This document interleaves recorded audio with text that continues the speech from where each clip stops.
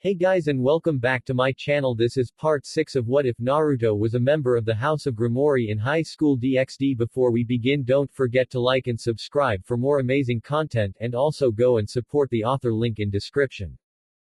Okay, are you all ready? Rias inquired calmly as she fixed her school outfit to look perfect. The rest of her peerage stood at the ready, preparing for their king to lead the way as the pure-blooded devil nodded. This is going to be a meeting of the leaders from the three factions and we are being graced with the chance to see it ourselves. So we need to be on our best behavior. Naruto, Issei, I'm talking to you two in particular. No outbursts, okay? Sorry Bucho, I'll be more respectful this time. Issei apologized with a deep bow of his head. Do we really have to be called out? Yes, because you two threw blame at Michael-sama the last time he was here. Rias nodded before narrowing her eyes at her boyfriend. Plus Kurama told me how bad you were with authority and respecting leaders. Kurama told you. Naruto summoned his sacred gear and glared down at it angrily. When the hell were you talking to Rias without me knowing? When you sleep. Rias and I try to strike up conversation over the sound of your rumbling, aggravating snoring. She told me a few interesting things about this world. When did you start calling her Rias? She was, redhead girl, just a few days ago. She deserves more respect than that. Thank you Kurama. Rias graciously nodded to her new companion before the sacred gear vanished. She giggled at the frown that twisted Naruto's face before waving her hand. We aren't colluding or planning anything behind your back. Stop panicking. And it was hard to wake you up when you looked so cute napping. She tapped his cheek before looking to another side of the room. And are you two going to be okay while we're gone? Absolutely Bucho. We have drinks and snacks and we aren't gonna be in a room filled with scary, unfamiliar people. It'll be great. Gasper excitedly responded while comfortably seated in his cardboard box. The club had made a lot of strides handling Gasper's anxiety and agoraphobia, enough that they could get him out of the campus without much fuss. Of course that was if he was still at least wearing a paper bag over his head. But no matter how much they helped him, it was clear the young Dampier felt safer in a cardboard box.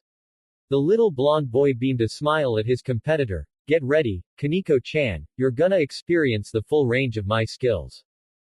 Don't get a bloated head. Koneko casually responded as her fingers danced over the controller. Keep boasting and you'll trip up at the important part. No I won't. You always do. Stop saying that, Koneko-chan. Stop sucking then. Well if you two are fine then we should get going. The peerage started out the door and made their way to the main building of the school where the meeting was being held. They headed up the stairwell and spotted the door slightly ajar with voices already conversing inside it. Rias pulled the doors open and stepped inside to see the leaders and their entourages. Sirzex smiled and nodded to his little sister as Serafal beamed brightly and waved to her. Standing patiently behind them against the wall was Sona and her queen, Tsubaki. The two sea-tree devils nodded to their fellow devils as they came to join their side. And standing directly behind Sirzek's chair was his maid and queen, Graphia, looking as calm and professional as ever. Also sitting in his seat adjacent to the mouse was the host of heaven, Michael the Archangel. The radiant man looked over to the group of youths he had met with just the other day and gave them a kind smile and nod of his head. Standing protectively behind the angel leader was a brunette with twin tails and a sword secured to her waist. The young girl's eyes panned over to the devils for an instant before focusing ahead once more. And finally sitting on the other side of the room was the Governor-General of the Fallen Angels, Azazel. The mix-haired man was lounging back in his seat, nursing a beer before his eyes peeked open to see the new arrival of devils. They were also looking at him with mixed expressions, mostly spite and anger from Rias and Akino. He smirked and sent them a quick nod before downing his beverage. And of course behind him was Valley. The White Dragon Emperor opened his eyes from against the opposite wall and looked up towards those focused on him. He spotted Issei's nervous expression, pointed his way and showed a coy smile before closing his eyes again and leaning against the wall. Yep. Just as charming as ever. You okay? Naruto whispered to Zenobia when he saw the usually unflappable girl show a conflicted expression towards Michael's end of the room. Something bothering you? No just. The blue-haired girl sighed and showed a sad smile. That's right. You weren't here when I first arrived in this town. Remember how I was sent here on a mission to recover the pieces of Excalibur? Naruto nodded as Zenobia looked over to the girl again. She's the person I came with to find them. She was my partner, Irina Shido. We didn't leave on good terms when I was excommunicated and changed into a devil. She thinks I betrayed her and the church. Why don't you explain what happened? That would mean telling her the truth. And Irina is even more devout than I am. Zenobia said sadly as she looked down. If she heard what I knew, it would destroy her. So if she can stay devout and needs to be angry at me to do it, I don't think I mind. She minded. He could tell clearly by the expression on her face that she cared a lot. So, if we're done with all the waiting and awkward silence, how about we get started? Azazel was the first to speak up with a casual, jovial tone despite the place and circumstance. Since this seems like the perfect occasion, why don't we go around the room and introduce everyone, with one interesting fact about yourself? If they didn't scowl, they were unamused. That was every expression aimed towards the Governor General. Even Valley didn't find it funny. See. Now we're all peeved. That's way better than all the silent tension and worry that filled the air a second ago. He chuckled. Man, I'm good. Okay. Searsek sighed and took control of the situation before it could derail any further. Before Azazel attempts and quite honestly fails to lighten up the situation any further, I would just like to thank you all for coming here today for this meeting.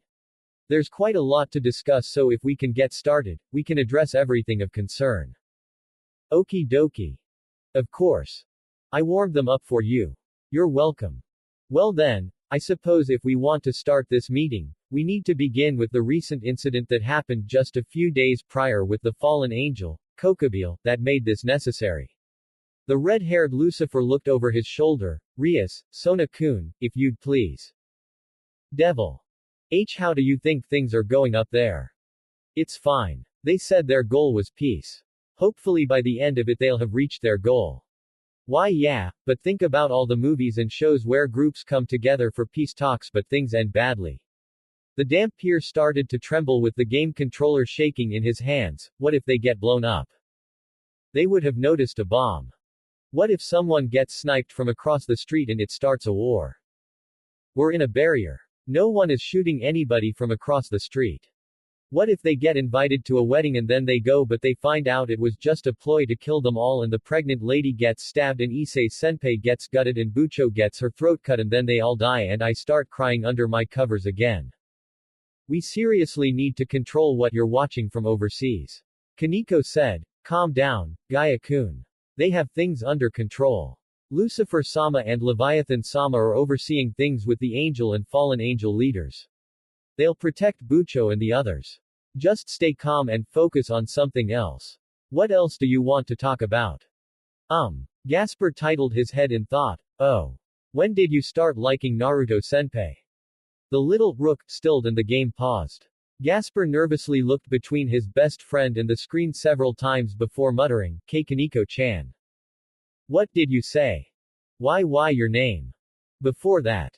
I asked when you started liking Naruto-senpai.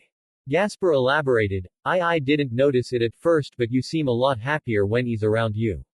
You stick a little closer to his side. You're actually the one that strikes up a conversation with him, which is totally crazy considering you like to stay quiet. But I think the thing that tipped me off most was when he ruffled your hair and you actually leaned into his hand when he did it. Oh, you were so cute, Koneko-chan. I couldn't handle. Gasper paused and paled. Koneko-chan, my character is already dead. I noticed. So you don't have to keep performing a 999 hit combo on him. Looks like your character got off easier than you will. The white-haired girl landed the last hit and reduced Gasper's fighter to a fine mushy paste that splashed against the screen in the form of a grotesque KO. Gasper gulped. I didn't even realize you could do that in Street Fighter. You can't. I can. I did. And I will if you bring this topic up again. Koneko said threateningly as her fellow freshman cowered and ducked into his box. With Gasper's vision now hampered by the space of his cardboard domain, Koneko finally let the light pink hue take over her cheeks. She pouted and placed her controller down. Just forget about it, Gaia-kun. It doesn't really mean anything in the long term. Whatever I think I'm feeling, it'll fade soon enough. No. Gasper burst from his box and shook his head. Don't talk like that, Koneko-chan. You have to try and give your feelings a shot.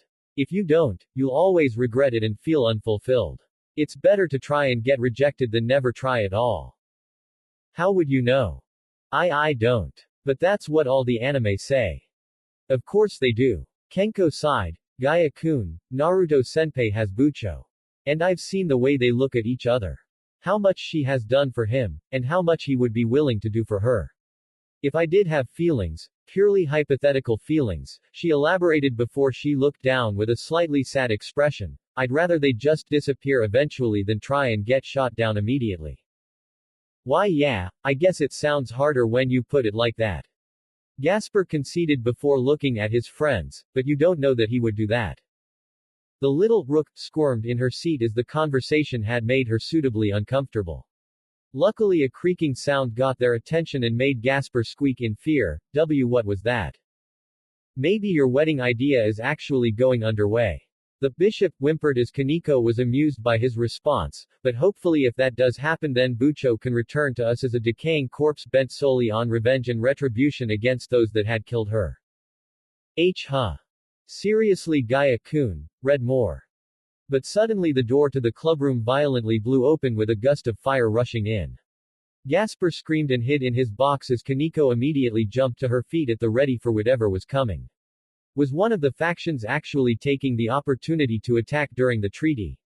However, when the smoke vanished and she saw the figures within, she saw busty women in long robes standing on magic circles and with no discernible wings coming from their backs, humans. That's as correct. We are humans, but not just any humans. Something much more. One of them spoke as they slowly floated in. We are humans that deconstruct and reconstruct the structures of your devil magic and holy power to create magic all our own. We are magicians. Yeah, I figured that from the magician cloaks and magician magic you're using. Thanks for the long-winded explanation. Koneko stoically snarked before shooing them away. I don't mean to be rude, but if you don't mind, we really need you to leave. You see, we are in the middle of a very special function at the moment and you might ruin it. We are here for the vampire. The magician interrupted. Don't bother trying to hide him as our sensors have already located him in this room. We require his awesome power, so if you would be so kind as to hand him over we shall be benevolent and let you go. I'm not trying to hide him. He's in the box. Koneko pointed to the cardboard box and the occupant inside it that squealed at the attention he was getting, but I don't see why you would want him since he doesn't have a great power to use. He's actually kinda useless. Koneko-chan, I know I brought up a sore topic earlier but now you're just being spiteful. We don't expect you to understand how we can utilize him. The magicians extended their hands. Just hand him over. Okay, catch. The magicians immediately created magic circles to block against the couch thrown towards them at blinding speeds. The furniture shattered easily on impact, but it was merely a distraction as Koneko went flying past the floating magicians with the cardboard box rested on her shoulder. A few magic blasts followed after them as she sped down the hallway. Are you okay, Gaia-kun? Why yeah, just a little rattled. He sounded much more frightened than he had said, but he was doing his best to keep his fear contained before looking down. What about you, Koneko-chan? They hit me a few times but it's nothing I can't handle. The bishop gasped and looked down to see the back of her shirt was burnt away and revealed a slightly burnt back as well. Koneko seemed to take it in stride as she looked out the window to see a huge squadron of devils, angels, and fallen angels still littering the skies. It doesn't look like anyone let them in to begin a surprise attack. Then who was it? Koneko-chan. Koneko threw the box up and deftly avoided the magic blasts coming her way. She caught the box again and saw another squad of magicians coming their way from the other end of the hall. She looked back and saw the other intruders making their way towards her before she headed for the stairs. Hold on, Gaia-kun. Hold on to, Aya. Koneko leapt off the stairs and dropped through the middle of the stairwell that headed straight for the ground floor. Just before they hit the ground, Koneko grabbed the banister of the stairwell to halt their descent, tearing out the wood and then dropping down safely before sprinting for the door again. The damp peer whined inside his box. Koneko-chan, you really need to give a better warning than that. Koneko-chan. Gasper slowly peeked his head out when he noticed they had stopped moving and went pale when he saw another group of magicians come phasing through the door to block their exit. He panicked and looked back to see the magicians from earlier floating down from the staircase as well to block their way back. They were surrounded. Now, shall you make the smart move, or will we have to hurt you both? Devil. Afterwards the pieces of Excalibur were returned to the church, Kokobile was detained, and the damages done to the school were fixed by the next day. Sona finished, the injuries Rias Gremory and her peerage suffered as well as Zenobia Quarta who still worked for the church at the time were healed over the course of the night and the matter was solved before it could escalate exponentially. The Citri heiress bowed her head. If you wish for any further details we may have skipped then you can read about them in our report. Sears X nodded, that'll be all girls. Thank you. So Tan, you were so good. You're such a great speaker. Sarah Fall whispered loudly and gushed over her little sister's good work. Sona's cheeks brightened and her eyes twitched before she sighed and stepped back to the wall. Rias gave her friend an empathetic pat on the back before rejoining her peerage. So all jokes and jabbing aside, I think this should be plainly stated. Azazel said before giving a grateful nod to the young devils, thank you for stopping Kokobile's plans and putting him down before it was too late. Rias' peeved expression never faltered as she continued to glare at the Governor-General. Azazel seemed to just take it in stride and sit back in his chair. You can be assured that he will be spending the next few millennia in lockup before anyone even considers letting him see sunlight again. While justice being dealt is good news to hear, the fact that you were in the town at the same time as Kokobile attempted to attack it is quite suspicious. True, we were in town at the same time, but for completely different reasons. Azazel calmly explained, he was here to wipe out everyone and start a war between the three of us that would raise the planet and bring all of our homes into chaos. I was on vacation. He casually answered before peeking one eye open, and also I had an interest in this town. That's another thing we need to bring up.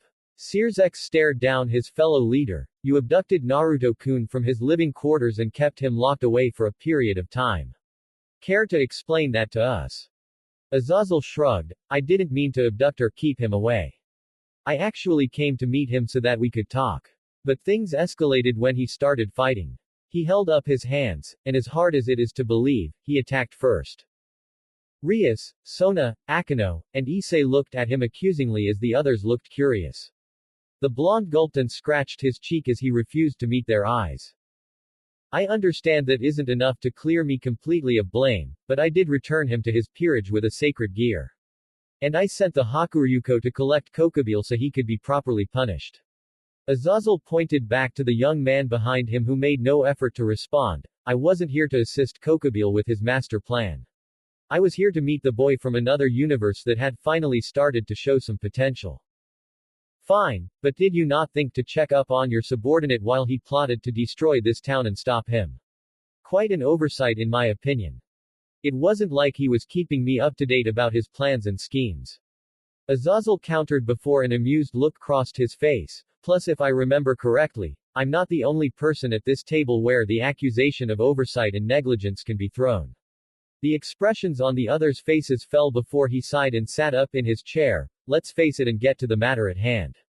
Our stalemate has dragged on for far too long, and there are groups on every side that are becoming anxious. Cabals within the church that scheme privately and prepare terrible experiments. Devils running away and abandoning their peerages to gallivant and slay any enemy they desire. And even high-ranking members of my own Gregory planning for full-scale war. Let's face it, this era of pseudo-peace is coming to an end. So what do you suggest we do? Make it official. Declare peace and unity between all of the factions once and for all. Azazel offered with skeptical and wary expressions between all of them. He sighed, okay, what is it this time? That's a very large step to make so suddenly. Sears X answered, why are we bringing this prospect up only now? Because it's only now when many of us have something to lose or other aspects we believe we need to focus on. I'm sure many of us have dug enough graves and had to say goodbye to too many of our comrades to want to do that anymore. The older members in the room showed complicated expressions. God is dead. The legions of devils, angels, and fallen angels that we used to command and fight with have been thinned out. The war we waged against each other so long ago has been lost to time. The only reason we still bother antagonizing each other or not give into peace is deep-seated feelings of anger and distaste for the other sides. But when the alternative is a never-ending war, doesn't putting aside our differences and trying to change things for the better sound like the most rational move? Zenobia blinked in surprise and looked over in panic towards Irina. She expected her fellow swordswoman to look utterly broken by the fact she had just learned about God's death, but she just looked saddened and depressed. Had she already been told? You said now because, only now do we have something to lose. Michael reiterated, what did you mean? That should be obvious. Azazel waved his hand around the room, these kids. The leaders and younger generation watching around them all looked confused before the fallen angel continued. This little maniac behind me loves nothing more than to fight and battle strong opponents. It's what he lives for. I'd call him an adrenaline junkie, but even those people would say what he wants is just too crazy. Michael, that little lady behind you has probably completed a plethora of scary missions and objectives that would cause most grown men to mess themselves. Irina blushed at the wording while Michael gave a slight shrug of agreement. Anita even mentioned what the young devils have had to endure and stop just recently. What's your point, Azazel? I mean, they've already had to undergo great trials and troubles. Azazel's eyes panned over the room before landing on a pair of blue orbs, but none of their eyes look as heavy as his. Naruto blinked in surprise as eyes turned to him. His eyes lowered as Azazel continued, he told me before he came to our world, he had come from a war that had ravaged his land and people. It had only been going on for a few days, but the body count was already staggering and it would have only gotten worse. That's what war is. That's what we all know it to be. What he has experienced that none of the other kids here have is the effort of trying to do everything you can, the failure of realizing it wasn't enough, the compromise of doing what you could instead, and the loss that still followed it. If we don't do something, all of our children are going to start carrying the same burdens we did when we fought. Are any of you ready for that? Sirzex merely narrowed his eyes as Seraphal and Michael both looked worried at the idea of their followers going through the same thing they did. Even Grafia looked tempted at the offer of their fights no longer passing on to the next generation. We have younger generations looking to us for guidance. A leading hand. We can keep letting them decide for themselves and allow the hate and spite continue to pass on. Or we can try something new. Something harder. Something we don't know will work, but had to be better than waiting for war. The room went silent as they considered Azazel's proposal. Seraphal asked, what would we do after we made peace? Azazel just shrugged, anything. Whatever we want. I'm sure there's bound to be some kind of benefit if we stopped focusing on fighting each other and utilized our resources on other matters. Michael, he addressed the Archangel, you can focus more on your followers and perfecting the sacred gear system. Let the devout and penitent do whatever it is the devout and penitent do. Seraphal, with all the fighting done, your little sister can focus on conceiving ways to avoid your overbearing and honestly kinda creepy obsession with her. PFF'd. Shows what you know, Azazel-chan. Seraphal scoffed and laughed condescendingly, so Tan adores me. She loves when I show her affection. What Seraphal didn't see right behind her was the young Citri devil actually taking what he said into consideration. And think about the burden that would be lifted off your sister's shoulders, Sirzex. Azazel offered before the man's smirk became just a little too coy. I bet if we decided on peace she could finally get around to playing with her boy toy. With all the preparations we've had recently, I'm sure there have been a few cases where things were getting all hot and steamy but they got interrupted before it got good. Maybe now they can finally go ahead and seal the deal. He. Sirzex chuckled softly and shook his head. That's quite a leap, Azazel. But Rias wouldn't try and do anything with Naruto-kun so early in their relationship. They've barely even started going out. Isn't that right, Ri? When Sirzex looked back, it was to see his sister with a hand rubbing the bridge of her nose and a bright red color to her ears and cheeks. Naruto also looked guilty and stared up at the ceiling to avoid eye contact. There, not all girls can be cute little babies like my Sotan forever. Seraphal attempted and failed to console her frozen friend as Grafia rolled her eyes. Rias pulled her hand away from her face and glared at the fallen angel despite her embarrassed hue. She growled, how did you know? Two kids starting a relationship, one a member of a devil clan renowned for their abundance of love and the other a hormonal teenage boy with a smoking hot girlfriend. This ain't a rom-com manga, sweetie. You two aren't keeping it age appropriate for long, you're trying to go straight to red light district theater levels. He shrugged, plus your expressions gave it away. I've seen that hot and bothered look on girls who just want to jump bones. Plus the kid looks like the classic victim of excessive cock block. Ha! I bet you got a nice pair of blue clackers down there, am I right? Naruto ground his teeth together and aimed his spiteful glare on the older man. But when he took a moment he looked around and saw members of the peerage looking at him and Rias. Except for Zenobia who was looking at his crotch curiously, he's lying. In case everyone hasn't noticed, he loves messing with people. I mean, look how broken Searsex is. He motioned to the Lucifer who still looked like he had crashed and failed to reboot properly. We haven't done anything. Well, actually. Naruto swiped his arm down and forced his sacred gear to disappear. Done. Nothing. Alright. Michael nodded. In the interest of keeping sanity and perhaps stalling a complete mental breakdown from occurring, the redhead Mao finally seemed to be finding his composure again in time to rejoin the talk. What does ending the war entail for you exactly, Azazel? Tons of shit. He responded immediately. I've got so many TV shows to catch up on that I'm never gonna get around to if I have to bother considering a war breaking out. Some experiments that I've had on the shelf for far too long. A couple of lady friends are expecting visits and dates from me soon. He wriggled his eyebrows for emphasis, plus this kid came to our world through the dimensional gap in a parallel world inhabited by ninjas. I'd be out of my fucking mind to not look into that a little more. Plus, in case you haven't noticed yet, the two heavenly dragons have been in the same room with us this entire time and we haven't had to run for the hills to avoid a fight. If this isn't the age of miracles and new experiences, I just don't know what is. I almost forgot that we have both heavenly dragons here with us on such an auspicious occasion. Michael looked between the two young Longinus wielders. Issei flinched at the attention while Valley didn't even look bothered by the looks he got. The Archangel turned towards the silver-haired boy. How about you, young man? What is your opinion on the war and peace effort? Honestly, I really don't care about this. Valley bluntly stated with a cocksure smirk and a shrug of his shoulder. All these talks of politics and futures are so dull, I'm just barely staying awake. I'm only interested in fighting strong people. War. No war. Whatever helps me get around to fighting, I'll take it. The only reason I'm not trying to start a fight with anyone in this room right now is because Azazel asked me not to. And also with a very generous bribe of a delicious ramen recipe I found. Don't forget that.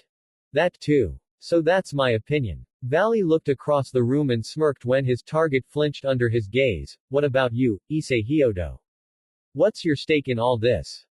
Oh wow, am I seriously being asked about whether we should continue a war or not? The perverted brunette pointed at himself in disbelief before scratching the back of his head. Well, I mean, if we can avoid war then I guess we should. It would be better if we weren't all fighting all the time, right? The security raises some good points. Peace is best. We get to do more fun things in peace. Issei Hyodo, you know that if we were in a period of peace, Azazel smiled and started wriggling his fingers, you can focus more on the ladies of your dreams and developing some techniques. Issei's eyes widened before he started putting a finger between a hole he made with his thumb and index. Azazel raised his eyebrows and started bouncing in his chair. Issei giggled pervertedly and huffed like a panting dog. Azazel smirked and slowly slid a hand down his fist and forearm before letting his hand spread out completely. Everyone in the room watched in silence as the two acted out their silent fantasy. Naruto grimaced. Someone. Anyone. Make them stop. Quite. Azazel. Michael got the fallen angel's attention just as he started wildly flicking his tongue in between his index and middle fingers. The Archangel shook his head before turning to the mixed-haired man. What you offered about peace is intriguing. And I do agree with you that if we don't want this aggressive mindset to continue being passed down to the next generation, that we must work together for this peace. But as you suggested, there are groups within each faction that will take up a banner of war if they believe they are doing right by their people. What can we assure that my people, their people, and your people won't try to instigate another fight? We work with each other. Azazel stated, this peace isn't going to last if we simply say we'll stop fighting and do nothing else. We work together and do what we can to create bridges. Mend wounds. It's gonna be long and hard work we have ahead of us, don't expect any easy days in the future. Azazel. Besides, how am I gonna get to do all the crap on my bucket list if I have to just trust shit doesn't go sideways? He cackled and waved his hands. No thank you. Naruto sighed and shook his head, and for a second there I almost thought he had good in him. Now, don't be disheartened. Rias whispered, just let him talk and we can be rid of him. Suddenly the whole room felt a jolt of energy run through and rush over them like a powerful wave. Their eyes widened and their breath nearly stopped as the room took on a darker tint. Uwahhh. Kurama yelled through the sacred gear that suddenly appeared on Naruto's arm. The fox coughed. Oh, that tingled. What the hell was that? Well, I think we might just be in the middle of time suddenly coming to a halt.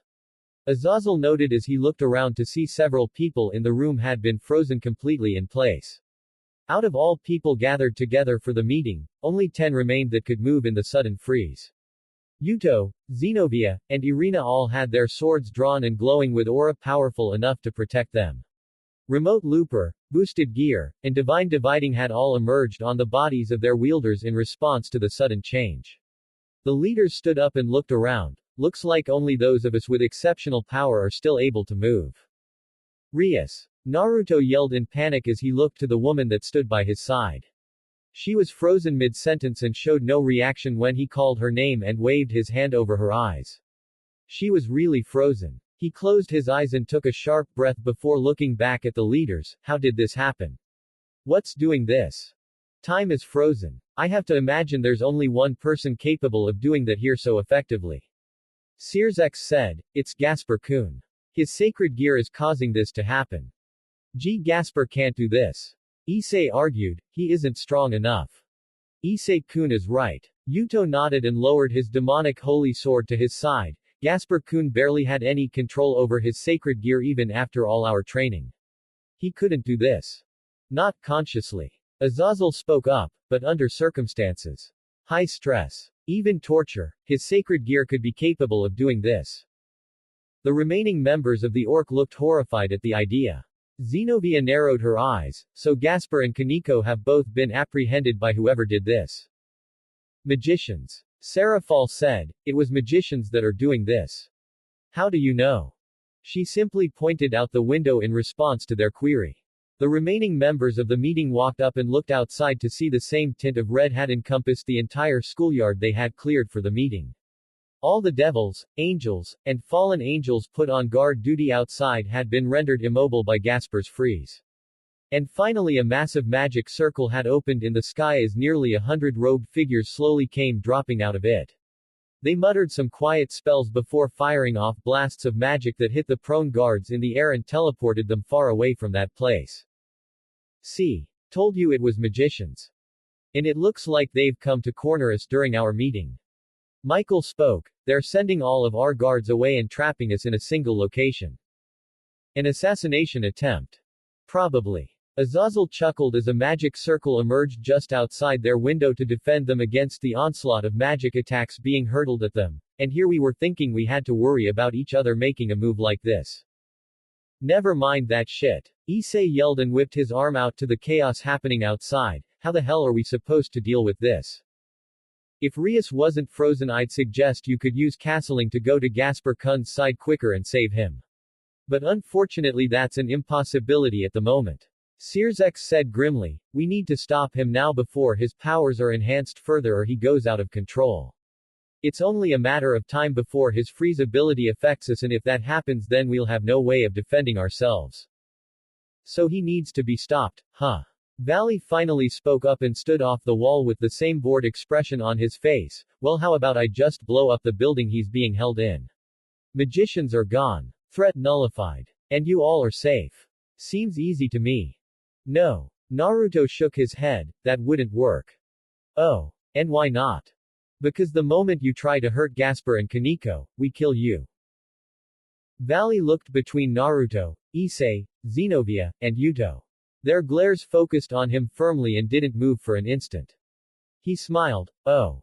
Valley. Be nice. You can't kill the subordinates of our hosts just because it's easy. You need to be a little more hospitable than that.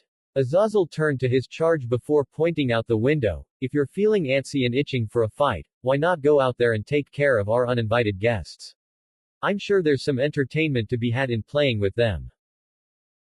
Valley hummed before shrugging and stepping up to the window. Might as well. Might be interesting to see if these magicians have anything prepared for capturing a heavenly dragon. The silver-haired man opened the window and stepped out before jumping off the windowsill. His sacred gear came popping out of his back, white and blue wings that sent him flying up into the sky. The magicians turned in the air, aiming their attacks on the single man that came jumping into the fray. For a moment they believed that he was simply suicidal and came out here to forfeit his life. But their confidence quickly withered away when they saw the young man become covered in a familiar shining white armor. The imposing figure shined like a radiant figure of destruction and absolute power, aura leaking off him in waves and wings spread out as energy seeped out of them. Vanishing Dragon Balance Breaker. The White Dragon Emperor. How is he moving? Attack. Attack now. Magic attacks came flying in on the lone figure from every angle. Ice and fire and lightning and pure energy swarmed on the outnumbered armored man, but they never reached him. The powerful attacks coming from every side were blocked by the magic circles that appeared and faded away the instant the magicians' attacks were thwarted. Valley stayed floating in the same spot and watched the futile attempts to attack him fail against his defenses. Is this all you have to offer? Valley, voice came out heavier and with enough boom to carry over the entire sky. It caused the magicians around him to pause and shake in fear before he closed his eyes and sighed. He unfolded his arms. Very well. Then I suppose it's my turn to attack. Valley raised his hand and clenched his fist before slowly reopening it.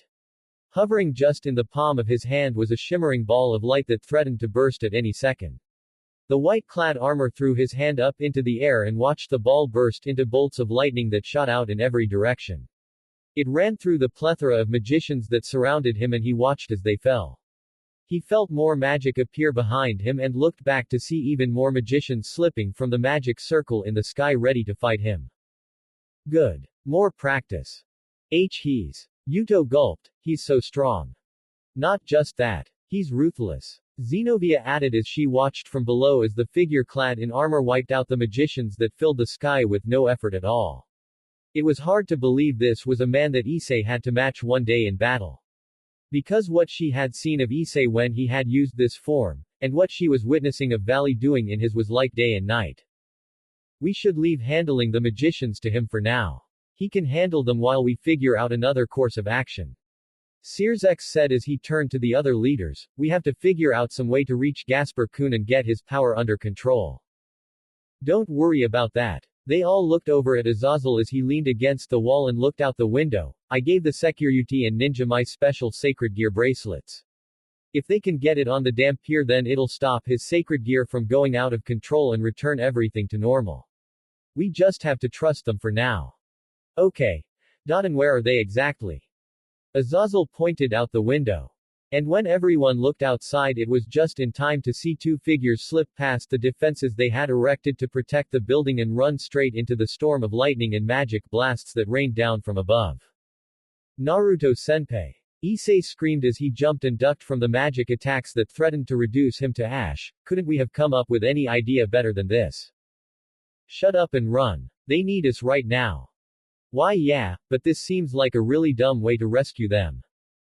I said shut up or you'll get zapped. Right.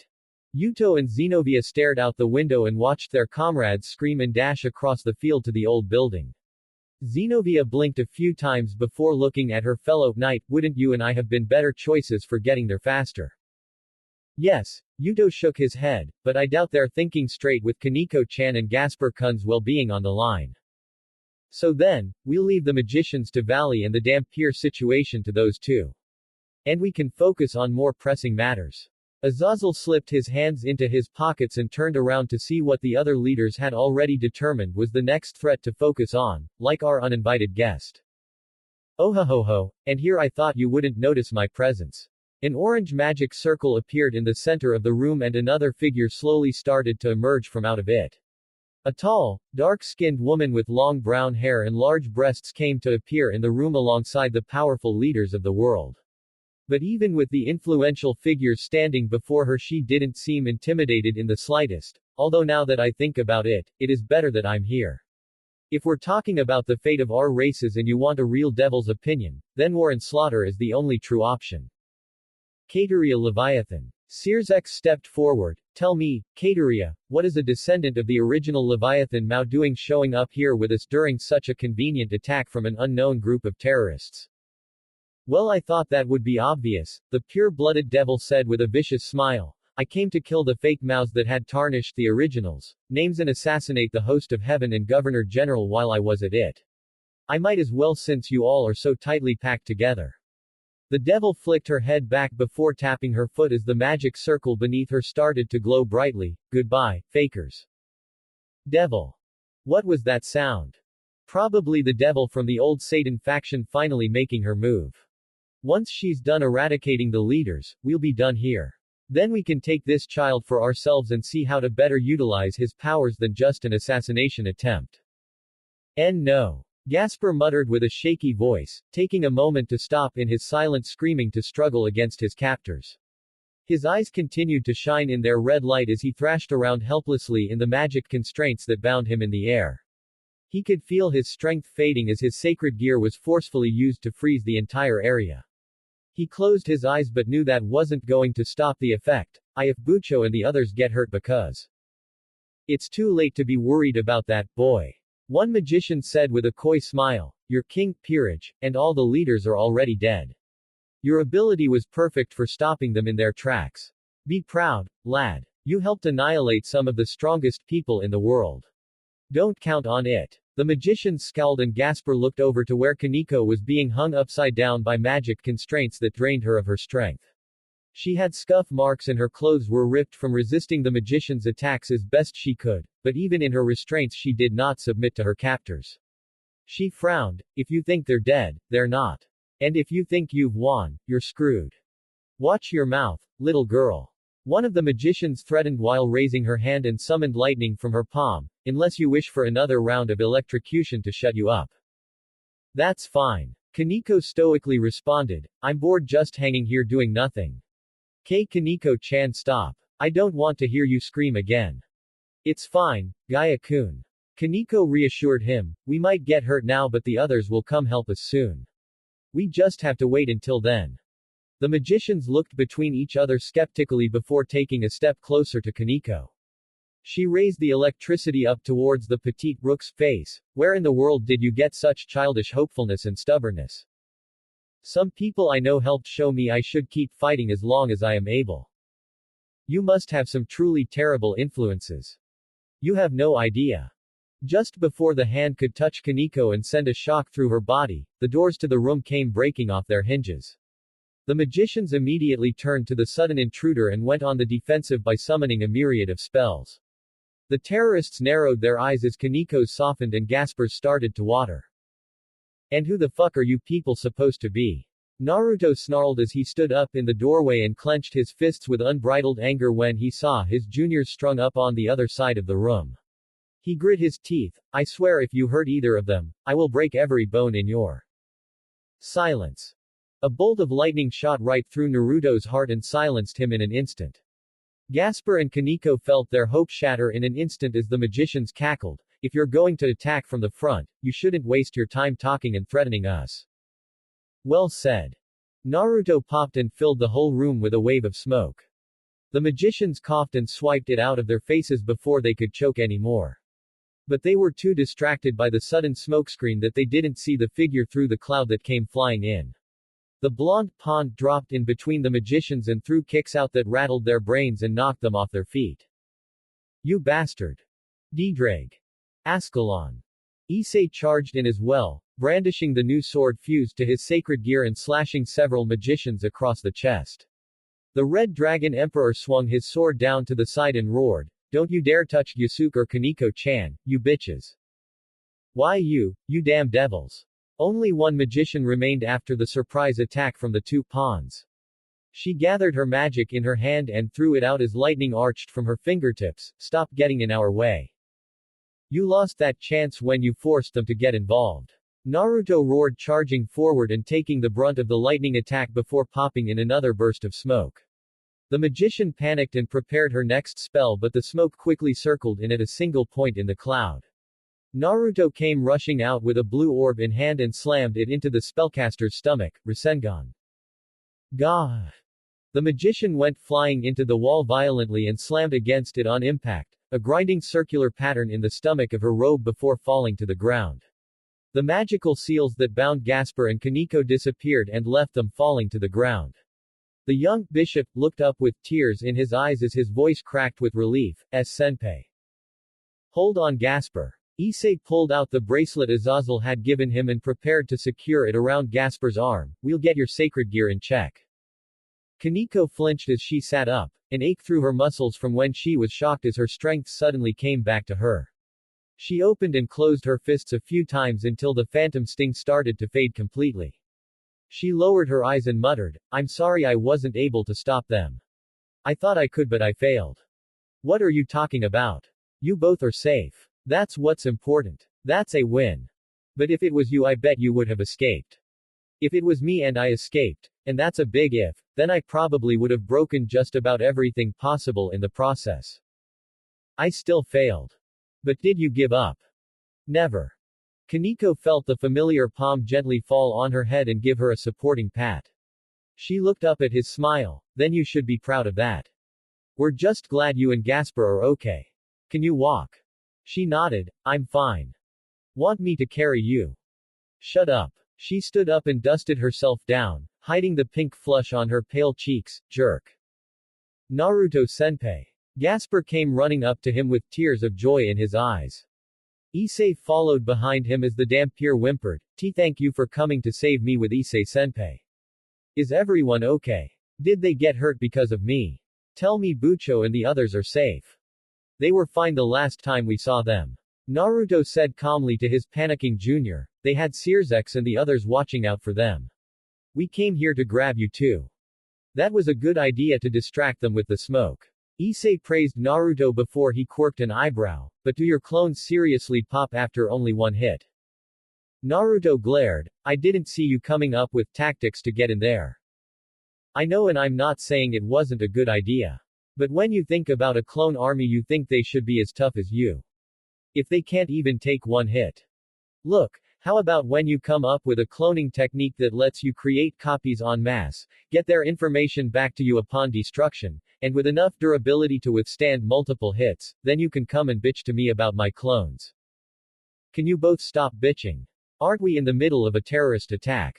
Koneko spoke up with a frown, getting both boys to grumble and hide their faces in shame for getting distracted. Bigger picture. Alright. Issei slammed his fist into his hand, we gotta get back to the others. Now. Devil.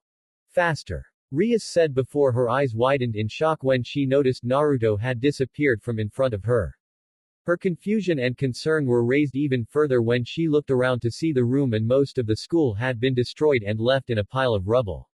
She looked around to see her peerage, Sona, and Tsubaki just as confused as she was. What happened? Oh, Rias, you're back. That means they were successful. Oh Oni-sama. Rias looked around at the barrier surrounding them being held up by Searsex, Serafal, Graphia, and Michael. Yuto, Zenobia, and Irina were nervously looking up in the air as explosions filled the sky and stray attacks flew down to bounce off their shield. What is going on? A group of magicians infiltrated the barrier and invaded the school. Yuto explained. They captured Gaspar-kun and used his scared gear to stop time around us. Only a few of us were still able to move when it happened. Naruto and Issei went to go save Gaspar and Koneko. Zenobia continued, the White Dragon Emperor is up there destroying the magician horde and the leaders are creating a barrier to protect us. And Azazel. They all pointed upwards as a massive explosion rang above them. Ahahahaha. I'm surprised, Governor General. The Leviathan cackled as she summoned dozens of magic circles with a single wave of her hand. Lightning and fire flew down like rain over the lone fallen angel as the devil continued to laugh at him. All this fighting and you haven't realized you're just wasting my time. Can't you see a useless effort when you're in the middle of one? My power, my lineage, and all of my attacks dwarf yours in comparison. You'd find peace faster just staying still and dying. Azazel chuckled to himself as he flew into the array of attacks falling down towards him. His cool and carefree demeanor remained even as he weaved his way through the countless attacks. He came out on the other side completely unscathed and dusted off his collar for good measure as he smiled at Kateria's irritated expression. It's true. All the original Leviathan power is really shining through right now, Kateria. But I can't help but notice you have a little extra kick in your attacks. Did you get a little boost from someone else before coming here? Kateria aimed her death glare on the scruffy man after he had realized her secret. Her eye twitched but she found her composure again and simply laughed at the fallen angel leader. I suppose I do have to praise your analytical abilities, if nothing else. I was sure that I could slaughter you and the rest with my basic powers, but I was persuaded to take a boost just in case. Kateria's eyes darkened as a powerful, menacing aura started to emanate from her form. How does it feel? My already incomparable power enhanced by a snake from Opus itself. Opus. Azazel repeated, and what stake does the infinite dragon god have in a meeting between the factions? Can't help but feel that this is really out of their playhouse to even bother thinking about. Might those silly little rumors and whispers about that Chaos Brigade actually be true? Yes, it is. Kateria cackled. We of the Chaos Brigade are shaking the world from its structure.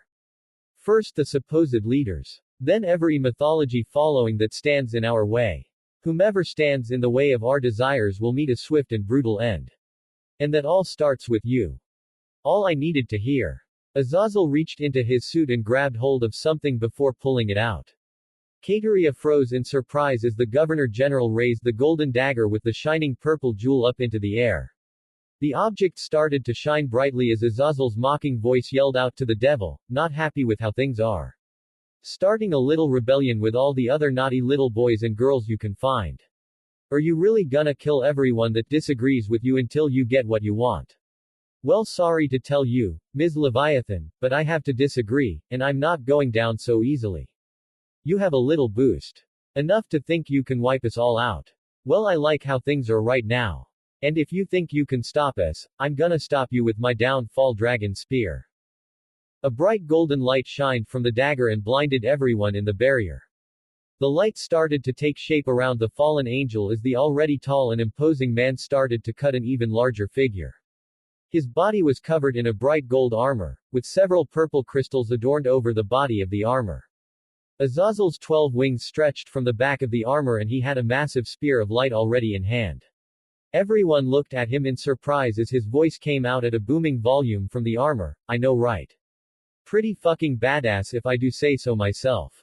Took a little work and it isn't gonna last for long, but man do I look awesome. What is that supposed to be? Kateria chuckled with a nervous, scared tinge in her tone. She wasn't prepared for Azazel to pull out a secret weapon like that so close to the end of their attack. Kateria had expected to appear, scare and toy with the leaders and their little pets for a while, before ending it all in one fell swoop. But she still had the boost from Opus Snake, and she still had more than enough power to spare. She cackled, I see you still love playing with sacred gears, don't you, Governor General? Well, if you think. Azazel disappeared in a burst of speed and dug his fist into the devil's stomach. Kateria's eyes nearly popped out of her head as she doubled over and spat up blood. She trembled in the air before weakly looking up to see Azazel's already raising his other arm in a fist. You talk too much. His fist came down on her back and sent her careening into the ground below. The Leviathan descendant slammed into the ground, immediately creating a crater around her body and webbing out in every direction. The beaten woman struggled on her hands and knees, her vision faltering as Azazel slowly lowered himself to the ground with folded arms. You know the difference between you and I, Kateria. We may both be getting a boost in power, but damn do I make mine work for me. Why, you arrogant bastard. The devil woman seethed as she pushed herself up from the center of the crater. Your smug and pompous attitude is making me sick, as if you can act like you've already won. Considering you're saying that, then maybe I really should cut back a little. But you think this is it? Kateria waved her arm around to the last of the magicians and old devil faction that were being wiped out by Valley. Even beaten, the woman continued to cackle like a hyena with a crazed look in her eyes. I came here to kill all of you. And that's what I'm going to do. Any means necessary. You think Ophis snakes are our only ace in the hole. The Chaos Brigade has a slew of monsters and demons you can't even begin to fathom. But I'll give you a sneak peek on how we plan to take down this world. Watch, and engrave it into your memories, as the last thing you ever see. Kateria slammed her hand into the ground and summoned a magic circle beneath her. Azazel watched in surprise as the circle started to expand and stretch in size until it slipped under his feet and continued out in every direction. Searsex and the others in their defensive barrier looked down from above as the intricate circle took up almost the entire campus in size. At the very center, Kateria laughed and cheered, "I win. I win." But the circle disappeared and nothing changed. The Leviathan woman gawked and stared down in horror before she fell to her knees and started patting the ground desperately. Azazel titled his head, "Performance Issues." No. No. You fucking traitors. You told me they were ready. You told me that was the circle I needed. Well, it's clear you're pretty much broken, but I'm intrigued by this, Ace. You seemed so confident in. Azazel stepped forward. If you tell us about them and the others members of your little group, I'll let you. WRAAAAAHH. Kateria's mind snapped and she threw her hands out, multiple arms sprouting out of her body and swarming around Azazel before taking hold of his arm. She gripped it tightly as the spare hands started to aim magic circles at her enemy at point-blank range. Ha! If I'm going to die, I'm taking you with me. No. Azazel swung his hand down and sliced his arm off as it dropped to the floor. Kateria looked at it in shock before slowly looking down at the spear of light that pierced her chest. She toppled over dead as Azazel released his armor and grabbed the jewel from his broken dagger, "But you can have my arm. Consider it a parting gift." He slid the jewel into his pocket before turning around with a smirk. "Looks like you all made it just in time." Gaspar was cowering in fear behind Issei while Koneko and Naruto looked over at the woman lying in a pool of her own blood. The blonde looked back at the fallen angel before pointing down. "So you, need a little help with that. It's still bleeding. Like a lot." Koneko watched the stream of blood steadily pouring out of Azazel's missing limb. "Oh yeah, gotta fix that," Azazel nonchalantly stated before continuing like nothing had changed. "Hey, looks like everyone else has finally come to join the party." Gaspar. Koneko. Rias called out as she came running over and quickly enveloped her bishop and rook in a hug. She looked over them quickly. "Gaspar, have you been crying?" "Koneko, you looked tired. Did they hurt you? I swear I'll kill them." "I'm okay, Bucho. Me too. It was scary, but Issei Senpai and Naruto Senpai saved us just in time." Rias looked up at them with gratitude as both men simply smiled in return. "Bucho, I'm sorry my ability caused you so much worry." "Stop talking like that. You're safe and sound. Everything else doesn't matter." "I wouldn't say it doesn't matter, but it has been resolved." They looked back at Searsex as he looked around the area. "The magicians have been dealt with, the freeze has come to an end, and Kateria has stopped. We did it." Seraphal cheered with joy, quickly jumping on a protesting Sona and giving her a tight hug. "Hooray for the good guys. But there are still some questions to answer." Michael spoke up with narrowed eyes. "The magicians breached our barrier. They are skilled, but I doubt they could have done something like that unless they knew the pattern and writing we used to enforce it. Plus they didn't break it down but slip through it. That requires even more skilled magic, to not only invade this space but leave us trapped in it. And there's the matter of the Gremory bishop too."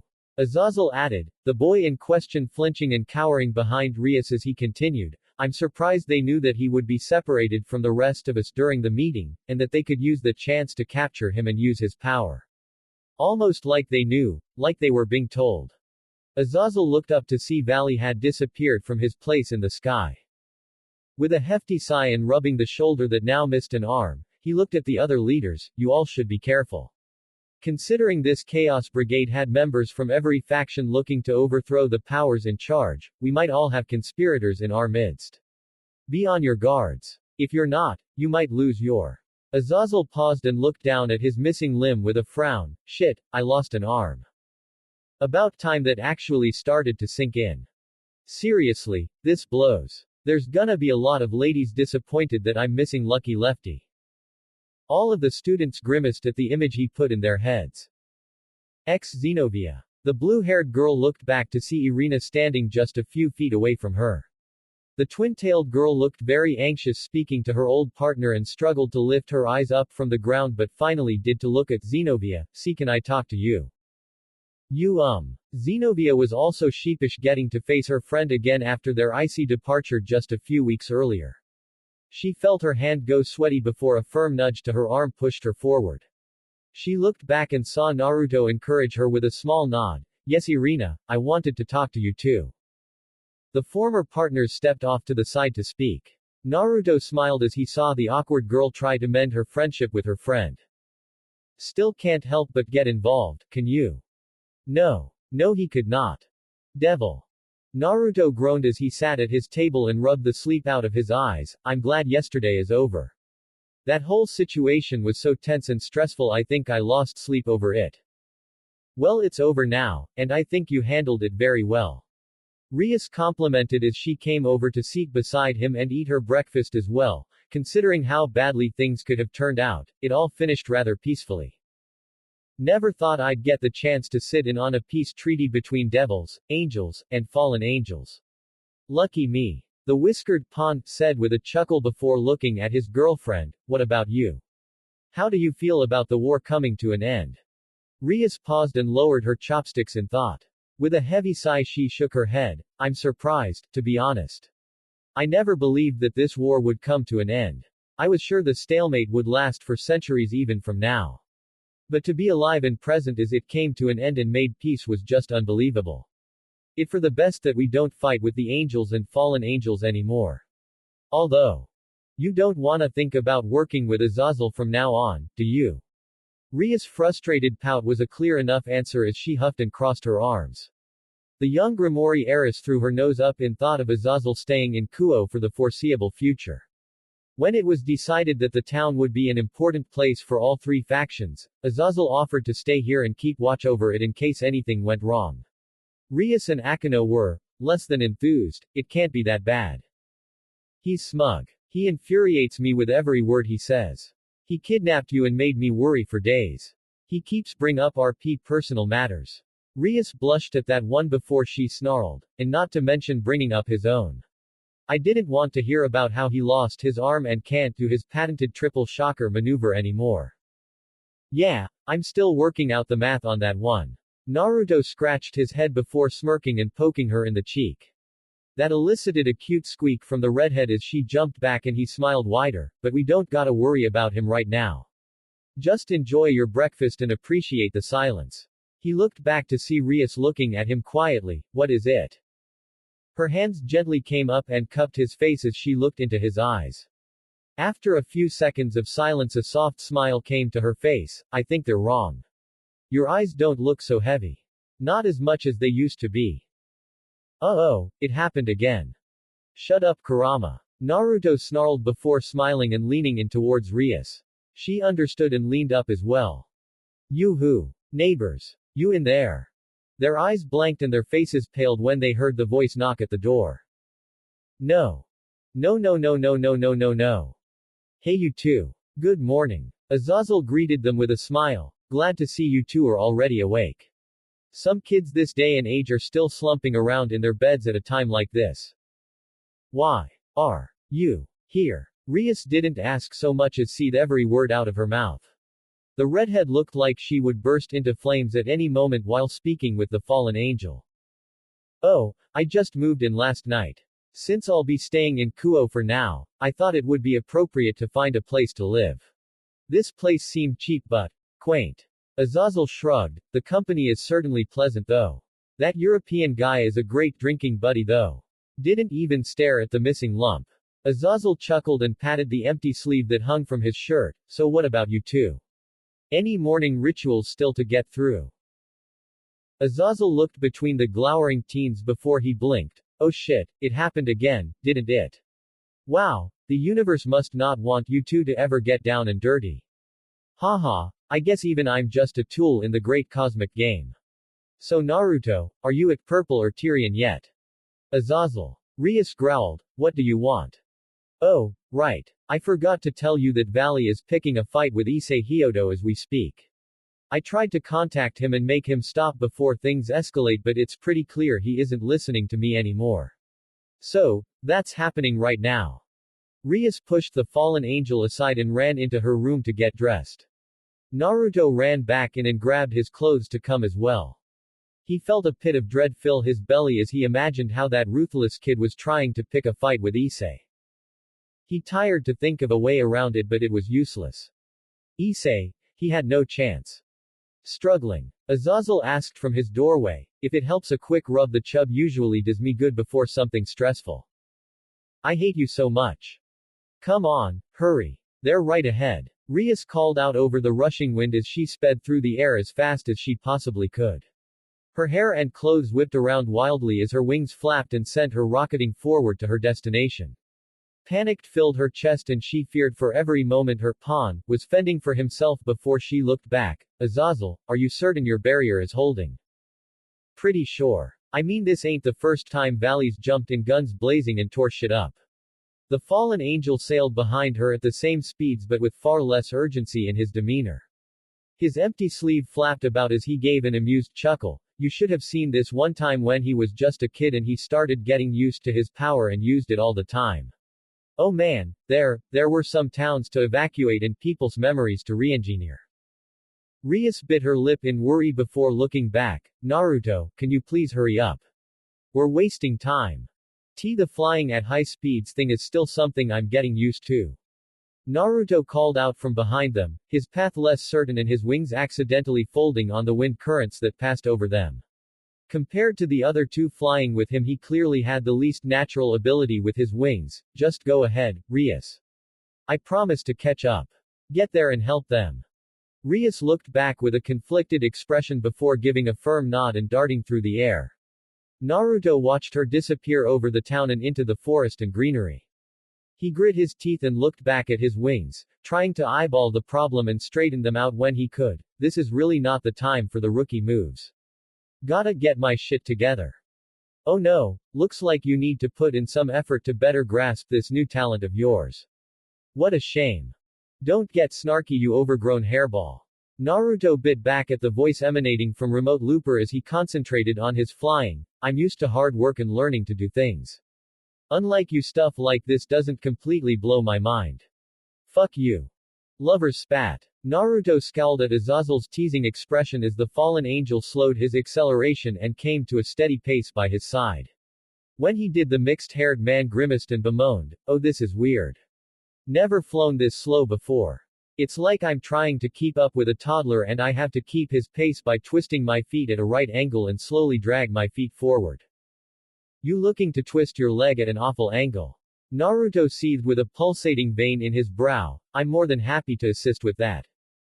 Oh good, you still got your biting tongue. The Governor General chuckled. You may fly like a bird that's had its wings clipped and had some bad brain surgery, but at least you've still got that tongue. Azazel slapped him on the back with his one arm hard enough that Naruto almost went off course. I'm sure the ruined princess will really come to appreciate that baby somewhere down the road. In more ways than one, hopefully. It took a second for Azazel's innuendo to translate, but when it did, Naruto's cheeks heated up in mortification. The fallen angel chuckled at his response before leaning in. Hey, I gotta ask, how are the showers and services at this place we're staying in now? I mean, does the landlord fix the joint up? Is there hot water? Is there enough room in the showers for me and a few lovely friends to clean the nasty sin off our bodies after some fun? Wait, the blonde eyeballed the man suspiciously. Did you seriously just move in because me and Rias were there? Did you not check it out beforehand? Because that place is 2 levels below the shit at rock bottom. Seriously. Azazel deflated. I thought you both stayed there because it was actually better than it appeared. Nope. Worst of the worst. I stayed there because it was dirt cheap and I saved the money. Naruto shrugged, and Rias moved in because, well, I think she didn't like being lonely. That girl, Azazel pointed ahead at the red dot in their view that was Rias, moved from whatever extravagant home she lived in to be in the gutter with you. The whiskered devil was silent for a moment before giving an unsure shrug. Azazel sighed, kid, when the time comes, you better treat that girl like a goddess. I will. No, I mean seriously. Hand and foot. Every request. Your hands better learn every technique they need and that tongue better be ready for anything. Seriously, after settling for a guy like you, the least you can do is make sure she hits that sweet spot each and every time. What are you talking about? And what do you mean settle? She didn't settle for me.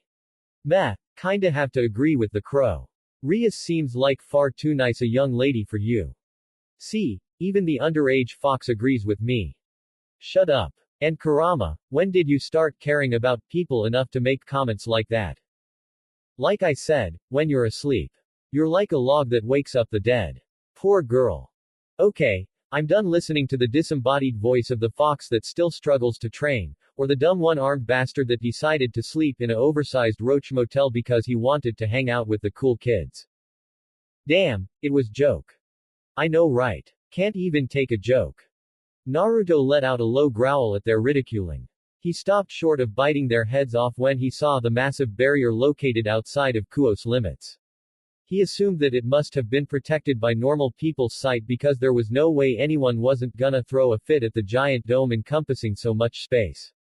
He slowly descended back towards the ground and landed by Ria's side as she stared at the barrier impatiently. Are you okay?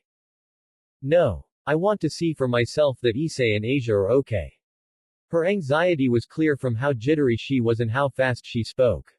She looked back at the landing fallen angel, Azazel.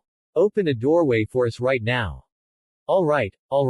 The fallen angel took his time to step up to the barrier alongside them before giving them a cautious look, but were about to bear witness to a battle between this generation's White Dragon and Red Dragon Emperors.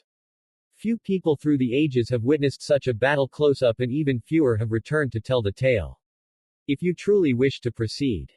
Azazel's answer came in the form of a palm illuminated by the dark light of Rias' destruction as she leveled an impatient, unamused glare at the fallen angel. Well shit, I guess that's my answer. He casually chuckled, not even intimidated by her threat as he waved his hand and created a small opening in the dome for them to enter. Rias did not hesitate to rush in and Naruto was quick to follow in case there was any danger she wasn't prepared for. He realized when he entered he was not prepared for the scope of this battle either. Devil. Dragon shot. Issei roared at the top of his lungs, clad in his red armor, as the small green orb disappeared into his fist before being released with his punch, a massive ray of demonic power barreling through the landscape and eradicating everything in its path. Unfortunately, Issei's target was not in its line of destruction. Pathetic. Issei Hyodo. Valley's voice echoed through the area as he vanished in a burst of speed so rapidly that he disappeared from sight. Flashes of white armor appeared in the sky and it seemed like Valley was creating copies of himself solely from his speed before they vanished altogether. The giant figure clad in glistening white armor appeared behind Issei and struck him between the shoulder and neck with a spinning kick. The red dragon let out a pained cry as he went careening into the ground below and the white dragon hovered in the air with his glowing blue wings. I suppose my suspicions about you were correct. You're much too weak to be my rival. I suggest you start putting in a little more effort or else I'll just kill you and pass on the boosted gear to the next recipient. Although I'll have to wait another few years until they're ready and I'm not particularly patient, so now's the time to buckle down. Why you? Issei forced himself back up on his hands and knees as he gasped for breath in sweet relief. You talk too fucking much, asshole. Hey partner, if I still had guts they would be twisting and reeling right now with what I'm about to say, but he's right. We need to pull something big to get the drop on them. Yeah, I know DxD, but in case you haven't noticed I don't got a lot to work with. He wasn't expecting to start the day off with a battle to the death with his apparent eternal rival. But the moment he opened the door to his house he found Valley standing at his door waiting for him. Apparently he was going to go away for a while and be very busy, which Issei had no problem with as long as he was far away from him, but the silver-haired man wasn't ready to leave just yet. Not until he got a load of what his future rival had to offer in the way of entertainment. Issei was quick to answer with a clear and resounding fuck off. Valley's retort was a not-so-subtle threat to blow up his home and kill Asia, his mother, and his father. Issei barely stopped himself from decking the other heavenly dragon across the face and tempting whatever terrible consequence may come in retaliation. Asia quickly came to his side when she noticed him standing in the doorway and gasped when she spotted Valley standing outside. And whether brave or foolish, the little nun stepped in between them and defiantly told Valley she wouldn't let him hurt her new family. Valley silently accepted her determination and quickly sent a look towards Issei in a wordless promise of who would be hurt first.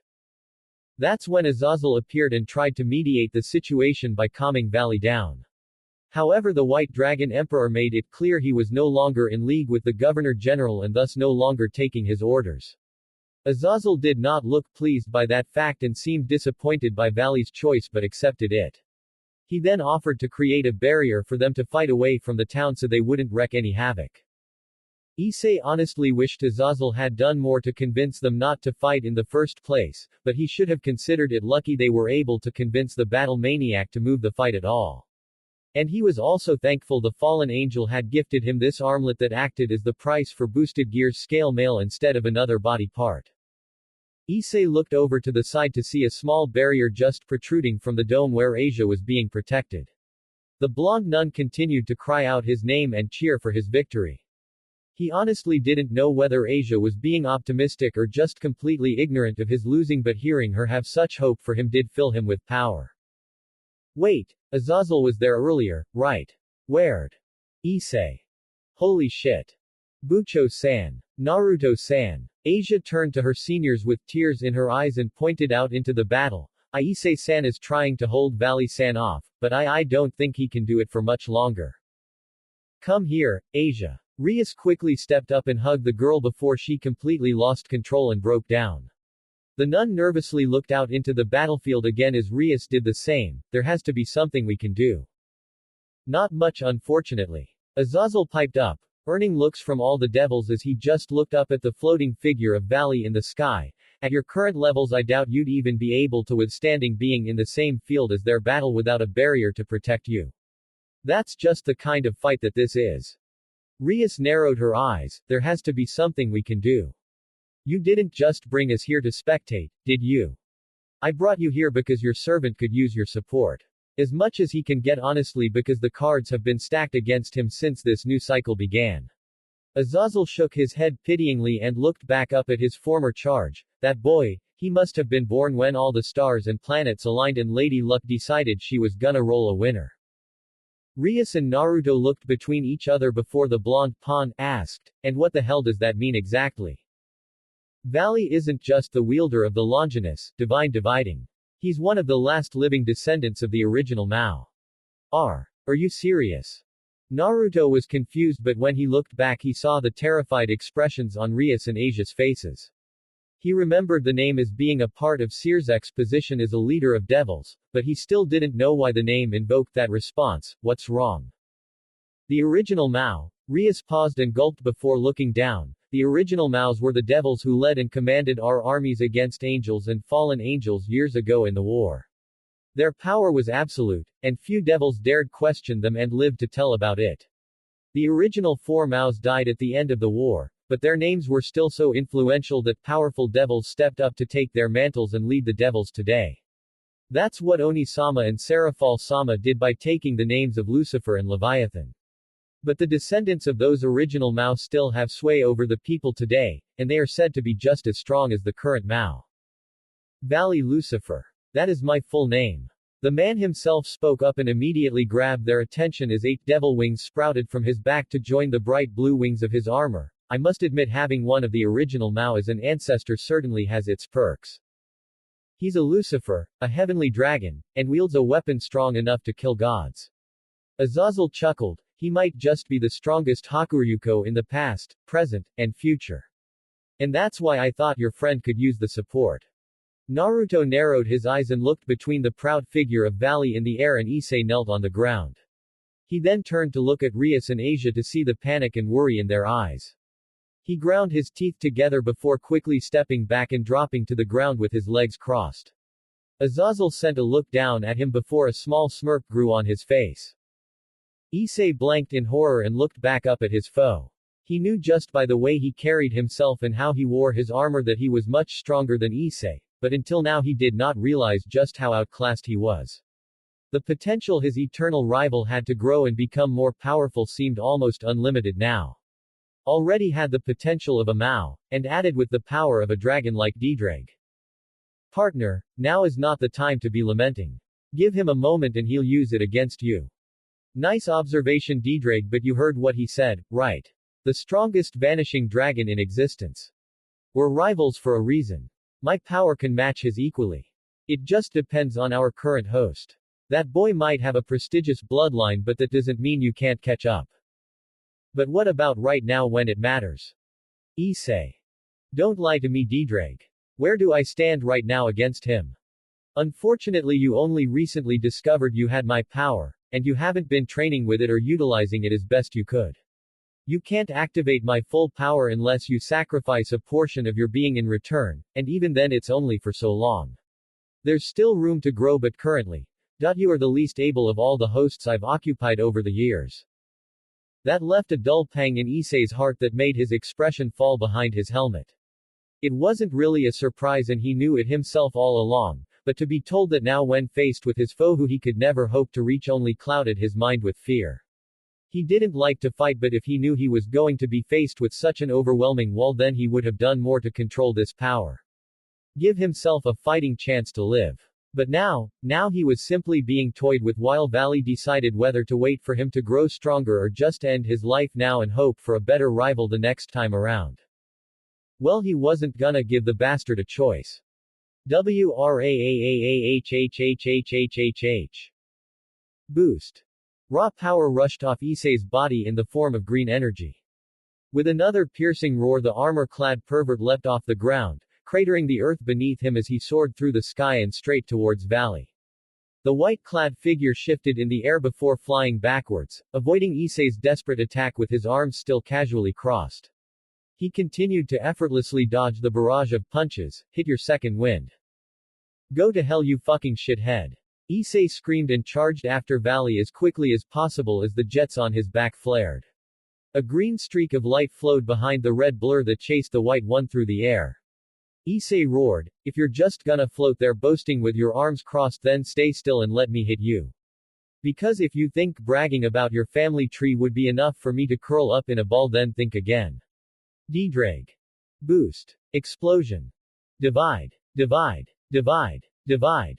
The sudden swell of energy Issei felt immediately vanished. He looked down at himself and noticed the glow in his jewels had diminished. What the oof. Valley's fist came swinging in and struck Issei in the side of his helmet. The red armor went sailing out of the sky and cratered into the ground once more with a earth-shaking crack. Smoke and dust kicked up from the impact and Issei slowly tried to pick himself up. A large crack went down the side of his helmet and left a portion of his face free from the mask. He slowly raised his hand and touched the broken part. Hey, are you serious? This isn't about me bragging about my lineage. It was a warning to you just how outrageous your current situation is.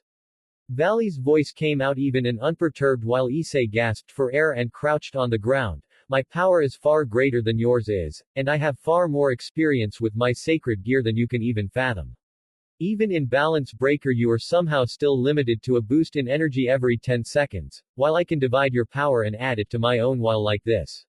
Valley looked back at his wings as they glowed brighter and blue particles started to emanate off them. See, I have so much power right now I have to just burn some excess off.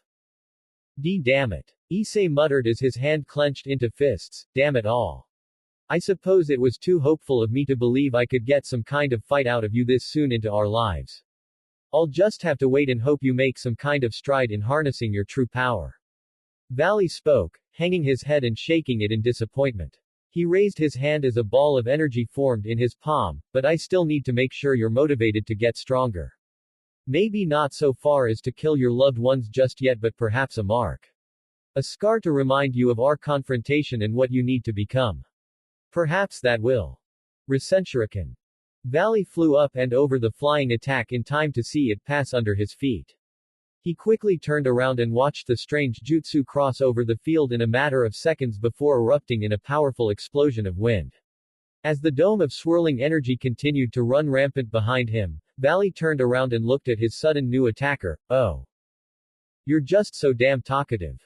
Naruto said. His eyes lined with orange and a horizontal pupil signaled his swell of power as the whiskered man smirked. It just seemed like someone had to shut your mouth. Naruto. Rias slammed her fist against the dome surrounding them after Naruto had suddenly slipped out of it and into the battle. She quickly turned on Azazel and glared furiously at him. What were you thinking letting him out like that? I thought it'd be easier just complying and letting him through than either listening to him complain or him trying to break out by force. Then you were wrong. Rias turned back and yelled at her impulsive boyfriend. Damn it Naruto, get back in here where it's safe. You don't know the scale of which this battle can go. Maybe not. Naruto turned back around and knelt down by Issei's side, but it really looked like you could use some help. Kinda stupid on your part to just come out here into the middle of a fight. Issei groaned despite a faint pull on his lips appearing through the crack of his helmet, but thanks for giving me some time. No problem. You need some more. I wouldn't turn down the opportunity. Say no more. Naruto stood up from Issei's side and looked up at Valley directly. He cracked his knuckles and smirked viciously at the armor-clad teen. Now I'm gonna try choke slamming you one more time. Please just allow it to happen or else I might have to get a little more violent with you. Sorry to see there's still nothing to be done about that boundless stupidity you suffer from. Valley slowly lowered himself back down to the earth and chuckled behind his helmet. I truly wish there was something we could do to help, but the only possible answer I could imagine is getting you a new head. Maybe the healer will be able to fix the old one properly after I'm done squishing it under my foot. Won't know until you try. And you are welcome to try. But if you do, I'm taking that as consent for me to kick you around as well. Alright, as amusing as it is to have this back and forth with you, I don't appreciate the interruption of my fight. Valley's voice lost all signs of amusement as his wings grew further out behind him. This is a battle Issei Hyoto and I have been destined to fight since before we were born. We don't need you barging in and getting involved. Yeah, I heard all about your dragons and your fates intertwined to be destined to fight from ages before and ages ahead. It sounds all legendary and traditional and great. Thing is, I already have some experience with apparently being destined before birth to fight someone to the death. Valley scoffed. You have no idea. And I just decided why the fuck I should just stand by and watch that kind of shit happen again.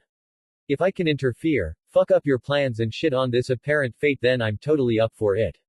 Naruto rolled his shoulders, plus I've got a soft spot for the useless rookie underdog who can't raise a finger against the prestigious asshole blessed by the gods.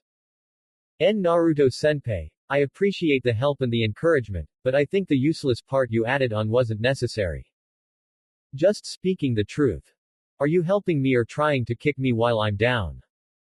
Both. Naruto leaned forward and dashed ahead, disappearing from his spot and clearing the space between him and Valley in an instant. He reeled his fist back and prepared to attack but only hit thin air when Valley flew backwards and out of his way. Naruto clicked his teeth and leapt forward the moment his foot hit the ground. The blonde blur leapt after the white one with unrelenting fury and focus. Naruto's speed and stamina were enhanced dramatically in Sage mode, but Valley was easily able to keep up with his movement and avoid while in balance breaker. The chase continued for several more seconds, treads of earth being uprooted by their intense movement but still no closer to confronting each other. Naruto growled before raising his fist up and bringing it down on the ground, cratering the earth and raising several slabs of rock. He palmed two pieces and dug his fingers in them before with a mighty roar he spun and threw them at the vanishing dragon. Valley simply stood his ground and allowed the two chunks of rock to break against his body. They shattered instantly and didn't leave even a scuff mark on the pristine white armor as Valley spotted Naruto charging at him through the debris. He simply unfolded his arms and reached out to grab Naruto's fist before it could land. A rush of air brushed past them both when the impact struck, but Valley quickly clamped down on the fist and locked him in place. So was this attack supposed to be part? Ha! Valley raised his other hand and caught the kick from the identical blonde from the side. He locked the clone in place as well and looked back at it as well, of that violent alternative you were talking about. That's right. Valley looked up again in time to see a third Naruto drop from overhead with his leg raised over his head. With a loud roar he brought the leg down on Valley's shoulder and cratered the ground beneath him from the force. Set. 10x. Loop. A small series of cracks appeared around the impact space but continued to grow as the impact repeated. The entire pauldron finally shattered into pieces and all three blondes jumped back when Valley remained still. That armor was extremely durable and it required several repeated hits to break through. But Naruto smirked as Valley raised his arm and cradled his shoulder with more rigidity than he moved with before. There was a slight hitch in his tone before the armor turned to look at him. Clever trick. One Naruto smiled. Glad to see you liked it. Ah, that felt weird. Give a fox some warning before you do that again. Don't even know what made me yell that out. That armor looked super tough and probably wasn't gonna go down with just one hit. Another Naruto piped up. But it isn't just physical attacks that can work. The third Naruto said with a smirk as he clenched his fist for emphasis, thanks to a little frog Kata, I can still hit you even while you're hidden under all that armor. Were you expecting that? Yes, actually I was. Valley casually responded as he stood back up and rotated his shoulder gingerly, swiping his hand aside as bright blue energy wafted off his hand and the pauldron was fixed. The Narutos blinked in surprise at his quick response and looked between each other as the Hakuryuko opened and closed his hand to regain some feeling. I have two sages I am closely acquainted with and I wished to see how your abilities compared to theirs. Your strength, speed, and reaction times have increased exponentially, and your ability to project your attack without direct contact is impressive, but nothing that can't be avoided. I'm sure Baiko or Kuroka could use their abilities to gain the same results. Although the clone trick is certainly amusing. Naruto's eyes narrowed in annoyance, so I guess that thing about you being so full of yourself isn't just restricted to you and your rival, huh? You pick up being an unbearable asshole from Azazel or is that just your natural state? All natural. Azazel piped up from behind the dome, tried to teach him some manners and how to be a little more charming but never worked. Only girl I know that ever got along with him was Lavinia. Shut up Azazel. Valley's tone suddenly became curt and unamused. Seriously, I'll never understand why that cute little lady is so affectionate with you. You act all rude and unapproachable and she still hugs you to her breast and pats your head. Azazel. You think the least you can do is call her, Oni-chan, or something in return. The tension of the battlefield had slowly lulled with Azazel's interjection. The devils blinked and slowly looked over at Valley in preparation for his response as the proud set of armor simply shook with barely contained rage. No one dared speak a word. PFF'd. Valley instantly spread out his wings and charged forward to attack Naruto and his clones. One of the blondes jumped back in line with Valley's charge while the other two jumped to either side of him. The Vanishing Dragon's charge missed its chance to destroy his foes, but the magic circles that appeared around his body fired lightning in every direction and erased the clones from existence in a puff of smoke. Naruto's eyes widened and he jumped back again to escape from Valley's reach. The Lucifer was quickly on his tail and Naruto was running out of space to run. With a yell he expanded his wings and flew up in the air to gain some space. But Valley was quick to catch him and started to exchange blows with the Whiskered Devil. With the power of Sage Mode, Naruto's strength, reactions, and durability were all heightened enough that he could sense and block Valley's oncoming attacks. But even his enhanced speed and strength could only do so much against the staggering force of Valley's blows. The armor he skulked around in wasn't for intimidation and it wasn't just for show either. These blows were heavy, carrying weight and force he hadn't been expecting from someone that had looked so small. He watched Issei smack around that fallen angel in 12 seconds with armor just like this. He should have expected things to not be so easy. Even so, he persisted and fought back against Valley's assault as best as possible. Naruto saw his opportunity arise when Valley brought his fist back a little too far for a haymaker.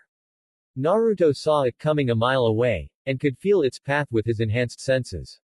He lowered his head out of the way of Valley's fist and let it sail over him while he slammed his fist into the white breastplate. He smirked at the resounding thud and quiet groan he received from inside the helmet, set. Naruto felt a wave of agony shoot through his whole body like his skin was prickled by 1,000 needles. He grit his teeth together to quell his yell as his body convulsed with the electric shock coursing through it. The pain finally ceased and his body started to fall out of the air.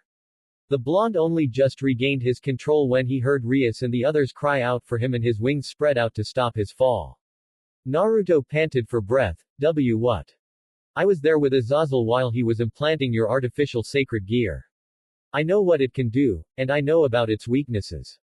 Once you have set something you cannot unset it and you are unable to make the next set until you have looped the first one. The magic circles floating around him that had shocked Naruto the moment he attacked dissipated from existence, which means if you saw the chance to attack but were hurt in the process, you would also be affected by your ability and forced to suffer the consequences. You bastard, Naruto seethed, you lured me into attack. Just wanted to see how a warrior from another world stacked up in a fight. Your tenacity is surely impressive, but I think you were a little too gung-ho to charge into battle. Things aren't the same on this world as they are on yours. And I'm not impressed by what I'm seeing. Kurama. Naruto, you're gonna. Now. Naruto soared straight at his foe. Shit. Loop. The place Naruto punched rang out again like a gong and Valley felt the pressure of his punch impact the inside of his chest. A web of cracks appeared on Valley's breastplate as Naruto stilled from the sensation of electricity running up his spine. He continued flying up even through the pain and yelled as he charged the armored figure. His fist struck the side of the helmet and Valley's head shot back. The armored man quickly snapped forward and grabbed Naruto by the wings, yanking him back and flying straight downwards into the ground. Naruto-san. Naruto. Rias cried out and stared at the dust cloud that erupted from their harsh drop. Her fists clenched so tightly her arms started to shake before she turned to the mix-haired man that had been watching silently. Let me go out there as well. Azazel raised an eyebrow before shaking his head. That probably isn't the best idea. Your destruction is pretty damn impressive, but besides that you don't have much combative experience. If you got in there and you were killed, I'm sure the devils would go up in riot and Searsex would lose his mind. You'll use logic to keep me in here, but you let those two go out and fight without a second thought. Did you lose your mind along with that arm? Ah, that's mean. Azazel feigned sadness while Rias' glare grew sharper and less amused. The older man sighed and shook his head. I didn't let those two go out there and fight for shits and giggles if that's your impression. I let them fight because they need to understand what's ahead. What is ahead, Azazel-san? Asia nervously asked.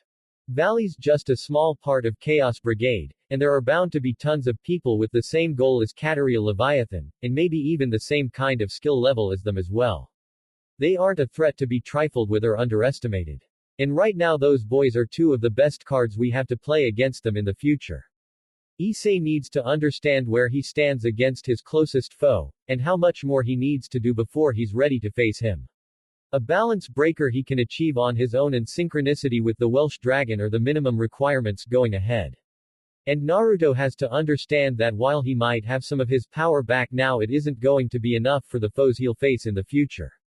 He isn't from this world and doesn't know the vast powers within it. If he's going to jump into battles without prior planning, now that he's gotten a little strength back, he needs to see what the consequences will be. But why do I have to simply watch them get hurt? They're my servants. I need to help them. Rias countered. Help them by watching. Azazel calmly answered. You have the security in your peerage and a boy that traveled from beyond this world's boundaries. It's not crazy to think that you and your servants will be involved in many of the battles to come, if not directly centered in them. So watch. Azazel jerked his head back to the battle as Rias did the same. Watch what you will have to face, what you will need to be prepared for, and what your friends are capable of doing. Rias' eyes widened as the dust cloud finally started to drop and revealed the figures inside of it. The massive white armored man was struggling to push something down as another figure fought back.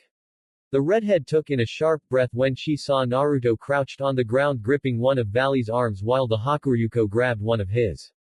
Naruto frowned but pushed back. If my wings are even more crooked now because of you, I'm gonna be a little mad. That's your most pressing concern. Valley chuckled. I thought me crushing you into the dirt would be more important. Meh, not really worried about that at the moment. Feeling more focused on after we're done.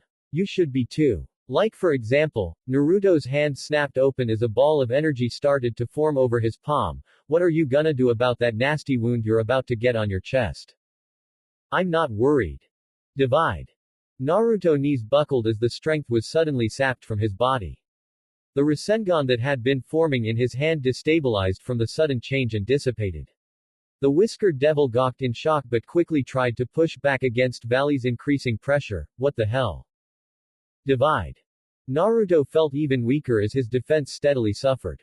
Valley harshly grabbed Naruto's arm, yanking his out of the blonde's weakening grip before lifting him off his feet. Naruto looked up in time to see the fist come swinging in and strike him across the face. With his strength divided and his defenses drained, he felt a good chunk of the power behind the punch even with his Sage mode. Naruto. Kurama's voice came through his ears like a dull ring with the full force of Valley's punch. In his fog he suddenly felt weightless and realized too late that he had been thrown across the battlefield. He bounced off the ground and uprooted the earth when he did before he came to a slow stop. He pushed himself off the ground, coughing and letting blood spill out from between his lips. The hard, metallic taste filled his mouth before he turned and glared at Valley's strong form. Hey, Naruto. Can you still hear me? Not so loud, Kurama, I've got a splitting headache. Which is a miracle considering your head should be split open from all those hits. Don't exaggerate. I'm barely exaggerating. This guy has sapped a ton of your power. You're barely holding on even in Sage mode. Yeah, taking my power and not even turning into a frog. Naruto groused as he forced himself up on his feet. Guess he's got that over on Nagato. This might be a bit harder than I anticipated. Are you gonna be okay? We've faced worse stuff than this asshole. Yeah, but to be fair, I did carry a lot of the heavy weight in some of your more intense fights. Oh, that's rich. I can remember a ton of intense shit I've done where you were just in there laying on your belly and scratching yourself. Yeah, but even then I was still saving your ass time after time. So I'm useless without you. You said it, not me. You saying I should give up. No, and don't bother telling me you won't because I know you saying. Just a little caution might save your life. Yeah, well, tell him that. Valley's wings spread out behind him and he sped forward. Naruto scowled and crossed his fingers as two of his clones popped up by his side. Two of them offered their hands to him before he started spinning on the spot and twirling them around. With a roar he released his hold as the two whiskered blondes went sailing through the air and straight towards Valley. The armored man raised his fist and threw it at the midair devils. One Naruto placed his feet against the other's back and kicked off at the last moment. One was sent into the ground while the other flew over Valley's fist and head to land behind him. The vanishing dragon quickly turned on the spot and swung his arms out, blocking the high kick and low punch from both sides. He threw his arms out and knocked them back before swinging his fist down in a hammer towards one Naruto's head. The blonde raised his arms up and blocked it in a cross between his arms as Valley's foot lashed backwards and knocked the Naruto crouching behind him. He quickly pressured the blonde he faced into an exchange of blows as Naruto tried to keep out of Valley's reach and avoid his blows. His fist lashed out and met the armored gauntlet in return as a shockwave exploded from their impact. Magic circles appeared behind his back and blocked the punch from the second clone behind him. They changed color and started to fire out bolts of lightning that the whiskered sages deftly dodged with the help of their enhanced forms. The two devils landed in crouches on the ground as the bolts of plasma tore through the ground around them. They charged him from both sides as the lightning continued to jump and arc around him.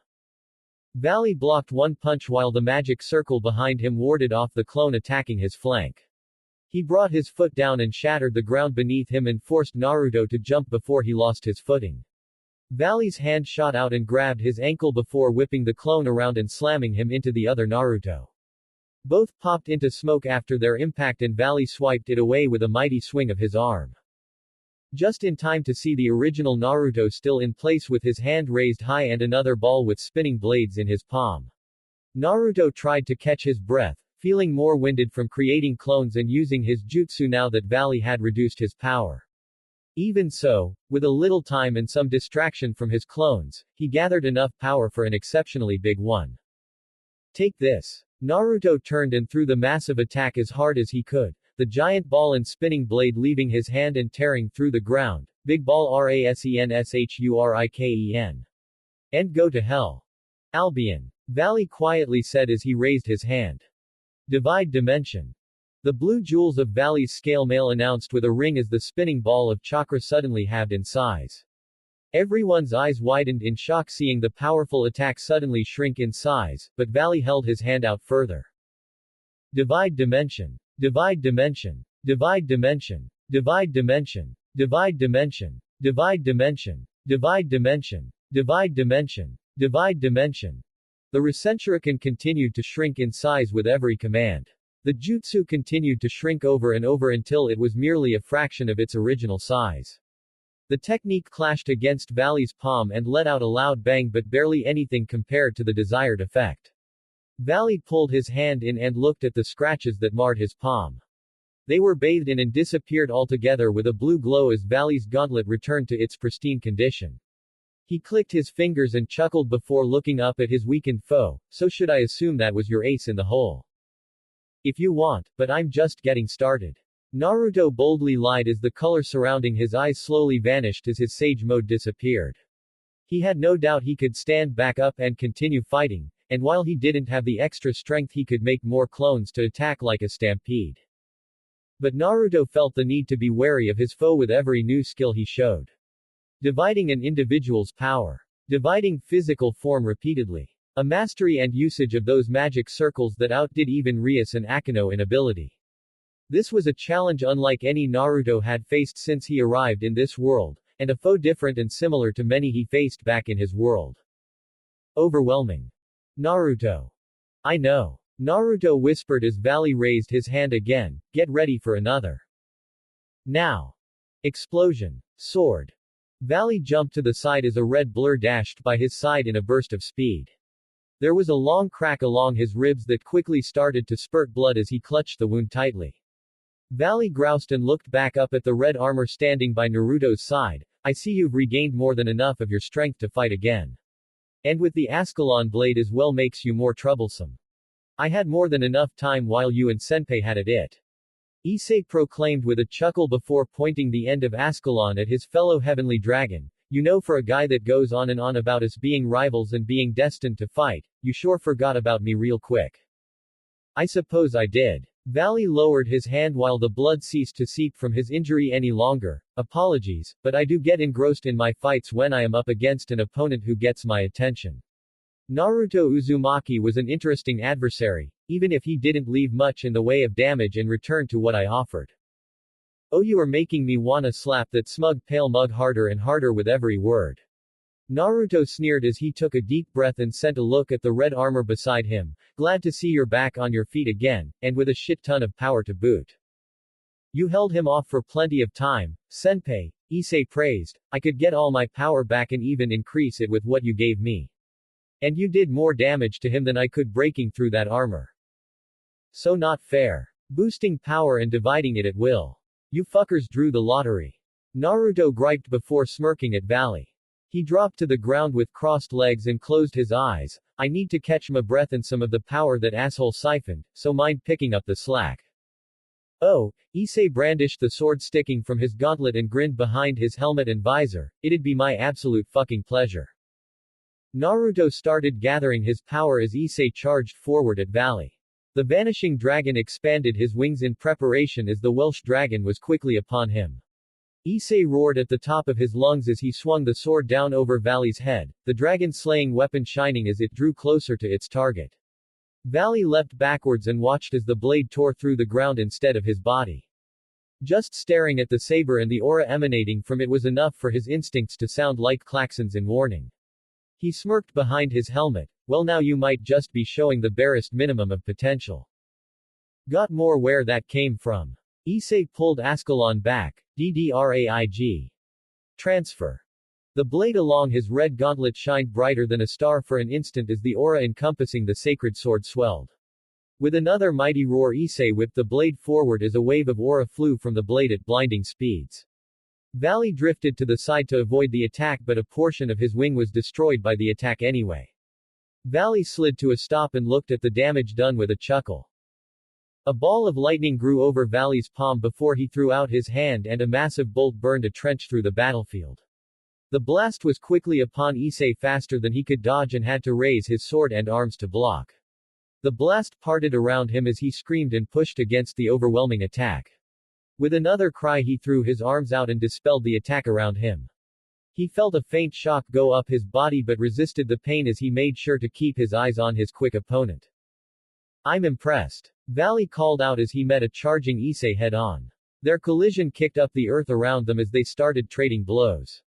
Issei's reach was longer with Ascalon, but Valley easily avoided and landed several devastating punches along his body. It appears with just enough enhanced energy and a sword by your side you start to pose as a credible foe.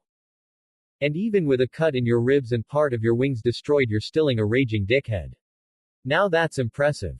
Amusing, Valley's chide remark came with a chuckle before his hand reached up and grabbed Ascalon above his head before Issei could make the swing.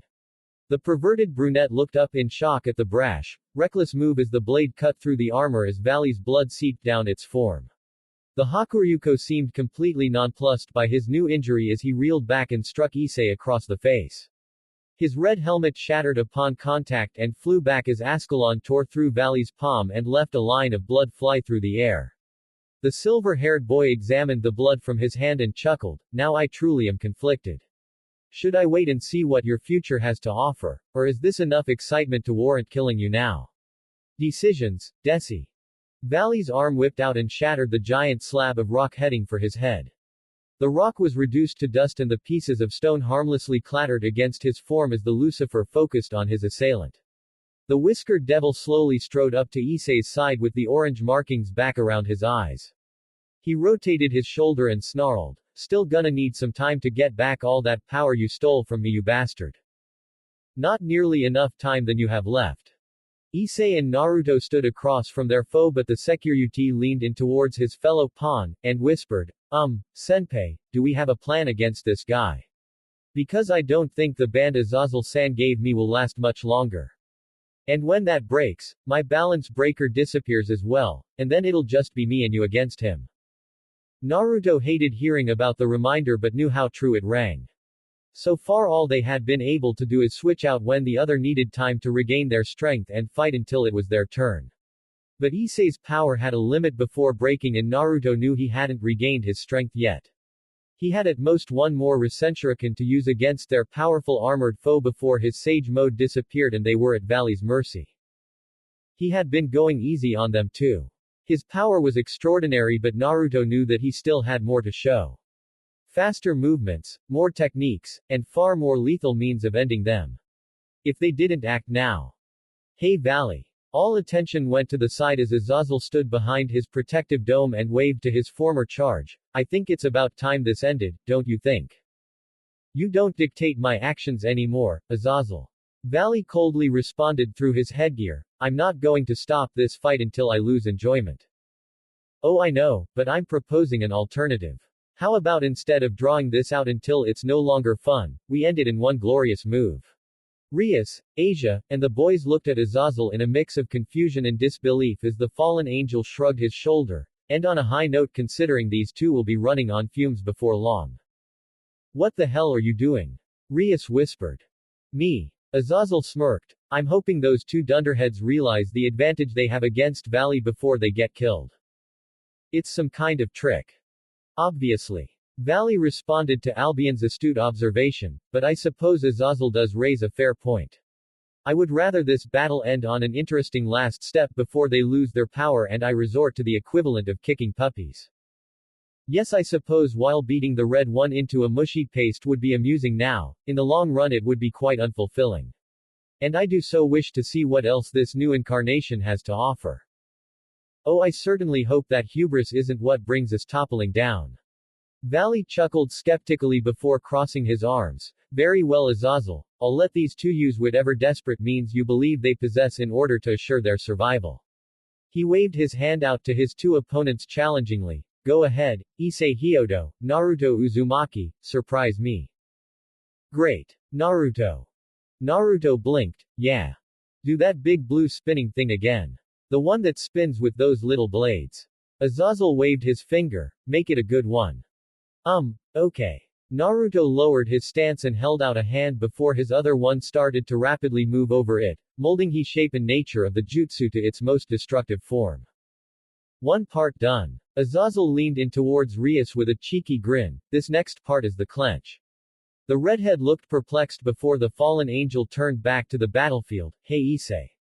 The young brunette turned to look over at them. Valley is going to do whatever he can in order to earn a rise out of you. Issei perked up. Why yeah, I know. He's going to kill the nun. Slaughter your family.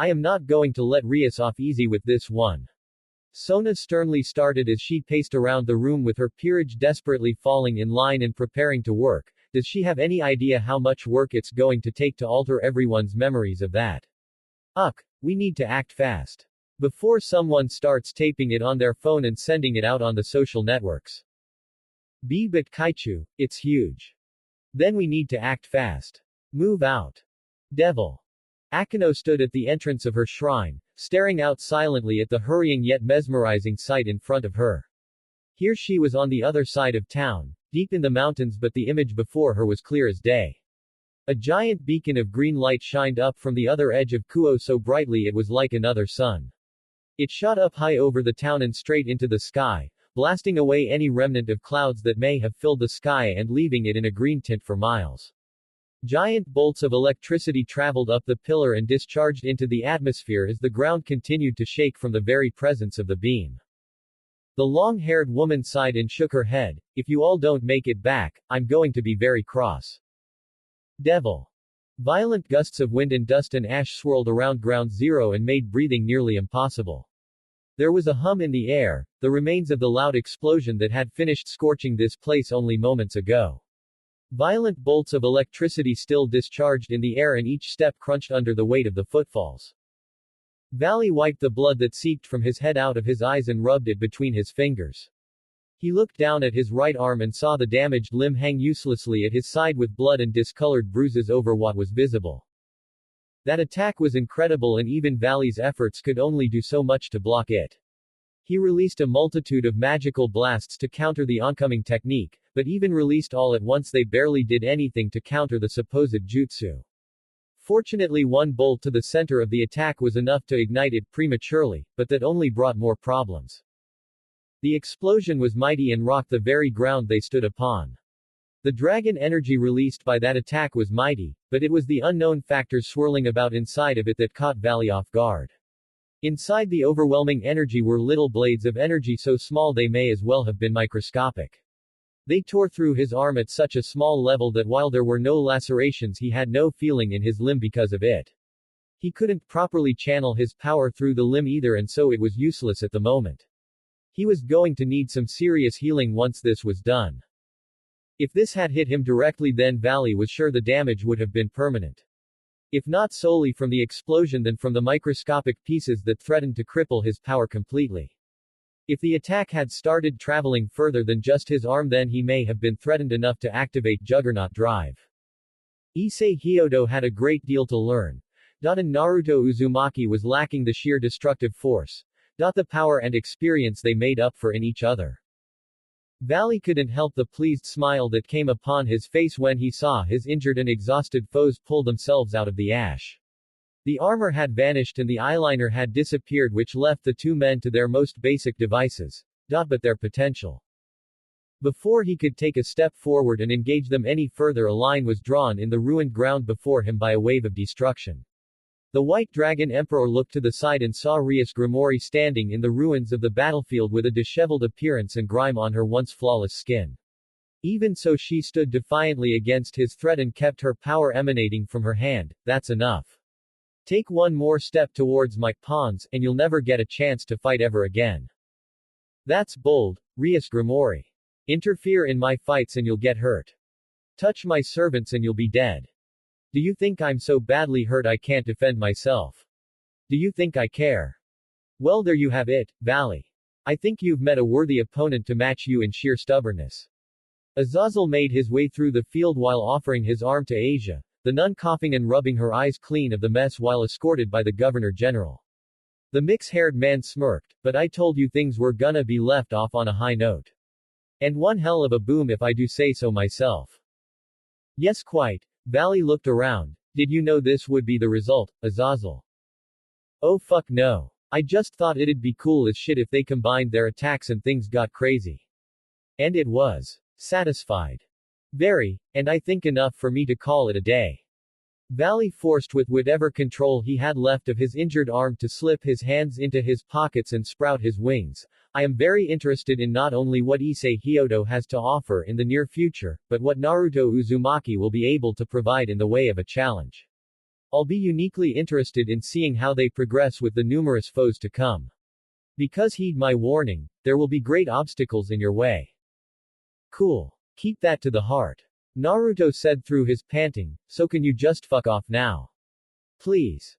Valley chuckled as he slowly lifted off the ground and flew into the air. He started flying before his last warning hung in the air and reached their eyes. See you soon. The devils and fallen angel watched as the Lucifer and his Longinus disappeared from sight altogether.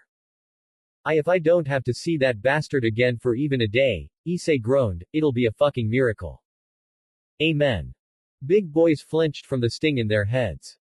Issei-san. Naruto-san. Asia came running over with tears in her eyes and quickly enveloped Issei in a hug.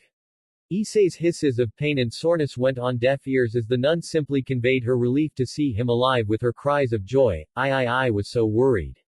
I thought he was going to keep hurting you, and I didn't. I'm sorry, Asia. Issei shamefully muttered when he saw the pitiful expression on Asia's face while tears went down her face. I didn't mean to make you worry. I just didn't like how he threatened to hurt you, and that made me so damn mad I just. The blonde nun sniffed and rubbed the tears from her eyes as Issei flinched with guilt. He placed a hand on her head and rubbed her hair softly. I just don't want to put you in danger, and I don't want to make you worry either. Asia whimpered and nodded her head. Please don't get caught like this again, Issei-san. I'll try my best. Naruto watched the scene with a smile before he looked up and saw Rias make her way over. She crouched in front of him. So were you worried about me too? Her hand came around and slapped him across the cheek. Issei and Asia flinched as Azazel forced down his laughter. Naruto rubbed his cheek and looked back over to see Rias' eyes also barely containing the tears that threatened to fall. I guess it was kinda stupid to just jump into this fight like this, unprepared. Obviously. I didn't mean to make you worry. I was just trying to help him, and I did what I thought was right. I know that. But I guess none of that really makes up for it, huh?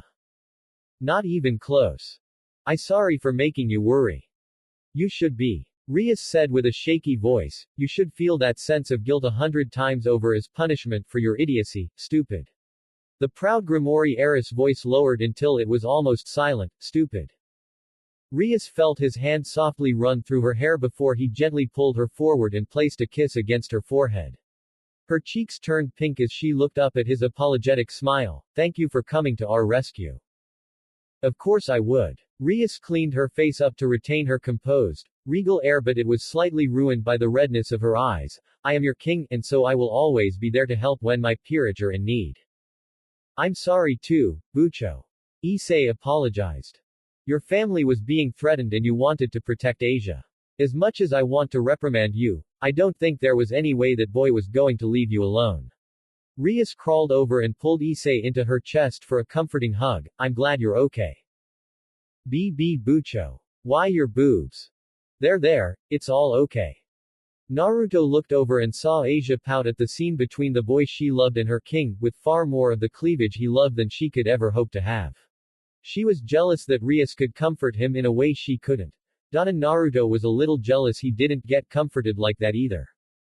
Seriously. You sleep with the girl. You just wouldn't understand. You're right, I don't. Thank God for that. Azazel laughed heartedly as the teens regained their energy. Well, good news is after a thorough spanking you both came out alive. Bad news is Valley's got his eyes on you now. So pretty much throw away any chances you ever had of having an enjoyable life. Fantastic. Naruto palmed his face. Things can never just be easy, can they? Sorry senpai. Bit late for that now. That bell end already made up his mind. Now I gotta figure out how to make Sage Mode work a little. No, not just for that. Issei interrupted Naruto's ramblings as he looked down with guilt. I'm sorry I got you into this mess in the first place. Not just against Valley. But when you saved me from you, Rainier. You weren't involved in any way and didn't have any of your old powers, but still you jumped in and tried to help me. And you died because of it. His expression fell further with each point raised as he failed to meet Naruto's eyes. I never brought it up because I don't know how I could say it without feeling guilty again. But if I don't, then it's never going to be said so. I'm sorry I got you killed, Naruto-senpai. I'm so sorry. Issei bowed his head apologetically to the whiskered blonde. The other spectators turned to the man in question to see the nervous expression on his face. He scratched his cheek before sighing, yeah, sorry, I should have known that was weighing heavy on you. Senpai. Look, that lady killed me, not you. And I helped you because I couldn't see you get hurt, so don't feel guilty about it. Plus, Naruto scratched his head and struggled to find the right words, I didn't totally die. I'm still here but a devil. And if I didn't become a devil I'd still be a shell of my former self trying to get through each day. And if it never happened. His eyes lingered over to Rias before turning back and smiling at Issei. I don't blame you for what happened that night, but if it puts you at ease. I forgive you, Issei. Issei had a small tear fill in his eye before he sniffled and nodded his head in understanding. Well, that was sweet and good and all. Glad to see you started working out all your problems and are now on the road to becoming better friends. They glared up at the fallen angel before his smile fell. Oh shit, did I ruin it? Rias rubbed the bridge of her nose irritably. Azazel, what do we do now? Well, now I think you kids should go and recover from your fight. I'm pretty sure the Sea-Tree girl and I can focus on fixing the area and wiping the bystanders' minds. The Governor General looked around. There's still a lot of work to do. Shouldn't we be prepared for those fights Valley said were coming? We will be. Azazel smiled and nodded sagely. I'll make sure to reach you all somehow in the future. Although don't be expecting to see much of me around here because there's still a lot of important shit for me to do. Devil. When the devils walked into the orc clubroom, jaws and bags dropped to the floor in disbelief. Only Rias was composed enough with a furious scowl and twitch of her eye to talk. What happened to all the important shit you had to take care of? Turns out I could just drop it on my subordinates. Ha! Delegation. Azazel cheered, leaning back in the main chair and kicking his feet up on the desk in their room. The scruffy fallen angel was dressed in a fine suit and shoes and looked downright respectable if not for his personality and demeanor. You're looking at the new advisor for the Occult Research Club. I'm in your care. Rias silently stepped up to the desk and stood in front of it with a cold gleam in her eyes. That's my chair. Is that any way to talk to a teacher? Okay, damn, don't freeze me with that cold stare. The Governor General vacated the seat as the redhead devil quickly reclaimed her spot. Rias sat back in her chair. There's no way Onisama would sanction this. How do you think I got the job? This town is now neutral ground between all three factions and shall be used as territory to discuss important treaty matters of the future. So we'll be seeing a lot more of each other from here on out, Princess. Naruto raised his hand. 2 questions. 1. Did you grow a new hand? What? No. PFF'd. Don't be ridiculous. Azazel raised his new limb and grinned with joy at the looks of surprise as the fingers separated into different devices and tools and mechanical pieces in an instant. I got this new piece of tech grafted on instead. Full of gadgets, tools, a vibration feature for all those saucy nights, and I can even launch a rocket punch. A serious upgrade from that old mess I used to have. Your real arm. That's the one. Okay. And 2, since you're our sensei now, does that mean we can work together? Full disclosure, and not be burdened by the tension of an international incident if something went wrong. Why yes. Yes we can. Cool, because I've been waiting to do this and can take detention. Naruto placed a hand on Azazel's shoulder. Thank you for the sacred gear. And followed up with a swift kick straight into the fallen angel's crotch. The peerage went silent in shock at the act. Naruto was silent at the completely unfazed expression on Azazel's face after receiving his vengeance. How? Oh kiddo, you think you're the first that's ever thanked me and followed up with a nutshot. I pretty much invented getting kicked in the balls. You did not. No, but I definitely mastered it. He casually wrapped an arm around the young ninja's shoulders and pulled him in. Stick with me kid and I'll teach you all the beautiful and horrible wonders I've experienced in this world. I'd rather not. It wasn't an offer. Fuck. Devil. V Valley-sama, this was more extensive than I initially thought. It's going to take a lot more time to patch up the injury than anticipated. But it can be done, correct? I think so. Then I have faith in you. Valley said to the young magician as he looked down at his arm. I can already feel the sensations returning to my fingers, so that's a good start. Nya tilde. Hey Valley, need me to get in there and see what I can patch up? The flirtatious voice inquired from the side as the person asking remained lounged across the rock lazily. Because if you do, then you gotta ask me really, really nicely, Nya tilde. Not on your life. Poo tilde. Ha ha ha, but seriously, this was a crazy shock. A jovial voice laughed from the side with bundles of energy. Never thought I'd see Valley come back with an injury, especially when all he was going to do was challenge a barely initiated Red Dragon Emperor to a duel. What's wrong, Valley? You slipping? Don't make me shove the entirety of that staff up your ass. Oh, okay, still can't take a joke, I see. Cool, so you're totally the same. But honestly, how did this happen?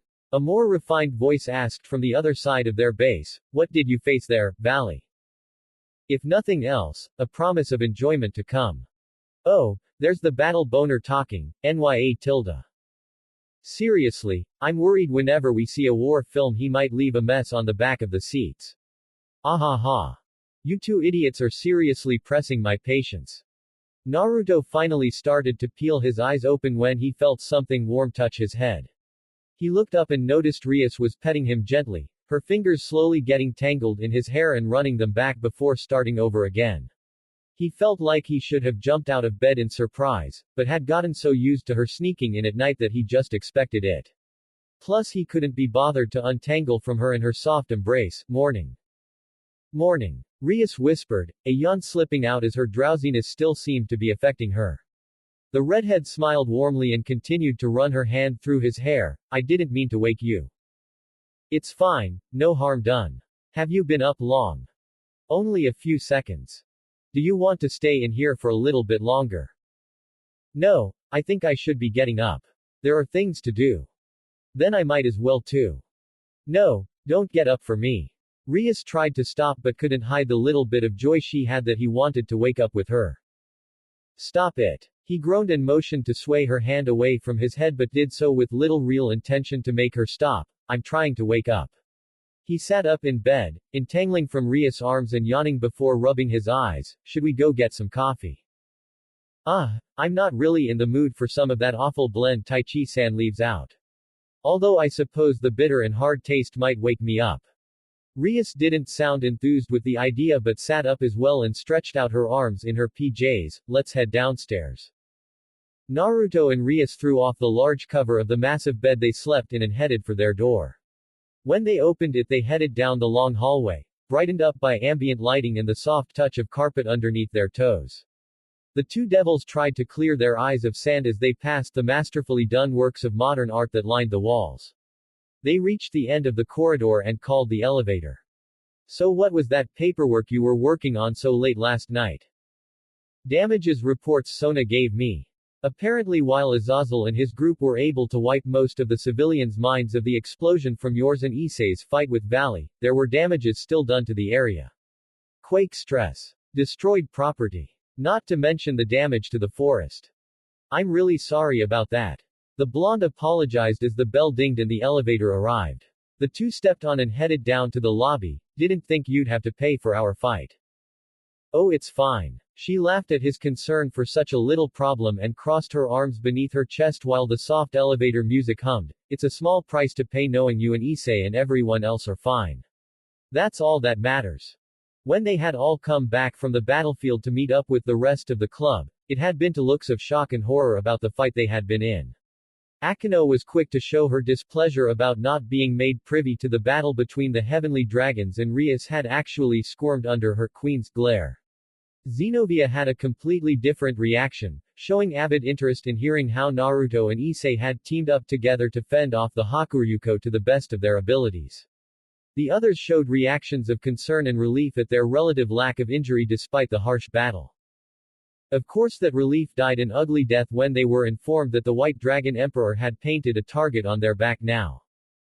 The elevator came to a stop and the doors opened as the couple made their way out.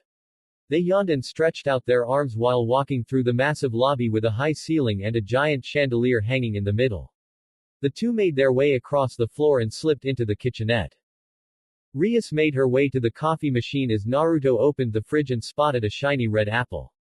He licked his lips and plucked the fruit before biting into the juicy treat.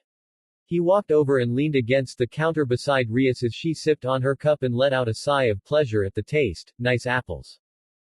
And the coffee is exquisite. Definitely a good blend. So am I crazy or? No, I see it too. Rias nodded. I thought the walk to the elevator was more padded and longer than usual. Also the fact that there was suddenly an elevator should have been telling. Oh, there they are. Glad to see you two separated long enough from exploring your bodies however you do so early in the morning to come down here. Azazel walked into the kitchen, tying a silk robe around his body with a swagger in his step as he pulled a carton of orange juice out of the fridge and started chugging it whole. Rias' eye twitched. Azazel. He held up a finger while downing the rest of the drink before burping loudly when he finished. Whoa, that's tasty. Anyway, you were saying. What did you do? About what? This. All of this. Rias motioned to the kitchen and out the door to the sudden lobby and extravagant building they found themselves in. The complex was not like this when we went to bed last night. Speaking of which, 1 a.m. Seriously. Did you two even fool around or anything? Azazel looked between the fuming couple with disappointment. For shame. You give all hormone-addled teens a bad name when you don't succumb to your lust immediately. Don't change the subject. The pajama-clad devil marched up to the robed fallen angel and wagged her finger in his face. What did you do? This was a cramped, two-story building just a few hours ago. Now it's this. This lavish. Big. How? Well, since this town is going to be the neutral territory for the factions in our treaty from now on, it felt appropriate we all work together to create something. So I suggested a building that can be used as a resting point for any dignitaries making their way through here. Just a little place, no biggie. Kinda big actually. Naruto yelled, coming back from running outside with a surprised expression. This place is massive. It's a skyscraper. There's like 24 stories. And a few levels underground too. It's really not that big a deal. But the rest of the area is totally unchanged. Everyone is looking at this place in shock because there are a bunch of crummy shops and buildings around here and one fucking skyscraper smack dab in the middle. Azazel blinked and shrugged. Gentrification. Azazel, Rias sighed tiredly, fed up with the fallen angel's flippant attitude and just glaring up at him suspiciously. You did this all in one night. With some help from devils, angels, and fallen angels of course. Your brother actually financed most of it. And did Taichi-san just hand you the ownership of the property? He did, and I handed him back a ludicrous amount of money for him to do whatever his greasy little heart desires. Plus I gave Marco a lifetime pass on cruises and bars around the world, so he's basically in heaven trying to negotiate his way into some young lady's heaven, if you catch my drift.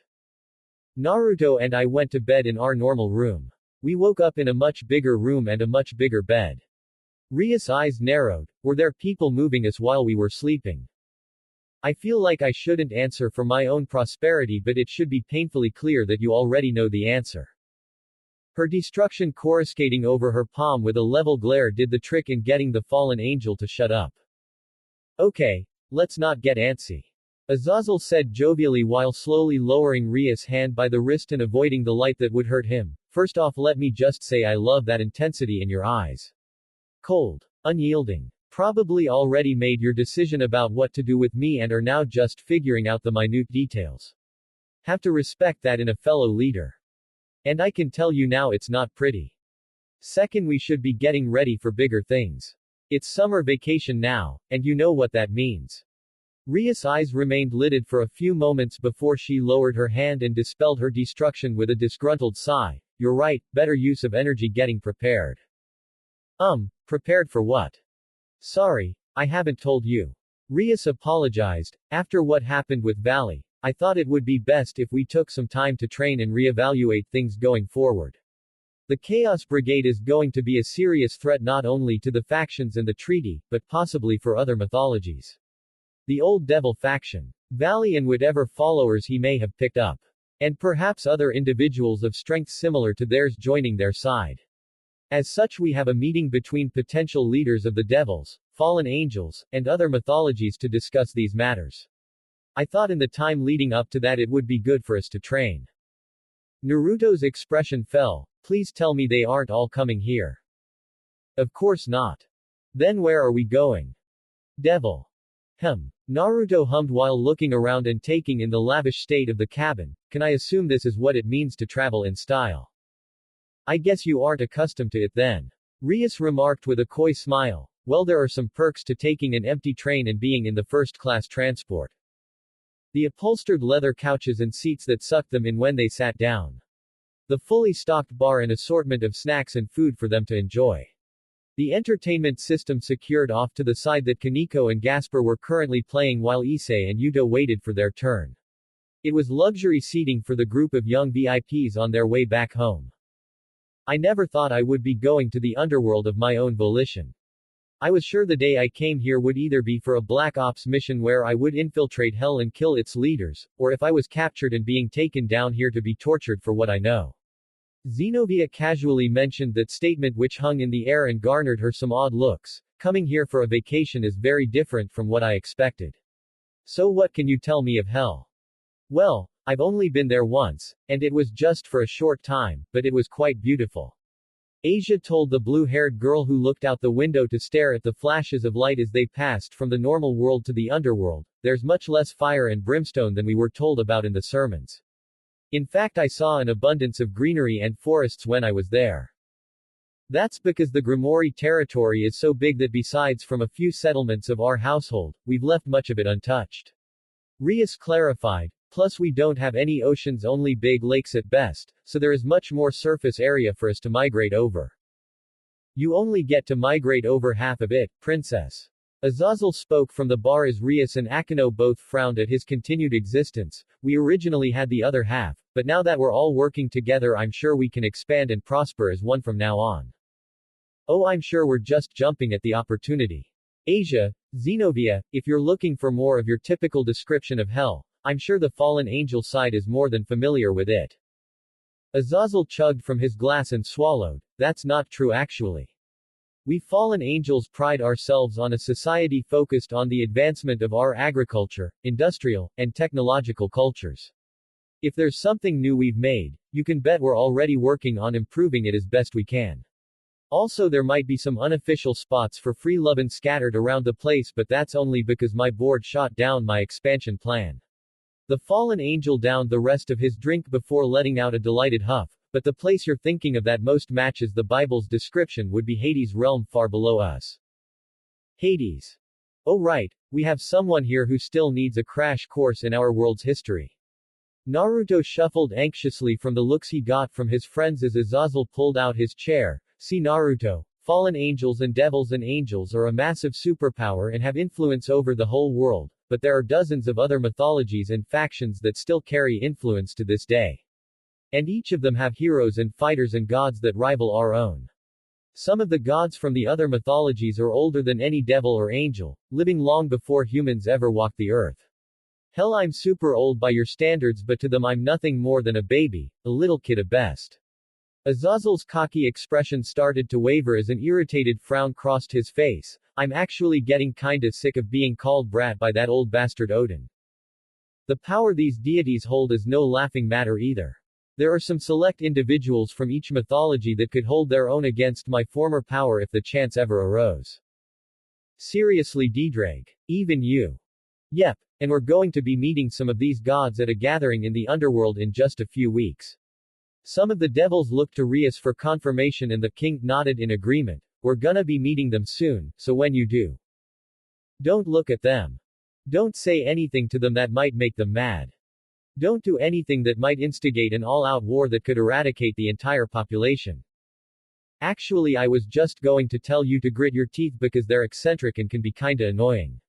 I mean, if you find me a handful. He raised his hand and stopped several people from voicing their opinions on the subject, then they're going to boggle your minds. Azazel pushed off his chair and strolled over to the bar, pulling out several cups and filling them with a finger of the best liquor he found in the stock, so enjoy your moment of freedom while you can. Those aren't for us, are they? Of course. A drink to bond us for the commotion to come. You know, some people would look at the act of pouring your underage students hard liquor as a red flag. Well, some people aren't devils on a train going through a path between worlds to hell.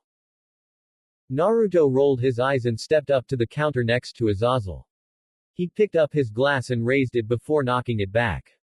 When he finished, he grimaced and shook his head violently. This tastes way worse than I thought it did. It's like medicine. Azazel smiled. The worse it tastes, the better it is for you. Rias strolled up and grabbed her glass as well. She downed it in one go and shook her head, spoken like a true alcoholic. Damn princess, you took that better than your boy toy. Years of sipping wine at those fancy parties must have really built up a tolerance.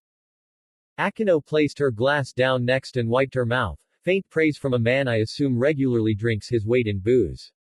I wouldn't be surprised if you're 50% alcohol, and 50% unspeakable miscellaneous elements. PFF'd, I'm at least 97% pure badass. The other 3% is piss, vinegar, and special sauce. That was a combination no one wanted to know. Well, you do now. Azazel downed some more of the drink before pointing out, plus you know we've already arrived, right? The students all turned to the window and noticed they were finally out of the light between worlds. The newer devils went up to the window and marveled at the expense of buildings and landscapes that made up the Gremory household. Rias stepped up to the glass and looked out as well with a smile. Welcome home. Devil. Welcome back, Ojo-sama. The numerous Gremory maids and butlers bowed their heads once Rias and the devils entered. Rias simply nodded in return and walked by while the newer members of the peerage looked around at all the servants greeting them. Naruto stepped up to Rias' side. Do you come back to this each and every time?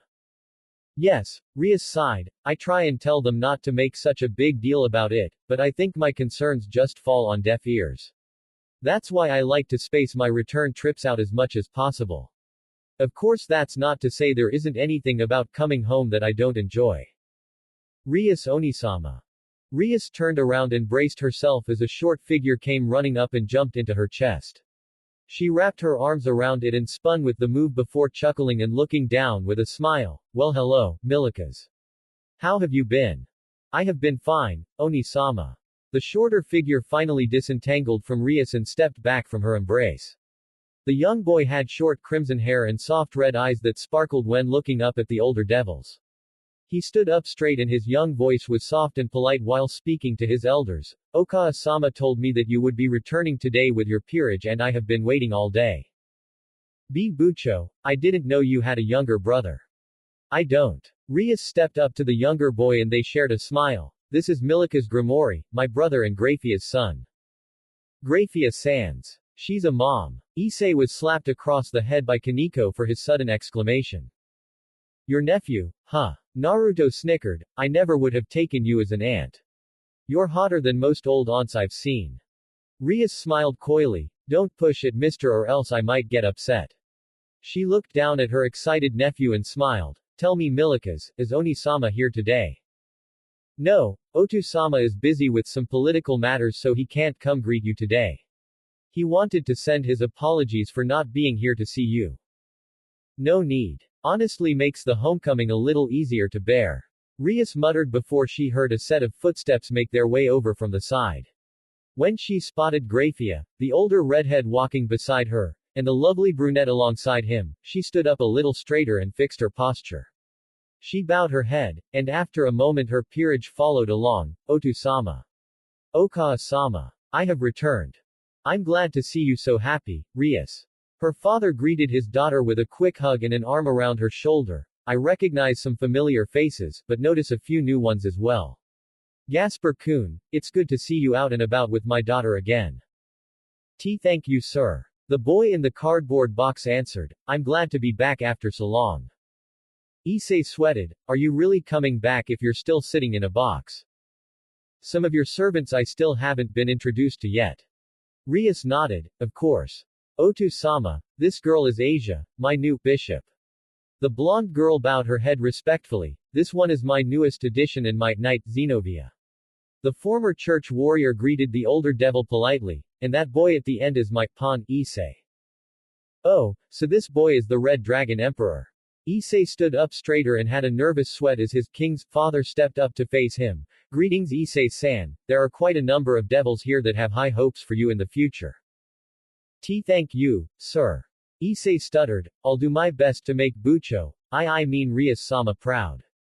Although after what happened recently that might be a further goal than I originally anticipated. But still a goal. Zeoticus patted the brunette boy's shoulder, which means you can't give up yet, right?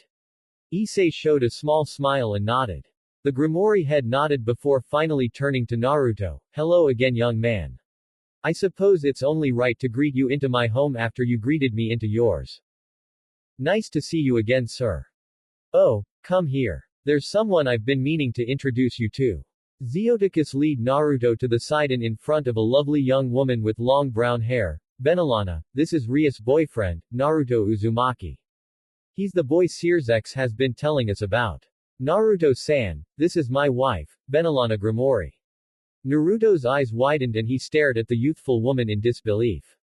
On closer inspection he was surprised to see just how alike she looked in comparison to Rias. Hell, they looked downright identical to each other save for the hair color. Her eyes were deep and intense.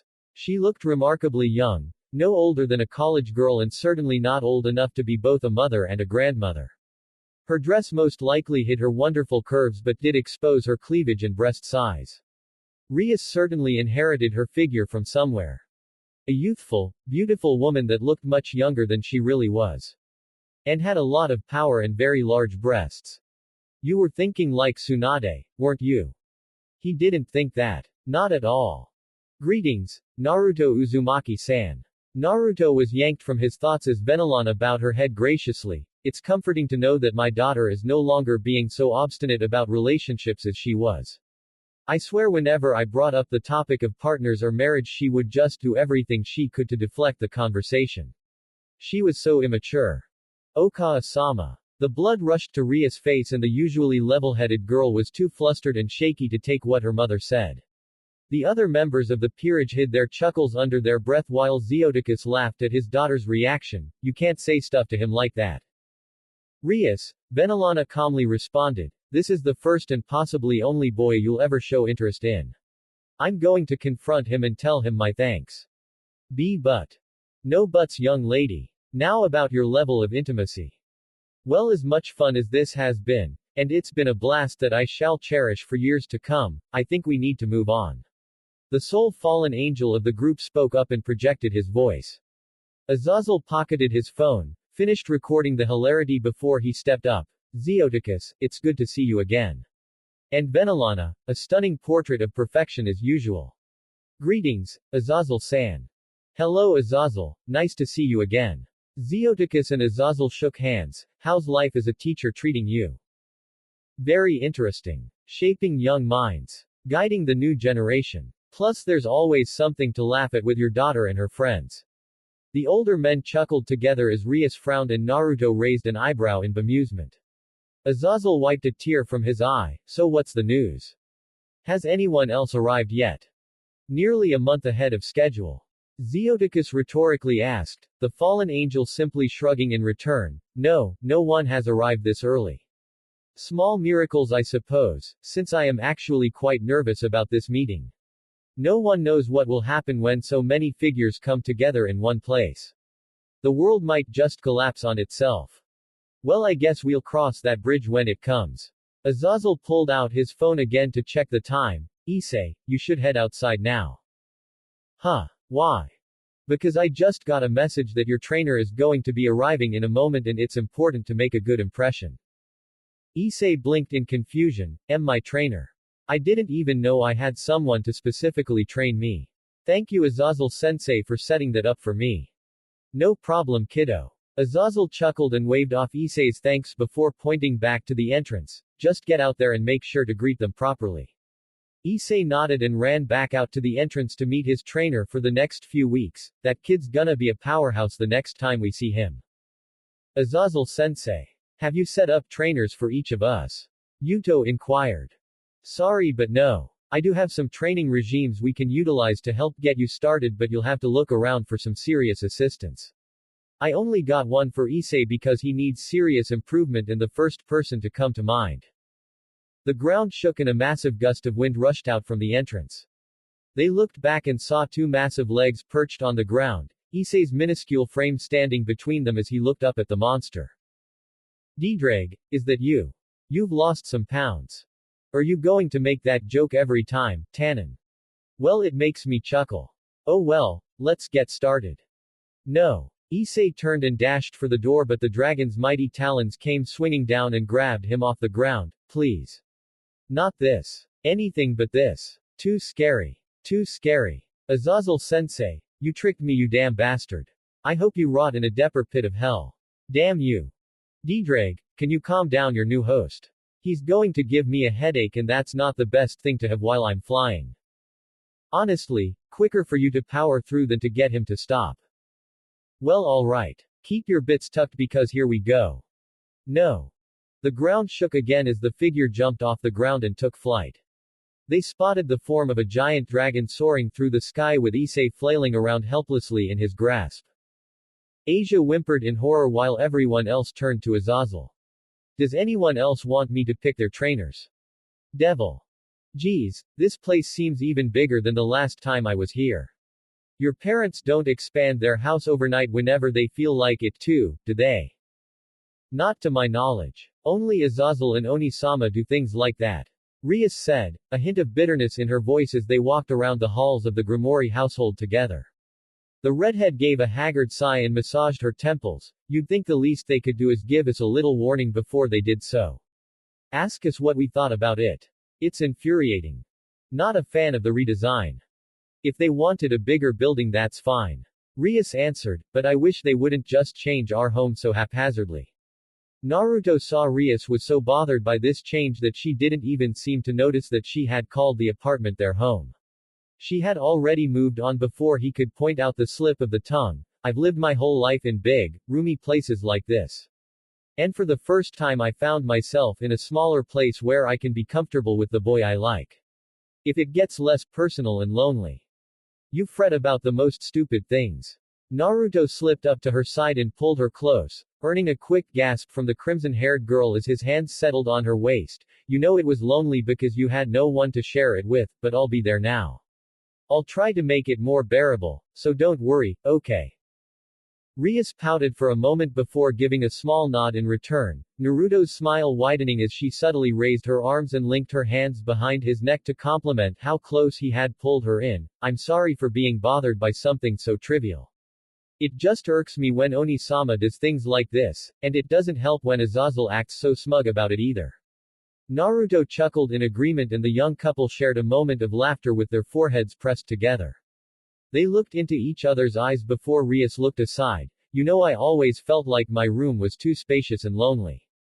Do you mind fixing that as well? Oh. Might I have the honor of being the first guy in your room? Sorry, but that privilege went to Yuto when he joined the peerage years ago." Rias offhandedly answered with a coy smile, "But if you want, you can be the first boy I kiss in my room." "Well, if you insist." "Oh. Rias. You've returned. It's good to see you again." Both Naruto and Rias' faces fell as they were interrupted from their intimate moment. Naruto bit his lip. "You don't think what Azazel said about the universe getting in the way of us is true, do you? One of these days we'll be savvy enough to do this with no one around and in a locked room." They separated and straightened their clothes as Rias greeted her tall relative with a lopsided smile. "I didn't expect to see you here." "Yes, I was invited by your father to come greet you, as well as pick up some information to bring back to my house as well." The large young man looked down at the blonde beside his cousin and grinned. "We meet again, it seems." "Saraorg, right." The larger devil grinned and nodded as Naruto smirked, "Turning up just as we arrive. Is this by chance or are you stalking me?" He, just by chance, I can assure you. However, I am certainly fortunate to meet you again after all this time." Saraorg's eyes lowered and traveled back up Naruto's body as a smirk settled on his face as well. "I see you have grown considerably stronger since I last met you. Your battles against the fallen angel Kokobile and the White Dragon Emperor have done wonders in advancing your strength, Naruto Uzumaki. Perhaps now is the time for us to have that match I asked for the last time we met. As tempting as that sounds, and I'm honored you're so ready to punch my face in like that, I don't think you'll get the match you're waiting for from me just yet." Naruto looked down and flexed his hand. The fight with Valley showed me that even with some of my old power back I still need to get ready for the fights ahead. I know you want a fight, but I think I can give you a better one if you just give me some time. It's regrettable we can't have a spar now, but I'm glad to hear that you aren't satisfied with your current level of power and wish to gain more. And I'm excited at the prospect of facing you when you at your peak. Saraorg extended his hand to the blonde. I look forward to a match I can share with you at our best. You know, you remind me of an old friend of mine. Naruto took the offered hand, and noticed that it hurt much less to shake his hand now than it did months ago. You definitely would have gotten along. Way too energetic and charming for your own good. I'll take that as a compliment. Saraorg chortled before turning back to Rias. How about you, Rias? Are you ready for the young devil meeting? I'm sure you'll have more than enough achievements to boast after all the fights in your town you were able to stop. Don't remind me. Rias rubbed her forehead to alleviate the stress. I can already tell that it's going to be a trial getting through that meeting. I can imagine the only saving grace being while I'm there that Sona will be by my side. And yes, I know you'll be there, and you'll probably be the biggest source of problems. Saraorg laughed nervously but didn't argue her point as they both knew she was right. You'll probably get someone heated and they'll challenge you to a fight, and you won't be able to turn it down, and everything will just evolve from there. Rias turned to Naruto. Every year around this time a number of young devils representing their clans meet up to discuss matters of their houses. This year we're challenging each other in rating games. Oh, that makes it much more interesting.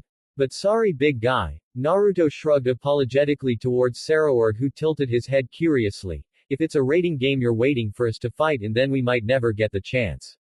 Apparently with me being some crazy unprecedented pawn, Rias shouldn't be allowed to have. I'm not usually allowed to participate in those. The large Bale Devil seemed utterly broken at the idea as his skin slowly turned paler. He clenched his fist and struggled with his emotions before stepping forward and clapping Naruto on the shoulder. We shall convince them otherwise, Naruto Uzumaki. It's too early to give up hope yet. Soon you will find yourself on the battlefield of a rating game and we shall share in a fantastic battle to shake the very ground we stand on. The old devils may seem set in their ways, but I've convinced them before and I can do it again. Saraorg, please don't cause more of a fuss than you usually do. I don't want a headache having to deal with your battle maniac tendencies again. Rias seemed exhausted of her cousin's antics and the trouble he might cause. Saraorg just laughed before his hand started to glow. He looked down and saw a magic circle appear in his hand. Oh, I'm being called back. I've probably spent longer than I should have coming here greeting you. My peerage will be upset if I dawdle any longer. I'll see you at the meeting, Rias. And it was a pleasure to see you again as well, Naruto Uzumaki. The couple watched the heir to the Bale clan run down the hall and back towards the exit. Rias called out for him to be careful around her home before a small chuckle escaped with her sigh. He smiled. He seems like a pretty cool guy. He can be quite a handful, but I know from experience just how earnest and noble he is.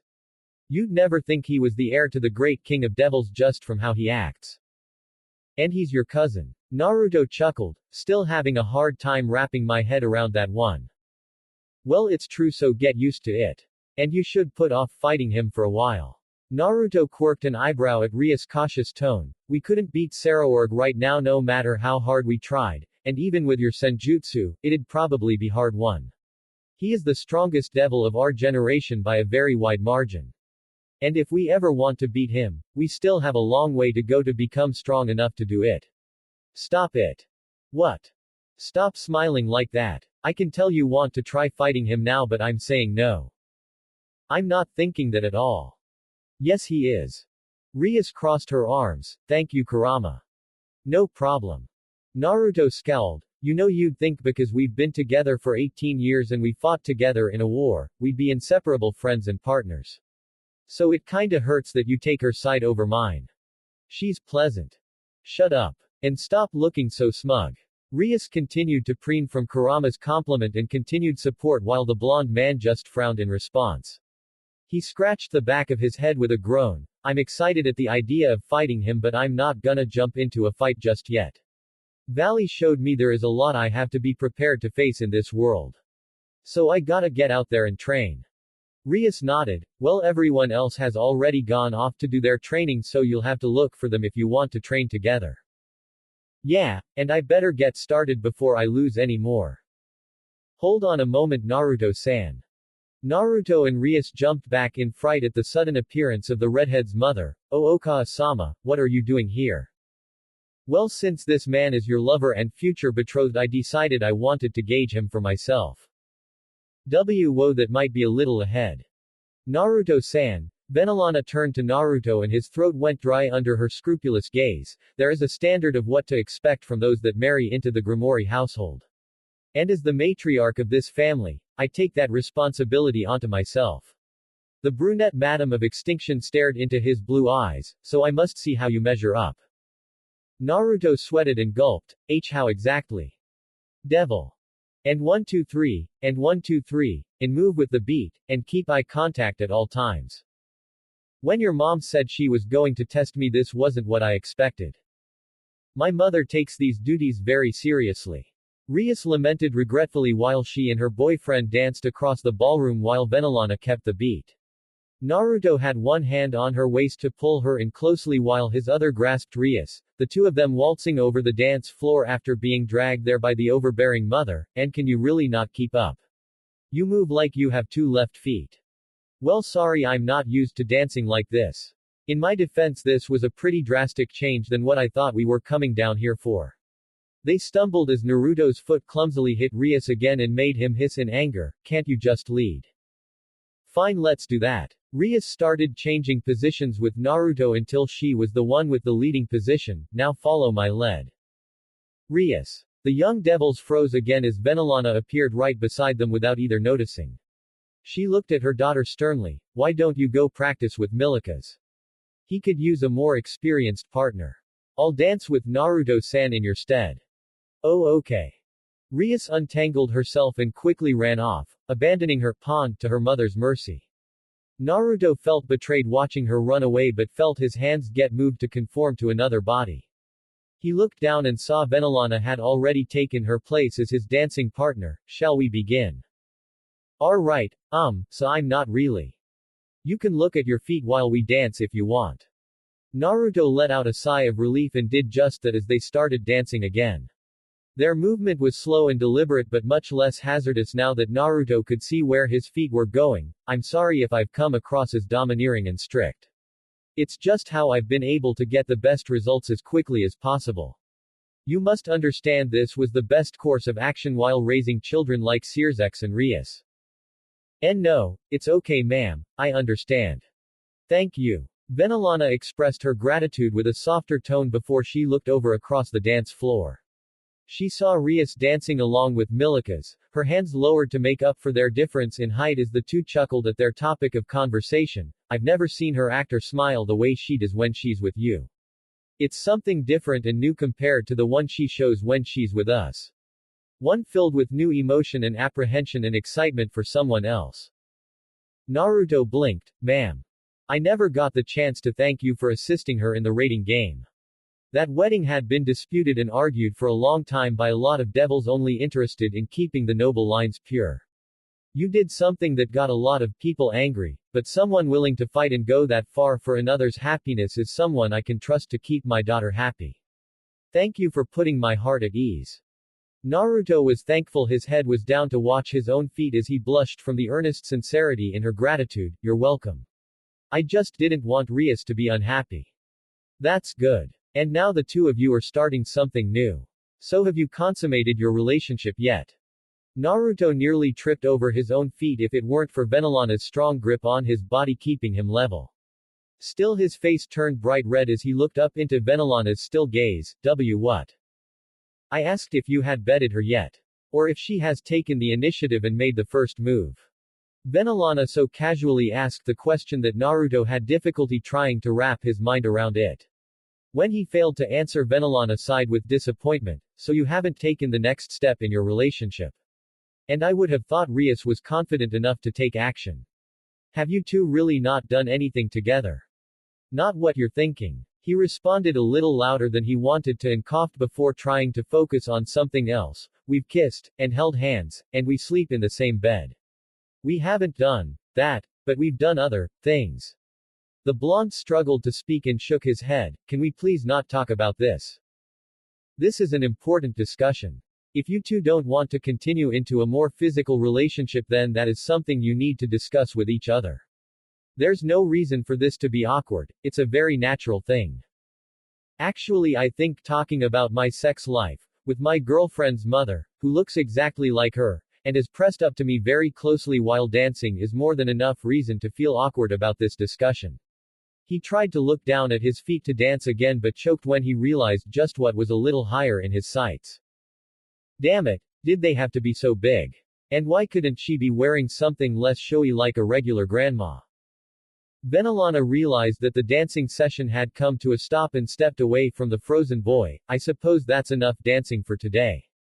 Work on your coordination and being able to keep with the timing and you'll be able to woo anyone on the floor. The pawn's brain seemed to finally start working again as he nodded and hid his blush. Okay, so we're done now, right? Cool, I need to go and start my train. Not so fast. The Gremory mother grabbed Naruto's collar before he could dart off and kept him in place. We've only had dancing lessons. There's still much to learn if you are going to be a representative of Gremory in the future. But I'm not good with this stuff. It's for Rias' benefit. His argument came to a screeching halt as she nodded her head. That's what I thought. Devil. And so when the original Mao died fighting the Lord of the Bible, there was a period between their deaths and the formation of the new Mao system where a different power took control and lead the devils. The leader was from the Baal clan and was the first great king of devils. Since then there has been contention between the followers of the great king and followers of the new Mao. Now who can tell me the name of the first great king? Venelana inquired of her two students. Anyone? Oh. One little hand shot up and waved for attention. Milikas, do you have the answer? Yes. It was Zekram Baal-sama, our ancestor and the very first patriarch of the Baal clan. Correct. Zekram Baal-sama led the devils for centuries before the new Maos were picked. Of course, as with any change in power, there are those that sympathize with the great king's stance and those that follow the new power. Very good, Milikas. The young devil beamed with joy at the praise from his grandmother before she turned her gaze with disappointment to the other member of their classroom. Did you write that down, Naruto-san? The tired blonde ran a hand through his ragged hair and nodded. I got it down in Japanese. I told you to write your notes in devil letters. I can't write those yet. You'll never learn if you don't try first. This still looks like chicken scratch to me. Don't get testy, Naruto-san, this is a place of learning. Venelana calmly deflected. Now here is a question for you. What were the former's houses the current four Mao belonged to before taking up their current positions? Naruto scratched his head and pored over his notes. Gremory. Sears came from Gremory before becoming Lucifer. That is correct. That's also the easiest one for you to answer considering you are part of our household. And the other three? Citri. She nodded and Naruto scratched his head. There's. You can do it, Naruto-san. Milikas eagerly whispered and cheered him on. I know you can. The other two are. I can't do it. Naruto jumped out of his chair gripping his hair. It's just too much. I'm sorry ma'am, but existing is so not worth this torment. Venelana and Milikas were both startled when Naruto punched himself in the face and popped in a plume of smoke. It disappeared with no whiskered man in sight as Venelana looked around. Naruto-san. Where has he gone? Venelana stepped out the door. Naruto-san. Milikas stared at the empty chair in surprise before looking around the room. He looked down at his hand and balled it up into a tiny fist. He knocked himself on the head. Ow. That's not fair. Devil. Looks like the clone took the easy way out. She is going to be pissed when she gets her hands on you again. Gonna want to avoid that from now on. He made a mental reminder to never be alone with Rias' mother again or suffer the consequences. The whiskered devil made his way through the thick forest of the Gremory territory in the same red jumpsuit he had worn after the raiding game with Razor. He was glad he brought it along to train in because he wasn't looking forward to tearing up his school uniform anymore after all the fighting. If Rias offered to pay for another pair one more time, he was going to drop to his knees in shame. He stretched out his limbs and closed his eyes to enter his mindscape. So how's it coming in here? Not at all, that's how. Kurama angrily answered with a scowl as he continued to sit in the void and try and collect his chakra. With each passing second his evil scowl grew deeper and deeper with his failure to summon his power before he roared, damn it. Nothing. I still can't mold my chakra. I can't even reach it. You aren't that out of practice, are you? It ain't just that. I can't reach it at all. Like I go inside to tap into it but it's disappeared. It's getting pulled somewhere else.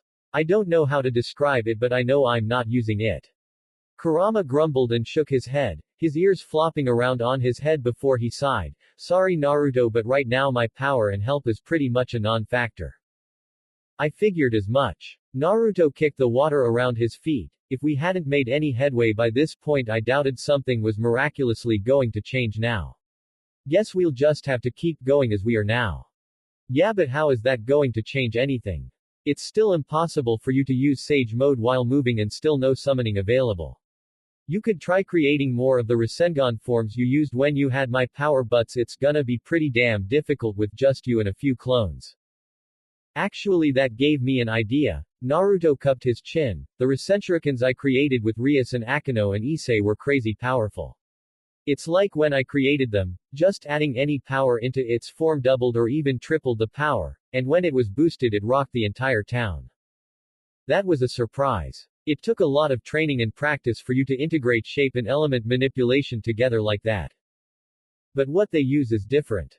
Naruto looked at his hands. Rias said this power that comes with being a devil is based around our will and imagination. It can become anything and be used however I see fit. So if I want it to mold with the Rasengan, it might just work. He just had to put it to practice. Naruto opened his eyes and returned to the real world. Only to realize he was inches away from a very large, rough face staring directly at him. Oh hey, was wondering if you were still in there.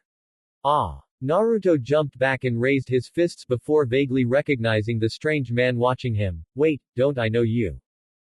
Not really. We only met once in passing but it's nice to know you recognize this mug. The man stood up and it was only then that Naruto noticed he was bent down to be on his eye level. The huge man with spiky orange hair nodded to the blonde, I'm Surtur II. Nice to properly introduce myself to Haim's little boyfriend. Haim. Hey guys, he's over here. Some footsteps echoed out from the forest as figures came to stand by Surtur's side. He was standing like a dead statue and everything and I got worried. But it's all cool now. Second, please tell me you didn't scare him stiff or anything. Nah, he was out before I even came up to him. He came back and screamed when he saw me though. Well that's expected considering how scary you look. I didn't scream. Naruto interjected in the group's discussion before looking between the four of them. A massive man towering above the others, a raggedy man with mixed hair, and two youthful men wearing a coat and the other a hakama. Wait, I know you guys. Weren't you in Searzek's study after the raiding game? Good memory. The hakama wearing man politely nodded. I would think after your heated match in the raiding game and with the discussion you had with Searzek-sama immediately after, you would not remember us. Hey that means we left an impression.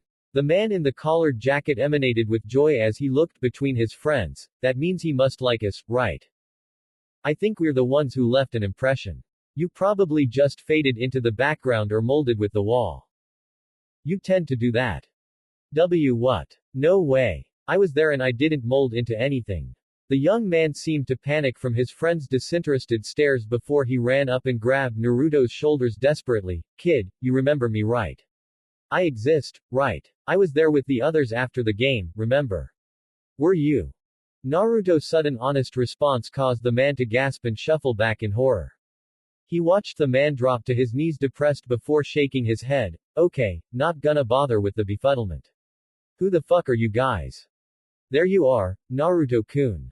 Flying down from over the trees a familiar redhead dropped to the ground and stepped up to their side. I just got a notice from my mother about your disappearance. She is not happy with you.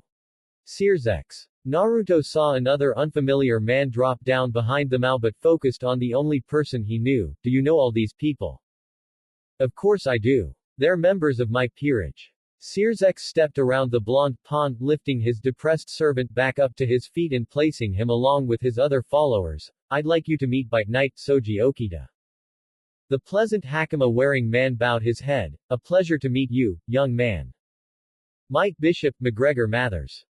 I remember your match with the Phoenix boy quite well. The mixed-haired man grinned and sent a chill down Naruto's back. I'm still waiting for my chance to examine you myself. The big fella in the back is one of my rooks, Surtur second. Boss Searsex has been talking you up a lot, kid. Heim must be in good hands if he trusts you with her. And the one in the middle of his existential crisis is my pawn, Beowulf. I exist. I truly exist. But it is simply a state of being. I think therefore I am, but what do I think I am? This is your peerage. The men greeted Naruto once again as Searsex nodded his confirmation. The blonde stood silent before turning around to the last new person in the clearing. Then who is this man? The man silently staring at him was someone he did not recognize in any capacity. He was a tall man who looked as young as Searsex and had striking eyes that grabbed Naruto's attention. His green hair was pulled back over his head and he continued to stand there in silence despite the attention he had drawn. Searsex stepped forward and motioned the strange man forward before he actually complied. Naruto-kun, I want you to meet an old and close friend of mine, Ajuka Beelzebub.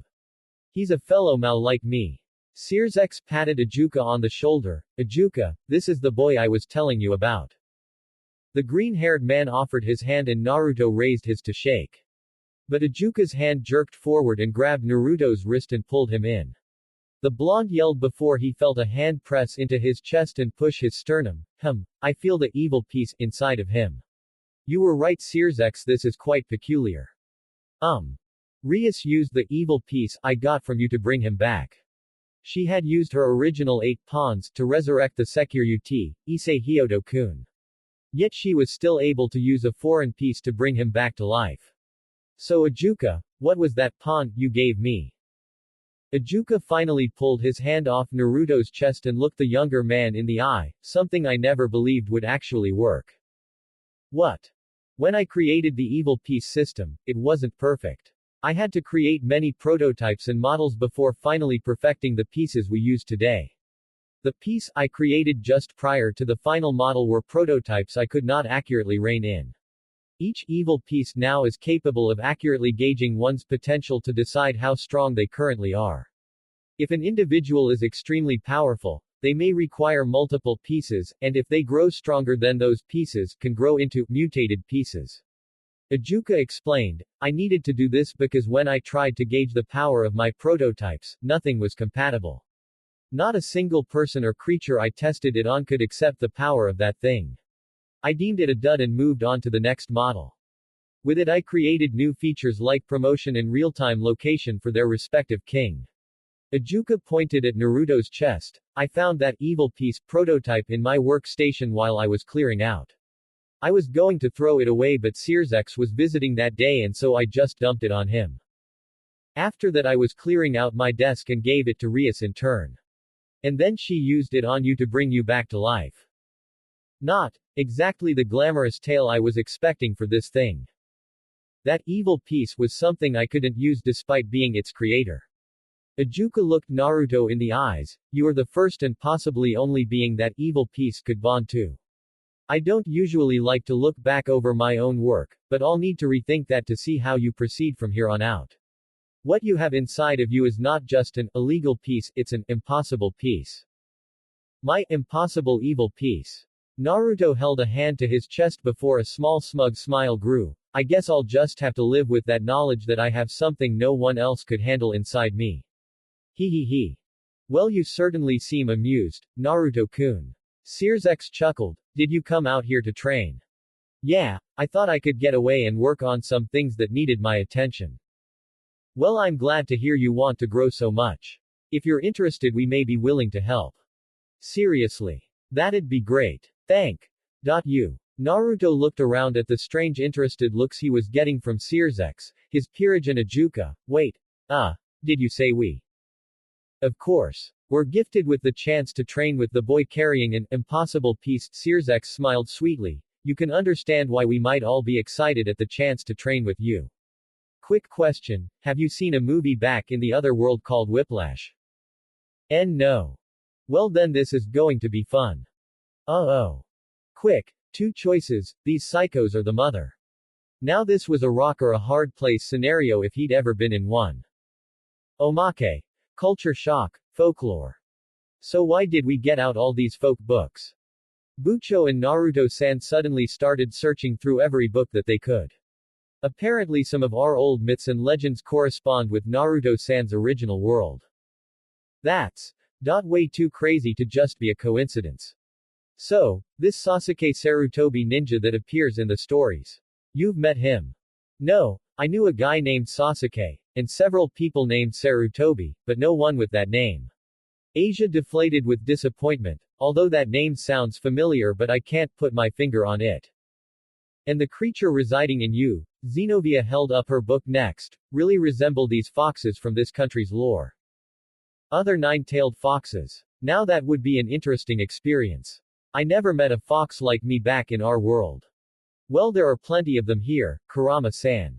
Maybe you'll be fortunate and meet one someday. An entire world filled with Japanese stories and mythological figures with actual, physical forms. Ninjas and samurais and kunai and shuriken, Rias whispered, her eyes sparkling and enchanted by the world that embodied everything she loved about Japanese culture. She pressed into Naruto's side and nudged him repeatedly. One of these days we're going to sit down and you are going to tell me every last detail you remember of your world. Okay. Do you promise? You promise, right? You have to keep your promises to me, okay? Rias calmed down. The blonde tried to pacify the shaking redhead, putting down his book to grab her shoulders as her eyes swam in her head and she tried to catch her breath. You're gonna pass out from hyperventilating. Rias' eagerness started to subside and her odd behavior started to disappear. When it did, the devil looked around at the odd looks she was getting from her peerage at her sudden change in demeanor. She coughed into her hand and tried to hide the faint pink heat that dusted her cheeks. Sorry, that was unprofessional of me. Koneko told me you like Japanese stuff but you really lose your shit when you get the chance. No I don't. Bucho-san, might this be that otaku behavior I heard so much about? Rias Bucho is an otaku. That's interesting. I'm not. She denied but failed to convince anyone of her stance. She looked to the blonde at her side to see if he of all people would believe that she was merely just interested and not obsessed, but noticed his attention was already snatched up by something else. She looked down at the storybook in his lap. What are you reading? Some old folklore. Naruto spoke with disinterest, but the subtle smile on his face as his eyes roamed over the pages was unmistakably fond of what he read, kind of a silly story. Are you kidding, senpai? I loved reading that story as a kid. Issei grinned. I always loved the story of a hero saving the princess from the evil villain and saving the day. Plus a frog wins against a snake. How awesome is that? Akino laughed and started explaining the story in greater detail to the confused Asia and Zenobia. Naruto just closed the book shut and looked down at the ridiculous title once again. The Tale of the Gallant Jiraiya. PFF'd. Naruto scoffed with a smile, stupid braggart. I dare you to say that again, you uppity bitch. Don't bare your teeth. I'm simply noting the reason this meeting had to start so much later than originally planned was because you were late. So asking when it will be over is very obnoxious of you. I hate the sound of your voice. Sitting up in your chair like you're all prim and proper. Guess the Archduchess has to play the boss bitch persona as best as she can. The harsh, gruff voice patronized before the sharp-eared young man snarled. You actually think you're better than me, don't you? I don't think I'm better than anyone. The lovely blonde young woman fixed the glasses up her bridge and opened her pink eyes. She crossed her arms beneath her considerable buxom, but with how you're acting right now it can be argued that you are objectively worse than everyone else at the moment. You know you're really mouthy for a bitch that probably ain't popped the cherry yet. The dark-skinned devil sneered and derided the regal beauty that narrowed her eyes at his statement. Is that by design, or far more likely all the boys and girls run off from the sheer pressure of that stick up your ass? Probably the only one you'll ever get anyway. My, you are as vulgar as ever. Seekver aside, do your paid consorts actually enjoy that part of spending the evening with you, or do they have to stomach it like the rest of their time around you? Ooh. Zephyrdor scoffed and gave something between a chuckle and giggle as he shook his head. I might get in serious trouble after this, because I think I'm gonna kill this bitch right where her fat ass sits. I think you mean try. Sikvaria spoke in her stoic voice despite her goading, you're going to try and kill me. And certainly fail. Rias sighed into her hand as Zephyrdor nearly leapt over the table to maul the Archduchess. Thankfully Saraorg was there in time to snatch the irritable Glacial Labelas out of the air before he could reach his pouncing target. Sikvera simply adjusted her glasses casually as Saraorg chuckled, now, no reason to resort to such violence with just some playful goading. We all take a moment to breathe and I'm sure cooler heads will prevail. Fuck you Saraorg. If I wanted the advice from a goody-goody, I'd shoot myself in the head before I came to you. Zephyrdor flailed around in Saraorg's grasp like a wild cat, don't think just because you're a little stronger than me that I won't. Nap time. Hey. The sharp-eared devil gagged as Saraorg wrapped an arm around his neck and started to apply pressure. His face turned purple from the lack of air as he slapped a hand against the Bale's massive bicep. Fuck, your arm is too big. Yes, it's very meaty, don't fight it. Arguing and bickering and Saraorg choking someone out by restricting their airflow. Yep, it was a meeting between the young devils alright. The lovely redhead's seafoam eyes slowly roamed over the room and took in all the familiar faces she hadn't seen in nearly a year. Sikvera Agaraz was still as composed and regal as ever despite the close threat to her life moments ago. Her blonde hair was tinged with a tone of green and her sharp face accentuated her beauty. She was dressed in more respectable garbs for a lady of her position. Looks like the title of Archduchess wasn't going to be wasted on her. Saraorg was still dressed in his battle outfit. The one he seemed to wear now as his casual clothing. With his big smile and joyful demeanor, Rias wouldn't have imagined he had just choked another devil into unconsciousness just moments ago. And of course the twitchy devil in question was still as brash and loudmouth as ever. Honestly, Zelfador had always tried to match his bite with his bark for as long as Rias had known him. Boy or man, he was eager to pick fights and goad anyone who would listen. And that was a trait that hadn't changed even after he had become the head of his family. And finally sitting at the side of the table with a pleasant smile on his face was Diodora. While the commotion with Zelfador was going on and Sikvera pointing out the strangeness of choking him out to a chuckling Saraorg, he simply sat by with a good-natured smile and a nervous laughter. As the next head of the Astaroth clan and with an elder sibling taking the position of Mao, Rias should have felt a type of camaraderie with the boy similar to the one she had with Sona. Unfortunately she could never shake the strange unnerving feeling when around him. You look so subdued. Rias' eyes fluttered up and saw Sona coming around the table to sit by her. Usually the attendants had an unspoken agreement to sit away from each other with equal space between them. But seeing as the meeting had basically devolved this far, it looked like no one would care if two friends sat together, upset you didn't get to join in on the dispute. Not at all. Rias responded with a coy smile. I think I'm content not jumping into the middle of an argument that would end with me being put in a chokehold. Would Saraorg do that to his own cousin? I'm not willing to risk it. Fair enough, but it's clear there's something on your mind. Sona tilted her head and let one of her short black bangs cross over her piercing violet eyes. So what is it? Rias let out a tired sigh and leaned on her hand. I guess I'm just bored of sitting around. I remember doing this last year on summer vacation and I didn't find this so mundane. Rias' face scrunched up with annoyance. So what changed exactly? Sona let out a small laugh behind her hand before shaking her head and wiping her eye. Do you really not know what's different this time compared to last year? Rias blinked. No, but by the look on your face I don't think you'll like the answer.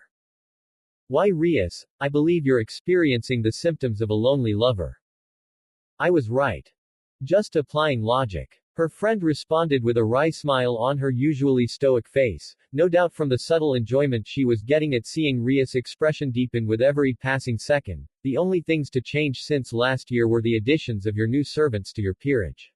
One of those servants happens to be your boyfriend, a prospect you didn't even think about entertaining 1 year ago. But now here you are, in the same meeting with the same people and without Uzumaki-kun to spend time with, so now you're bored. And here I find you, pining after your lover. I hardly think I'm the pining type. That's not true, because here you are doing it right now. Rias rolled her eyes and forced out a laugh to appease Sona's ego, hoping every last drop of condescension was evident in her tone. But while she would never voice her thoughts, she had to admit there was a small part of her that wanted to talk with Naruto again and spend some time with him. Not to the forlorn lover status Sona had suggested, but, well, contact was normal for teenagers in a relationship, wasn't it? Sue her. But seriously, one moment he had gone off to a classroom with her mother and Milika's, and the next he was gone. Apparently somewhere in the day he had switched with a clone to slip out while the clone took all the classes. And apparently it could only take so much before resorting to popping itself. Needless to say, her mother was not amused. So how is your peerage doing here? Sona spoke up again and Rias was happy to follow the change in subject. They all went off to train, didn't they? Most of them. Rias nodded. Asia is training her twilight healing on some injured we have here in the household while Akino supervises. Gaspar mostly keeps to his own room and Koneko is pushing herself to try and train more, which has me worried. Zenobia is getting some tips for training from Azazel so she can better wield Durandal. And Yuto went off to get some more instruction from Soji. Well, they certainly sound busy. And what of Hyodo-kun during all this? Issei. Well. Devil. Dying. I'm dying. Someone help me because I'm about to die. Heal pppppppp.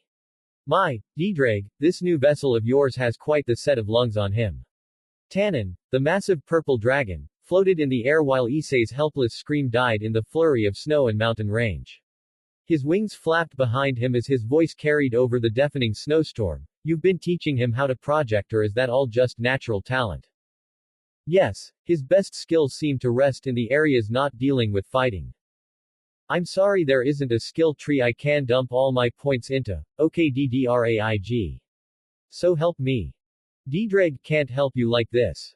The Dragon King warned with his arms folded over in a patient stance. Boosted gear can double your power every 10 seconds in the state it is now, but you'll have to keep using that power to help you move and make sure you don't fall off. The only way you'll safely make it off here is if you can activate your balance breaker. So I have to keep climbing this mountain until I find my scale mail. No, Tannen shook his head, you don't have to climb the mountain. Tears filled Issei's eyes as he hung his head. Oh, thank you. Thank you, merciful. A fireball impacted the mountainside just left of Issei. It exploded and the perverted brunette stared at the spot as flames wafted over him for an instant before disappearing. He looked back and up at his instructor. You're climbing and evading. Flames pooled in Tannen's mighty jaw, ready.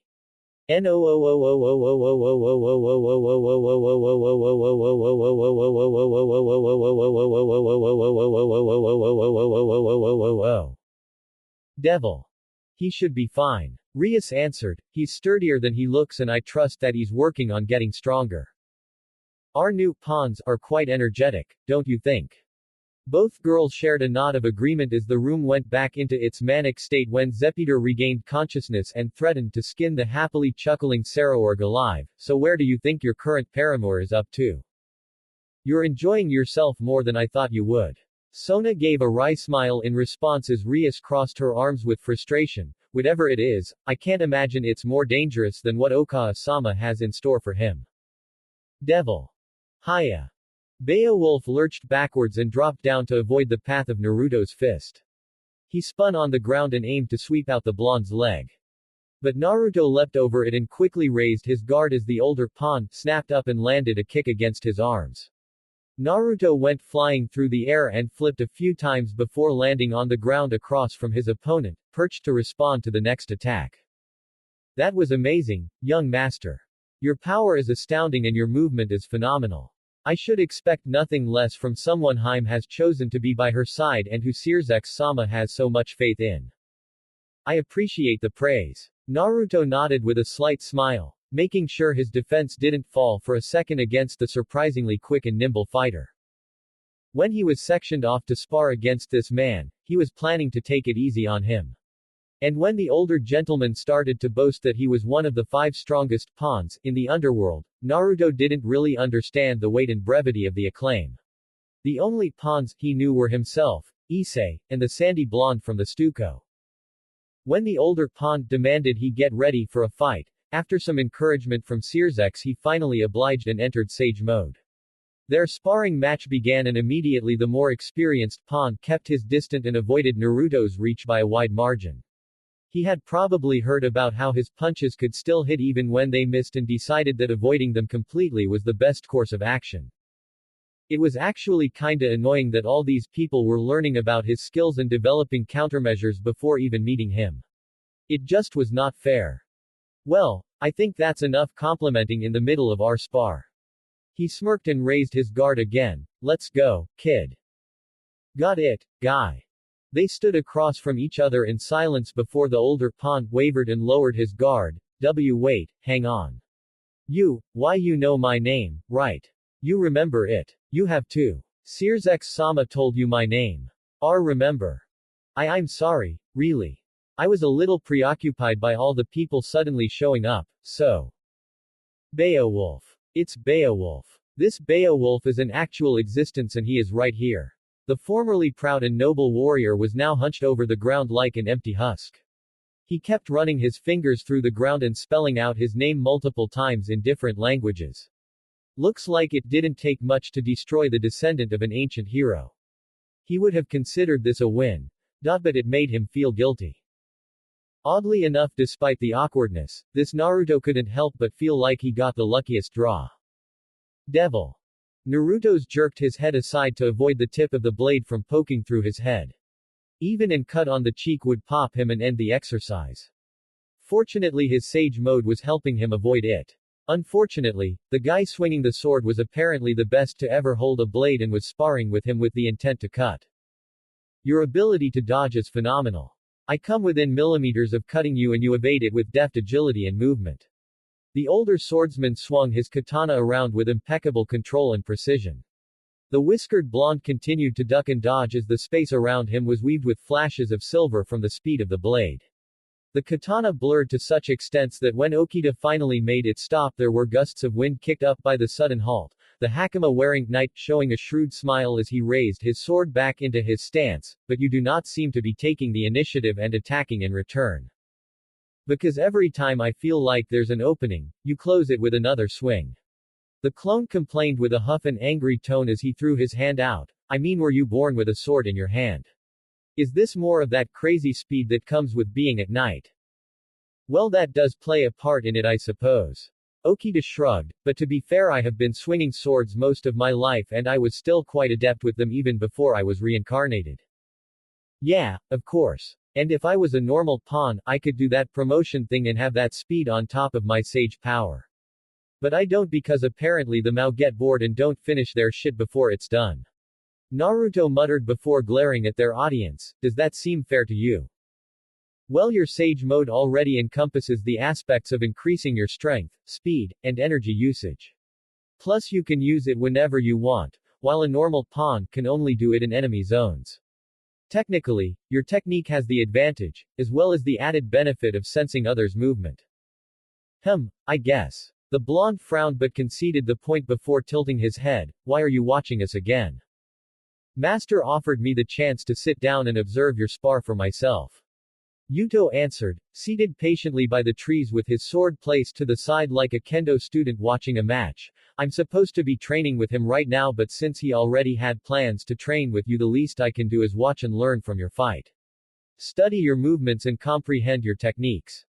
Oh, I guess that okay. Naruto shrugged before he frowned, but lately I feel like everybody's getting the chance to watch me fight and analyze my techniques. How the hell am I gonna surprise people when I'm fighting if they already know everything I can do? We live in an age where everything is recorded and can be viewed by others at any time. Sorry Naruto-san, but if you're looking for privacy and secrecy, then this is not the right place for you to be fighting. Oh, for fuck's sake. I suppose it truly is not a prime place for someone of the shadows such as you to be fighting in, but the ideal time for one such as this has passed. If we do not adapt, we will find ourselves left behind by everyone else. Okita spoke up, an amused smile on his face with his sword lying over his shoulder. You once followed the way of the ninja, while long ago I walked the path of a samurai. You're a samurai? Naruto asked, a laugh slipping out as he crossed his arms with amusement. I should have figured from the way you swing that thing. I didn't fight alongside the samurai for long, but I remember them being great with blades. And I remember shinobi and members of the Anawaban being quite adept in their field of espionage. I remember crossing steel with them a number of times while I was on duty. Yuto chuckled. You're not usually this reminiscent, master. I know, this is quite different for me. Okita said as he chuckled and lifted the blade off his shoulder. Being here, training with this lad and wielding this sword has made me feel quite nostalgic. With a last moment of wistful remembering, the former Shinsengumi captain took his sword in hand and raised it into his fighting stance. Let us fight once more, young shinobi. But how about now? You stop holding back so we can actually start having fun. Oh, you noticed that? Naruto smirked before raising his fists. Well, how about you do the same? Very well, if you insist. Okita smirked and held the blade out to his side. He turned the katana around and allowed it to shine under the light from the colorful sky. Naruto wasn't sure if it was instinct, reflex, his sage mode, the sparks he saw coming off the blade, or how Yuto ducked his head in preparation for the swing. But Naruto kicked off his feet and fell backwards in time to see a blindingly fast slash fly over his face and cleave through several rows of trees behind him. The moment he hit the ground, he leapt back up on his feet and stared at his opponent. A large monster started to come into view behind Okita and snarled at the whiskered blonde. The creature was an amalgamation of several different animals all mixed together, a monkey for the face and a tiger for the body with a snake head for the tail. The yokai let out a low growl as sparks started to dance over the body of the blade again. I have shown you my hand, young shinobi. Now will you answer in kind?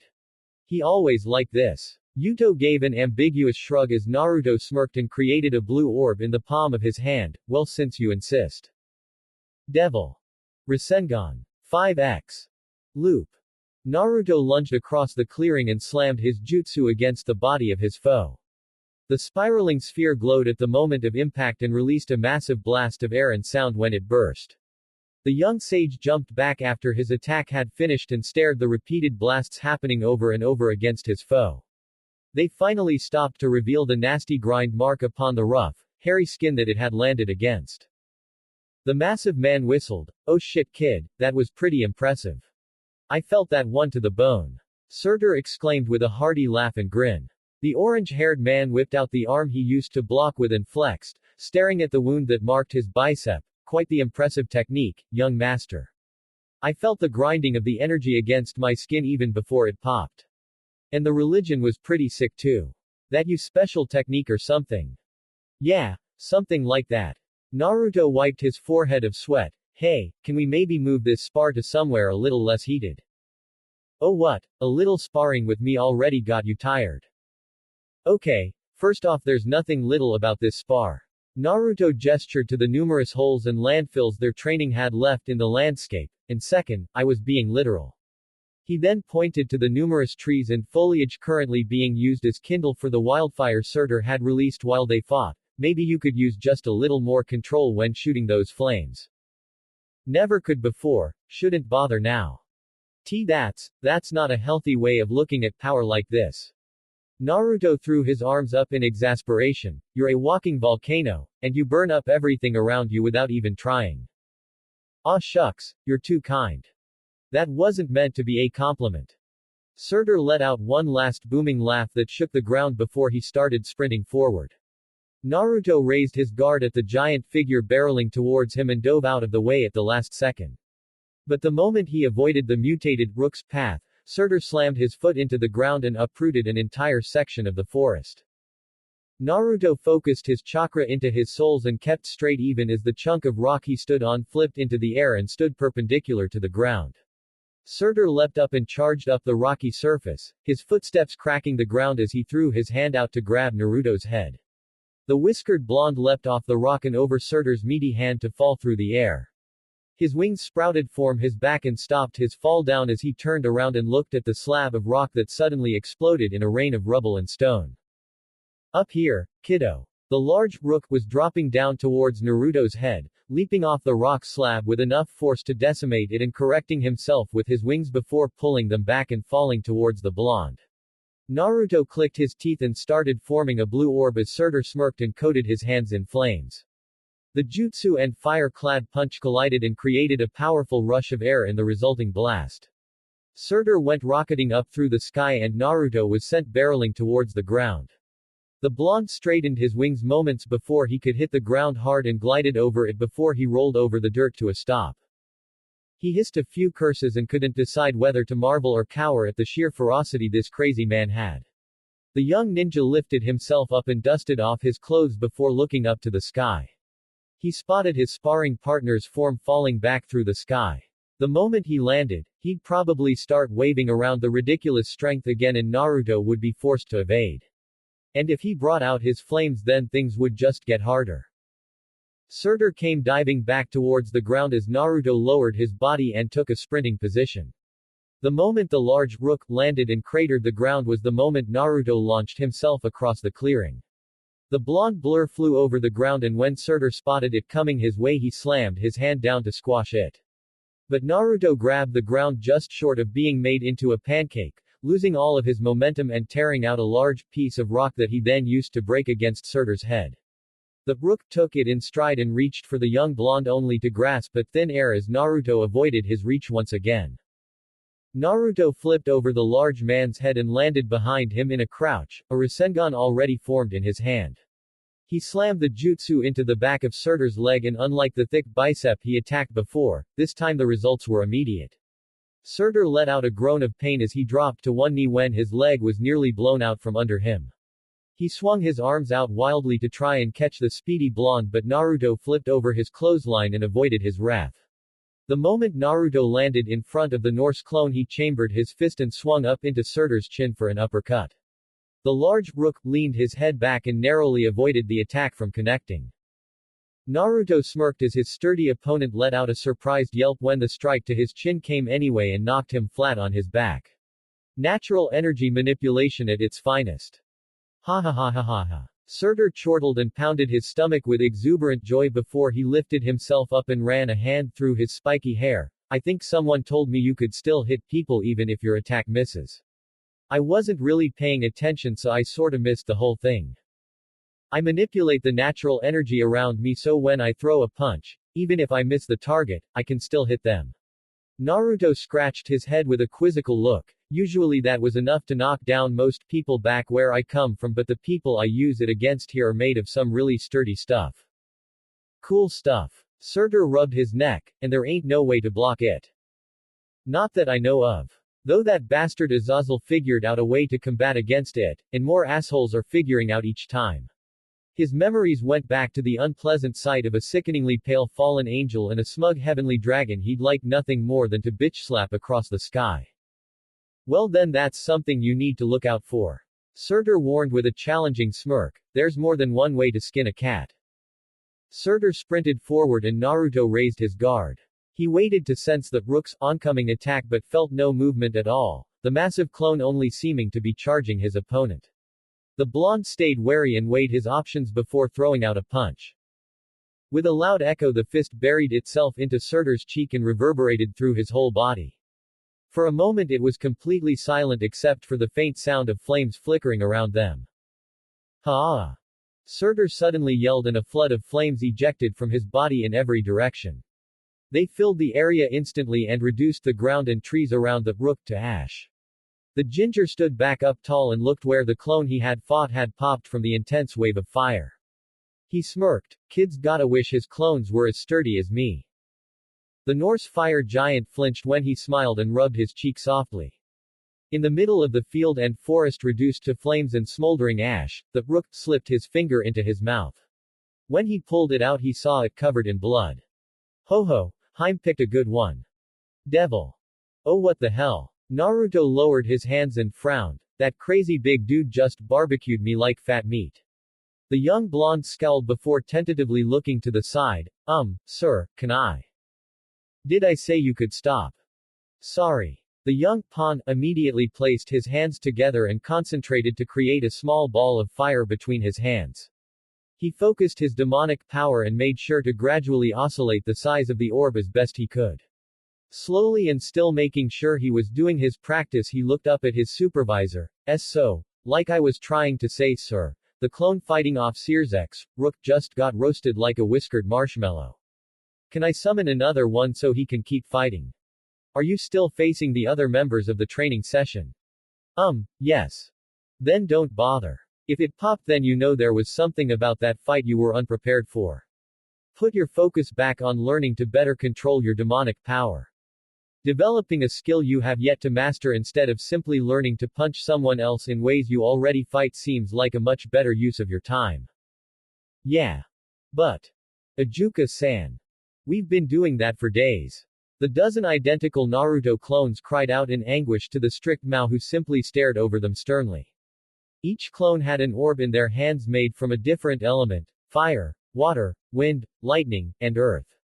When Naruto started this practice of using his demonic power and Rias asked what he could most easily visualize, the first thing to come to mind were the 5 elements.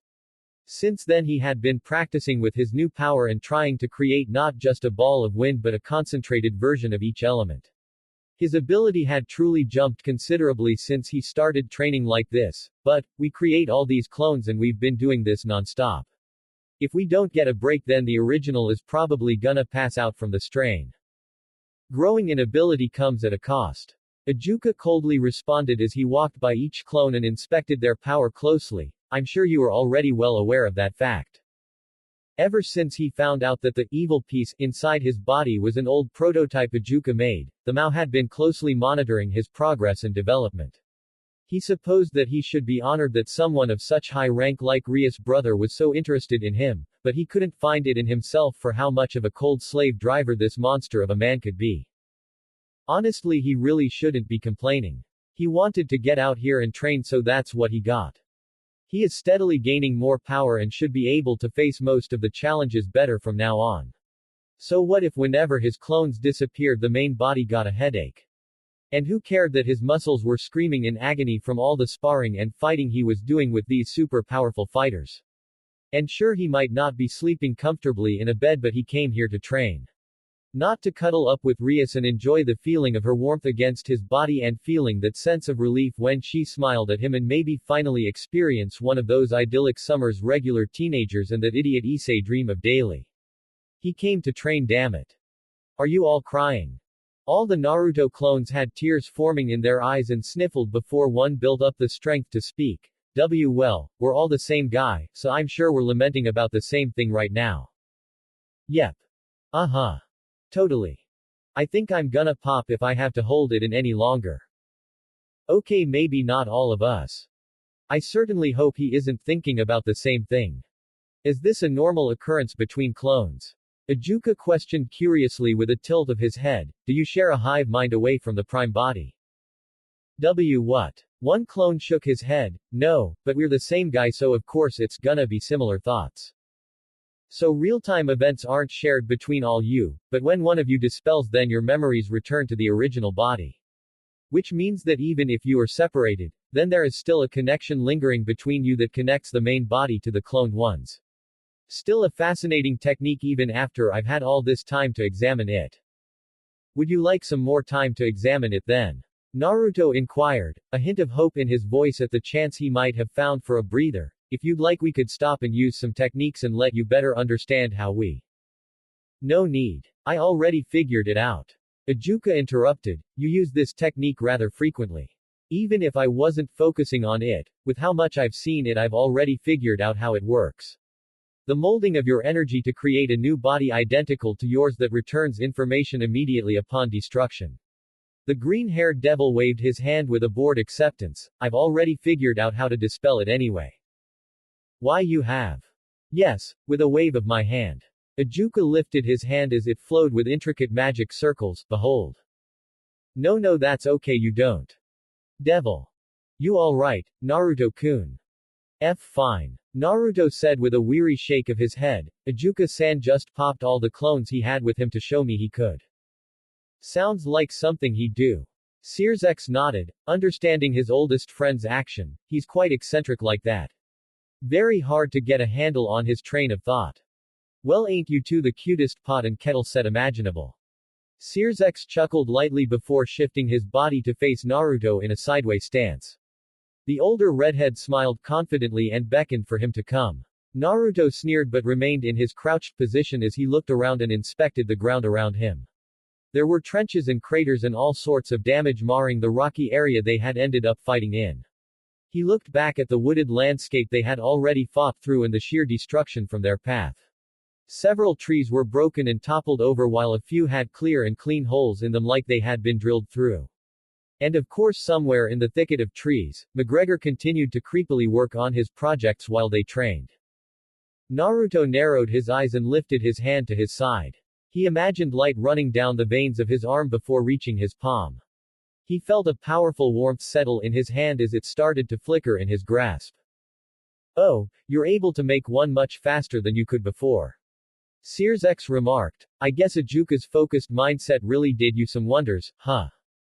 Yeah, keep talking. Naruto's other hand came over the fire and constricted it into a ball before lifting his hand up. The fireball followed his lifted hand while several more balls of fire created from his demonic power followed its path. Between Naruto's hands were several balls of concentrated flames that floated before him for a moment before he threw his hands forward and launched them out. The balls of fire flew but instead of hitting Sears X they pelted the ground in front of him and blinded them out in dust. With several of his other clones destroyed in their fights that let Naruto summon two more to his side to help him fight. They leapt through the air and pounced on the cloud of dust to attack their foe while he was blind. Naruto clicked his teeth as memories quickly flooded his head with their destruction. Several small spheres came flying out of the cloud of dust and made holes when they did. They circled around the entire cloud and erased any particles that were in its way in moments. The cloud of dust was vaporized and revealed a nonplussed Sears X in its center. The three orbs of red and black hovered by his side as Sears X smiled cheekily. I'm glad you weren't brazenly jumping into the fight without any thought. Yeah, already tried that. Naruto threw his thumb over his shoulder and towards the destruction behind them, didn't work out so well. Learning from your battles. You'd be surprised how many people still have to figure stuff like that out even at my age. Well, considering the people I'm fighting and the state I'm in, it would be in my best interest. Naruto remarked as he held out his palm again and converted his demonic power to rock. With a yell he slammed his palm into the ground and with a mighty crack watched as a split formed in the earth by his feet. Of course that doesn't mean I still can't play bigger too. He forced his fingers into the cracks and with the strength bolstered by his sage mode he flipped several massive chunks out of the rocky landscape. The slabs of rock were lifted up into the air and fell over on top of Sears X. The Lucifer narrowed his eyes and sent his ruin of destruction orbs out to defend himself. The orbs of demonic power barreled through the slabs of rock falling down on top of him.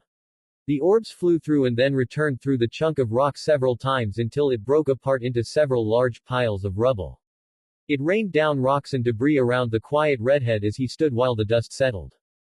Naruto leapt over a rock and came down at Sears X with a Rasengan in hand. He buried it into the spot Sears X had stood a moment earlier, the mouse sidestepping the oncoming danger that cratered the ground with a splintering web. Naruto clicked his teeth and glared at the retreating crimson-haired devil before chasing after him. Sears X kept a comfortable space between them and avoided being in Naruto's reach. He flicked his hand out as the black orbs went flying away from his side and flew for the whiskered blonde. Naruto cartwheeled away as the black orbs barreled through the boulder that had been behind him and left distinct fissures in its wake. The blonde slid over the ground and looked up to see the orbs training back on him. He gathered his demonic power in his hand again and with his next dodge he whipped his arm out and tossed another orb at Sears X. The redhead Mal leapt aside and avoided the fiery explosion coming his way. He grew his wings and flew up as an orb of water and wind exploded against each other. Get back here! Naruto charged after Sears X while screaming at the top of his lungs. He weaved side to side as two black orbs came flying for his head and flew straight into the ground when he dodged. His hand reached behind him and yanked out his fighting knife as he jumped through the air and flew at Sears X. The redhead lurched back as Naruto thrusted his knife for his body. A ruin of destruction came flying up from the ground right through the knife, disintegrating the blade and leaving only the handle in the younger man's grasp. Oh come on. Naruto lamented as he dropped back to the ground and stared at the ruined knife in disbelief. I paid 4,000 yen for this thing. Damn it all. No need to be so upset. Sears said as he lowered himself to the ground and stood beside the downtrodden blonde. He retracted his wings and patted his back. The loss of a knife is not enough to be so depressed about. Says you. I don't have money to burn. Plus I haven't exactly been putting in the extra hours at the ramen shop and Gramps is just barely letting me hang on by a thread. Naruto waved the broken weapon around aimlessly before letting it drop from his hand. Son of a bitch. Well, in fairness, I'm not sure how much damage a 4,000 yen knife would have done against your future enemies. He tried to alleviate the pain, but Naruto still looked miffed by the loss of his weapon. Sears sighed and scratched his cheek. But if it's really bothering you so much, McGregor, he called out, if you have some spare time later, I have a project for you. Is it fun? Probably. Happily then. Sears nodded and looked down at Naruto. There, all cleared up. Now should we call it a match? Huh. Naruto tilted his head before standing up. Oh, this wasn't the end of the match. The blonde stood across from the redhead and smirked. It's a distraction. Sears heard something cutting through the air and looked back to see a Rasenshuriken being thrown his way.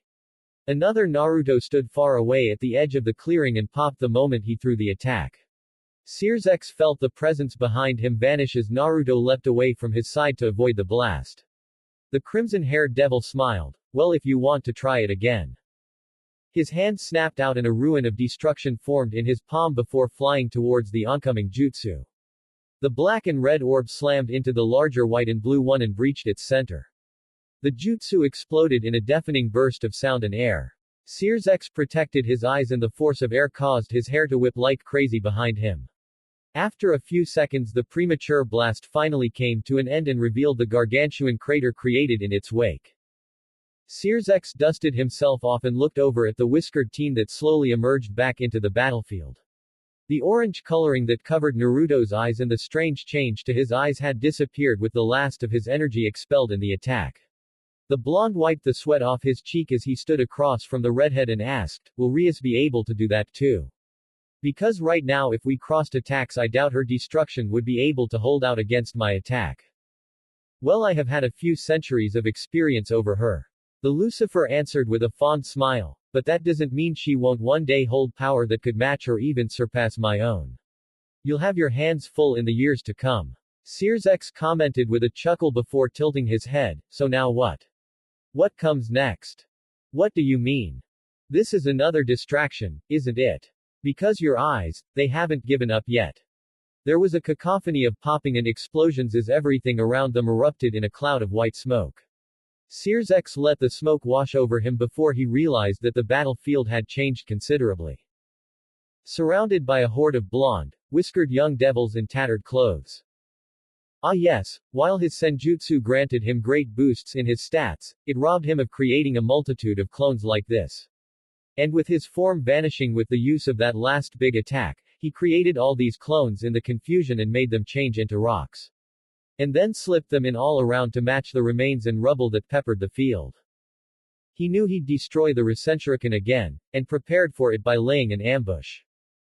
As Sears was swarmed on all sides by the mob of clones, he smirked to himself. He was proud to know his future brother-in-law could play bigger and smarter than most others his age.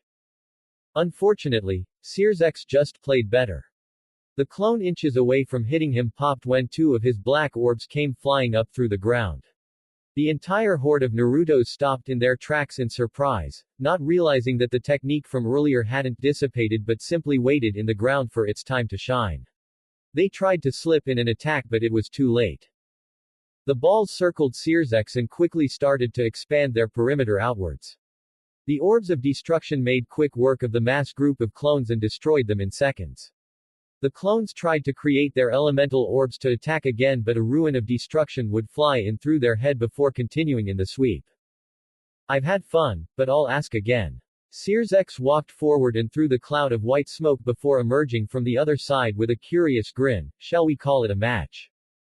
Really pissing me off right now. Naruto muttered from his spot on the ground, seated in his meditation pose to gather more power but stopped by the orbs of destruction on either side of his head. How did you know I would pull that move?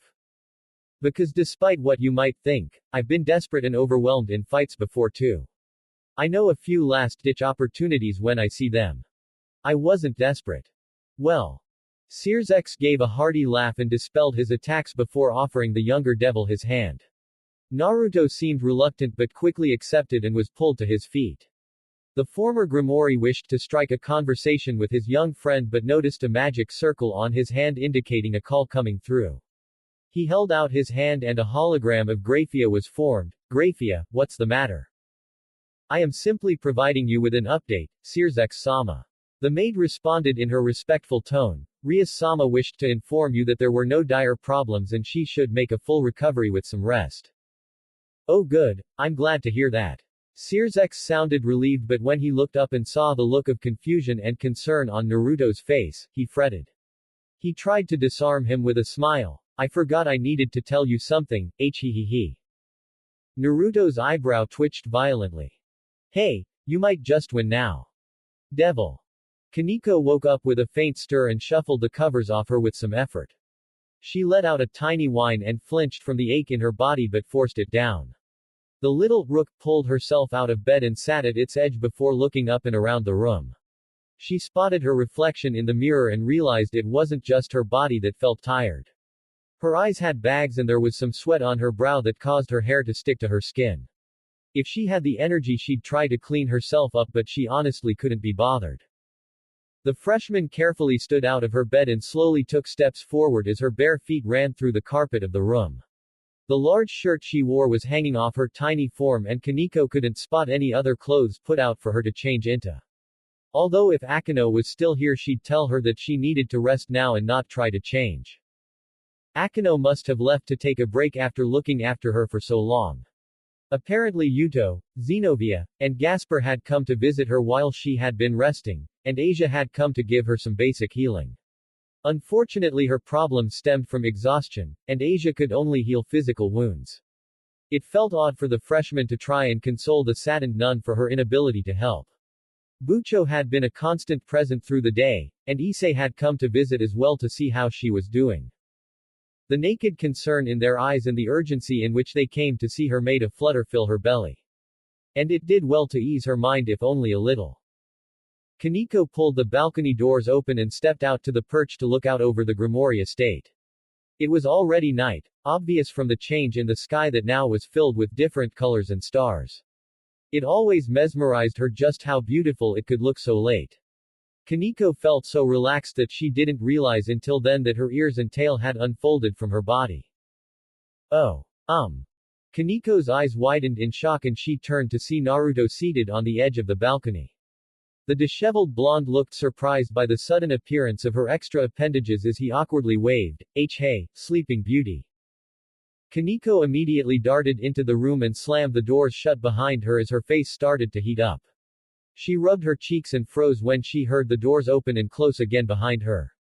The white-haired girl lowered her head, her heartbeat filling her ears as fear caused her limbs to shake. With a deep breath she shuffled around, gripping the edge of her shirt tightly as she looked up at the tall blonde. I didn't know you had those. I wasn't a human before Bucho reincarnated me. Koneko muttered softly, I was a nekosho. A special type of nekomata, yukai. Guess they aren't just for decoration. Naruto took a step forward but stopped when he saw Koneko flinch at his approach. He kept his distance but knelt down so he could look up into her eyes. What happened? I just pushed myself a little too far. The young teen sounded guilty as she said that and lifted her eyes to look into Naruto's. She still looked ashamed for whatever reason but kept her gaze on him while she spoke. I was trying to get stronger but no matter how hard I push myself there isn't a change. Except when I. Kaneko's voice went silent but the ears on her head twitched and the tail sprouting from her back swayed. You're stronger when you're like this. Naruto finished her sentence, earning a small nod from the younger girl. The blonde shrugged, if you're stronger like this, then why don't you use it? Koneko didn't give him an answer, but instead extended her hand towards him. He stared at the offered hand for a moment before looking up to see the timid expression on her face. Carefully Naruto settled his hand in hers, her small hand resting in his palm before it curled up. He felt a strange sensation wash over him as he held her hand. One he was extremely familiar with, but not one he was expecting. He felt the same feeling of his eyes changing when he gathered natural energy, but then felt the natural energy be drained from him and his eyes return to normal. The exhaustion and fatigue he had carried with him hadn't disappeared, but had lessened with her trick. He looked at his young friend in surprise as she pulled back her hand and rested it against her side. I'm a sage too. Nekomata can manipulate natural energy and we can channel Tuki and utilize Yujutsu and become stronger and heal people. I knew what your power was the moment you used it in the raiding game, and that's why I was scared of you after it.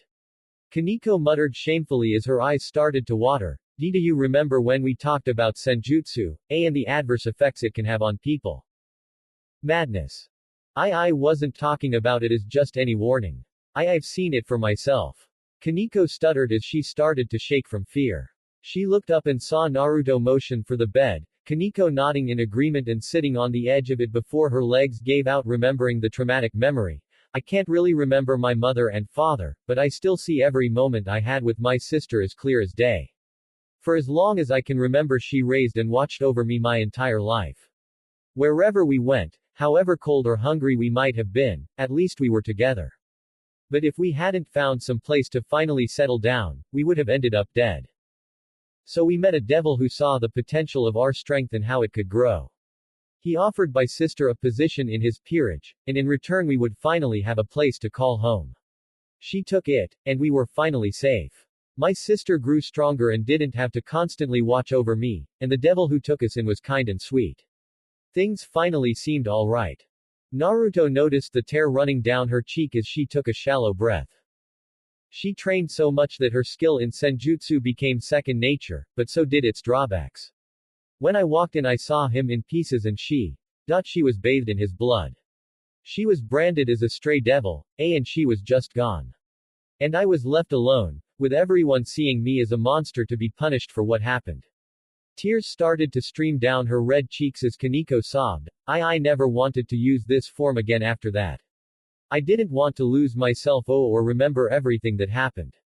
But I can't get stronger without it. I don't know what to do. A hand settled over the ones resting in her lap and caused Koneko to gasp.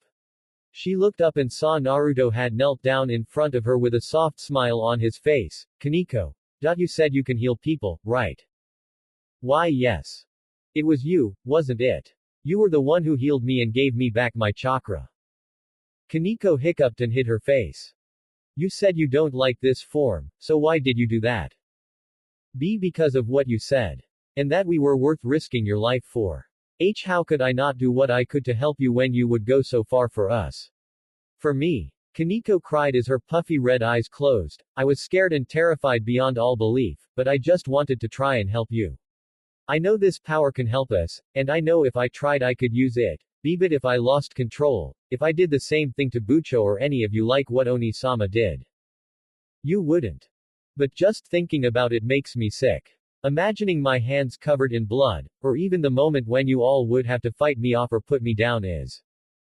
Koneko. Naruto's hand grasped Kaneko's tightly as she looked into his eyes. You can use that power or not, that's your choice. You will get stronger, and we will help you do that. But don't be ashamed of yourself. Don't hate who you are. But what if I'm a monster? I find that hard to believe. Koneko looked up at him and saw the smile on his face. No matter what happens, I can't see you being anything else but the cool little devil we all know and love. The girl who loves her friends and family enough to put their well-being over her own. You realize that, right? Kaneko's tears continued to fall and she whimpered before lowering her head. She felt her body being pulled into Naruto's for a gentle hug as his hand gentle stroked her hair. Her quiet sobs were muffled by his chest as he whispered into her ear that it would be okay. Memories of a similar state where her sister calmed her down came to mind, and the tears fell even harder. Devil. Naruto closed the door behind him after putting Koneko to sleep. The little Nekomata had tired herself out from her crying and Naruto tucked her in before stepping outside. Sounded like you took a lot out of her. He looked to the side and saw Akeno standing by the wall with a tray of tea that had gone cold while she waited. The blonde faced her. She's probably gonna be asleep for a little longer. That's a good thing. Poor girl needed her rest.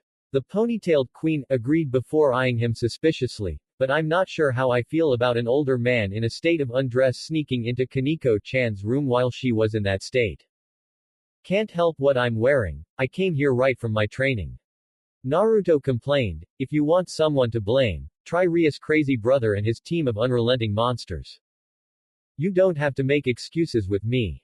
Come running along in any state of undress that you like. Just expect some kind of reaction when you do. Akino said as she walked past him and for the door, but if you are coming by here, maybe stop in and check with Bucho. You know how she worries when you disappear. Wait. Naruto called out before Akino could slip through the door and disappear.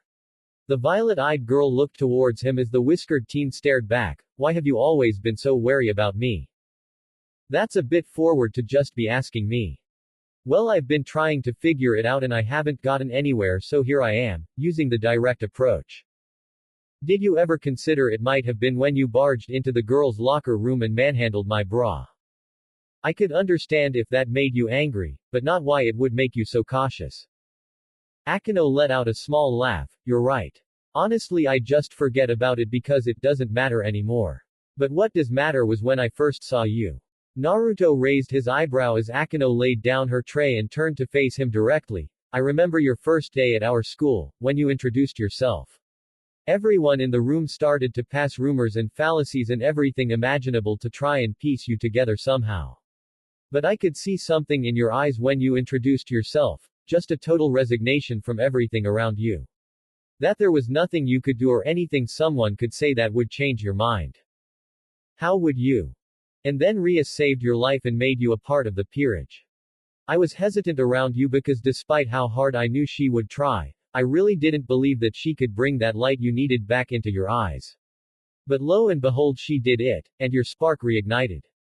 And in the process I found out you were a man to recklessly jump into the most dangerous situations with little regard for your life. Akino's tone grew harsher as her eyes narrowed. I can completely understand the desire to protect the people you love. I would do whatever I could for them as well. But never die. Because if I gave my life for them, then they won't be able to honor my sacrifice, only live with the pain of me being gone and the gap that leaves in them. Because that's the truth about sacrifices like that, you don't protect them so they can see the next day, you leave them with a hole in their heart, and now that Rias has fallen for you, actions like running into battles you can't fight anymore or disappearing off somewhere hurt her more than ever. Despite the energy in Akino's tone, Naruto never once looked away in shame or guilt. He only stared in silence as the energy in her violet eyes disappeared and she collected herself. After a moment of silence between the two, Naruto finally spoke in a quiet tone. People can't say something like that without experience. Akino took a deep breath and fixed her hair out of her eye. She turned back around and bent down to pick up her tray. I think more than anyone else in our peerage, I can empathize with Koneko-chan the most. Being left behind. Being afraid of what you really are. How awful and suffocating it can feel. I've been where she is, and it is hell. Once upon a time Naruto believed there was nothing worse in this world than having no one to call your own. But as he grew up he realized there was a pain even worse than loneliness. Loss. One he had only recently been alleviated of thanks to the Orc and Kurama's return, but most people weren't so fortunate. I'd ask why you don't like me either, but it probably stems from a number of reasons. I'm sure everything I just said is just another reason on a list. Akino smiled beautifully and stepped inside the room as she left. Goodbye, Naruto-san. If your training ends up causing you serious pain, be sure to spare no detail. The door closed behind her as Naruto sighed and turned around. There was a reason he didn't trust Akino, but it really wasn't anything complicated or hard to understand. How could he trust someone who faked their smile so easily? Devil. Naruto felt a hand grip his shoulder and jostle him awake from his drowsy stupor. He moaned and sunk further into the pillow his arms provided him. No, go away. Need sleep. Naruto, now is not the time to be taking power naps. Rias warned while nudging him a little harder. Those psychos can wait for training. I need to rest a little longer. You're not training. We're at a gala and you're snoring. Naruto's eyes creeped open and he lifted his head to see he was seated at a table at the edge of a large ballroom. There were many distinguished-looking men and women of every size walking around the room, and some spared looks his way at his uncouth behavior. Of course most others were more focused on speaking with each other. Naruto sat back in his chair and looked down at the suit he was wearing. I don't even remember putting this on. Oni-sama and Ijuka-sama must have really put you through the ringer. Rias drew a chair to sit by his side and placed her hand on his lap as he yawned. Will you be alright with staying at this party? Just need to fill my gut and walk around a bit. I'll be fine. Alright. Rias softly said before her eyes traveled over him and laughed. My, you clean up very nicely. What do you think about me? Do I even need to say it? Feels like you already knew the answer. Naruto opened his eye and saw Rias giving him a subtle pout. The childish response was really the only thing about her that could even be remotely considered as childish. Her lips had been glossed with lipstick and her cheeks blushed with makeup, with her long red hair tied up behind her head in a bun. And her gorgeous figure was displayed with the dark red dress that hugged her form. He didn't want to look because then he would just be staring, but he pulled his eyes away long enough to mutter, "You look fine." Oh. Rias playfully stretched her word, no doubt noticing the slight color change in his cheeks when he looked. That seemed to be enough as she touched his arm. There are a few people I need to talk to, so please make sure not to fall asleep again, okay? He hummed and watched her walk off to engage in conversation with others. After a moment Naruto pushed himself up and started walking around the ballroom with the catering and drinks in mind. While he walked he looked around the room and spotted some particular figures that drew his eye. There was Gasper, wearing a little dress of his own because of course he would. Issei and Asia appeared to be having a discussion with the little sister of the Phoenix guy they fought a few months back.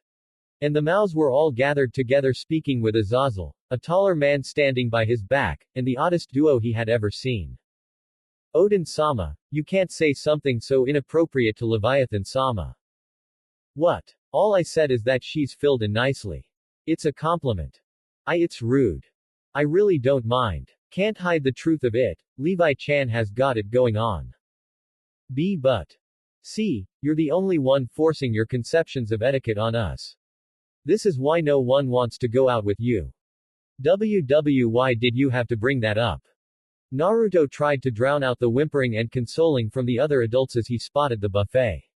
He grabbed himself a glass of champagne and stated digging in. Naruto, there you are. Zenobia walked up to him and folded her arms under her chest as she joined his side. I haven't seen you at all since coming back. Hey Zenobia. You're looking nice. He motioned to the blue dress she wore and then offered her a glass of the same thing he was drinking. I was busy training with Rias' brother this whole time. You trained with a Mao? The former church warrior questioned in surprise. That must have been quite the experience. That's a more than generous way of looking at it. Naruto commented with a hearty gulp of his drink. He looked to the blue-haired woman. What about you? How was your training? Lucrative. Azazel permitted me to a training center at the Gremory headquarters so I could push myself. It was very trying, but I was able to sharpen my skills even more, which is always welcome. The green streak in her hair swayed as the knight looked around. What time I didn't spend training, I explored more of the underworld. And what did you think? I think it's beautiful. Zenobia softly admitted while looking down at her glass and swirling its contents. The people here are considerate and the landscape is so peaceful and beautiful. I always expected the worst of this realm because of the stories, but in truth it is such a wonderful place. Naruto smiled as he took another sip. Glad to hear. I also masturbated for the first time, which was a lot of fun. Many eyes traveled their way at the sudden spray that left Naruto's mouth and the horrid gagging that followed as he gasped for air. I had always avoided it when I was a human, but since I'm a devil it's part and parcel to delve into worldly desires, as I'm sure you remember. Zenobia continued with an excited look on her face. It was such an experience, and some people at the Gremory Institute were surprised it was my first time. Most of the males said that an experience with them would have been more fulfilling, but many of the females laughed at that. In fact, some took me aside and propositioned. Zenobia. Naruto placed his hands on her shoulders and looked her in the eyes, doing his best to look commanding despite the dribble and redness in his eyes. Don't tell anyone what you just told me. Ever. At all. Why not? Because we keep things like that secret. Just to ourselves. Hush hush, okay. Is that what you do when you masturbate? Don't say that. Naruto bit his lip. Yep, that's what I do. Ah, I understand. She nodded and downed her drink in one go. With a sharp gasp she put her glass down and nodded. I'm going to mingle a little bit more. I'll talk with you later, okay? Please let their next conversation be easier on his heart. The blonde took a deep breath and looked around the room. He saw the members of the orc spaced out around the room talking with many other people. They all looked to be having fun. But someone was missing. Devil. Walking through the darkness of the forest in the night was unsettling. The animals chirping and squeaking as they ran. Koneko had traded out the fancy dress Rias and Akino had spent so long picking out for her to instead change into her school uniform. The outfit she didn't mind getting ripped up or damaged. It was for a split second while she looked out the window. In a room filled with people of unimaginable power and skill, she sensed something far away she hadn't felt in ages. Something that drew her outside and away from everyone else. She really wished she had just imagined it. Just her memories and feelings resurfacing after the recent trouble she had. Ah Tilda, you noticed Tilda. That was sweet of you. Koneko looked up and felt a strange feeling grip her heart. Fear. Anxiety. Relief. Disbelief. Hesitation. Nostalgia. Oni-sama. Hey Sharon. You got bigger, NYA. Omake. Culture shock, superheroes. I'm here to talk to you about the Avenger Initiative. The TV screen went black and the lights flicked back on over the room. The orc members stood out of their seats as Issei stretched his arms. Man, I forgot how fun that first one was. How did you like it, Asia? I thought it was amazing, Issei-san. The blonde nun said with excitement in her voice after witnessing the feature for the first time. I thought the struggle Iron Man-san went through after his ordeal was inspiring. And his friendship with his secretary friend was so sweet and heartwarming. I like the fighting and power that suit had. Zenobia added with a sparkle in her eye. I never knew science could create something so powerful and amazing as a full-powered armored suit. Science is certainly not an aspect we should overlook. We might be a few years off from reaching suits like that. That was so much fun. Zenobia said again as Asia nodded enthusiastically beside her. I heard about these movies but I never bothered to see them while I was working for the church. I was missing out. When I see Irina again I should get her to watch them with me. That would be fun. I'm sure it would be good for our dynamic we had movie nights like this every now and then. Rias offered. Her peerage was quick to nod and agree with the idea of a movie night with everyone. The redhead smiled and looked down at the boy seated beside her. And what did you think? Naruto. Huh. The whiskered blonde blinked and came back to reality after staring at the television in complete silence. When he saw the amused smile Rias was showing him he coughed and sat up in his chair. Yeah, it was good. Nice film. Is that all? Well, what else is there to say? How about all your jittery movements or gasps of shock or cheers when something good happened? Akino offered with a coy laugh. You'd almost think you've never seen a movie. I like movies, so what? But no movie back where I came from looked like that. Well, I guess our movies have a few things ninjas can't so easily replicate. Tell me about it. And that armored guy has books and shows and action figures. Rias giggled at the clear excitement Naruto was trying to hide. Yes, he does. We have quite a lot of superheroes like that who are very popular around the world. Remember that movie starring Batman I showed you? The one with the gadgets, right? Oh, he was so cool. The blonde grinned and smiled at the menu for the movie showing the superhero, and people in this world watch these guys all the time. These are the heroes everyone looks up to. Yep. A lot of people are inspired by what they do and what they overcome. That's why there are so many outlets for us to see them though. Yes, senpai, they're all really cool. I need to show you a guy called Spider-Man. I bet you'd like him. The door to the club room opened up and Azazel walked in. Oh, what's going on here? What are you all doing this late? Watching movies. Hey Azazel, Naruto sat up. Did you know about these superheroes? They're freaking awesome. Of course I know. I haven't been living under a rock or coming from a different dimension like some folks. They're pretty common knowledge in this world. Unfortunately, heroes and characters like this aren't so widely known in the underworld. Rias said as she ejected the disc to add back into the collection. Most forms of entertainment come more from old stories and legends. The devils don't have original heroes like that. Then we should bring them over. Let the children of the underworld have some superheroes of their own. While the novel idea was being passed around between the peerage, Azazel stood aside and stroked his chin. He stared at the young devils before a sly grin formed. Now that could be interesting.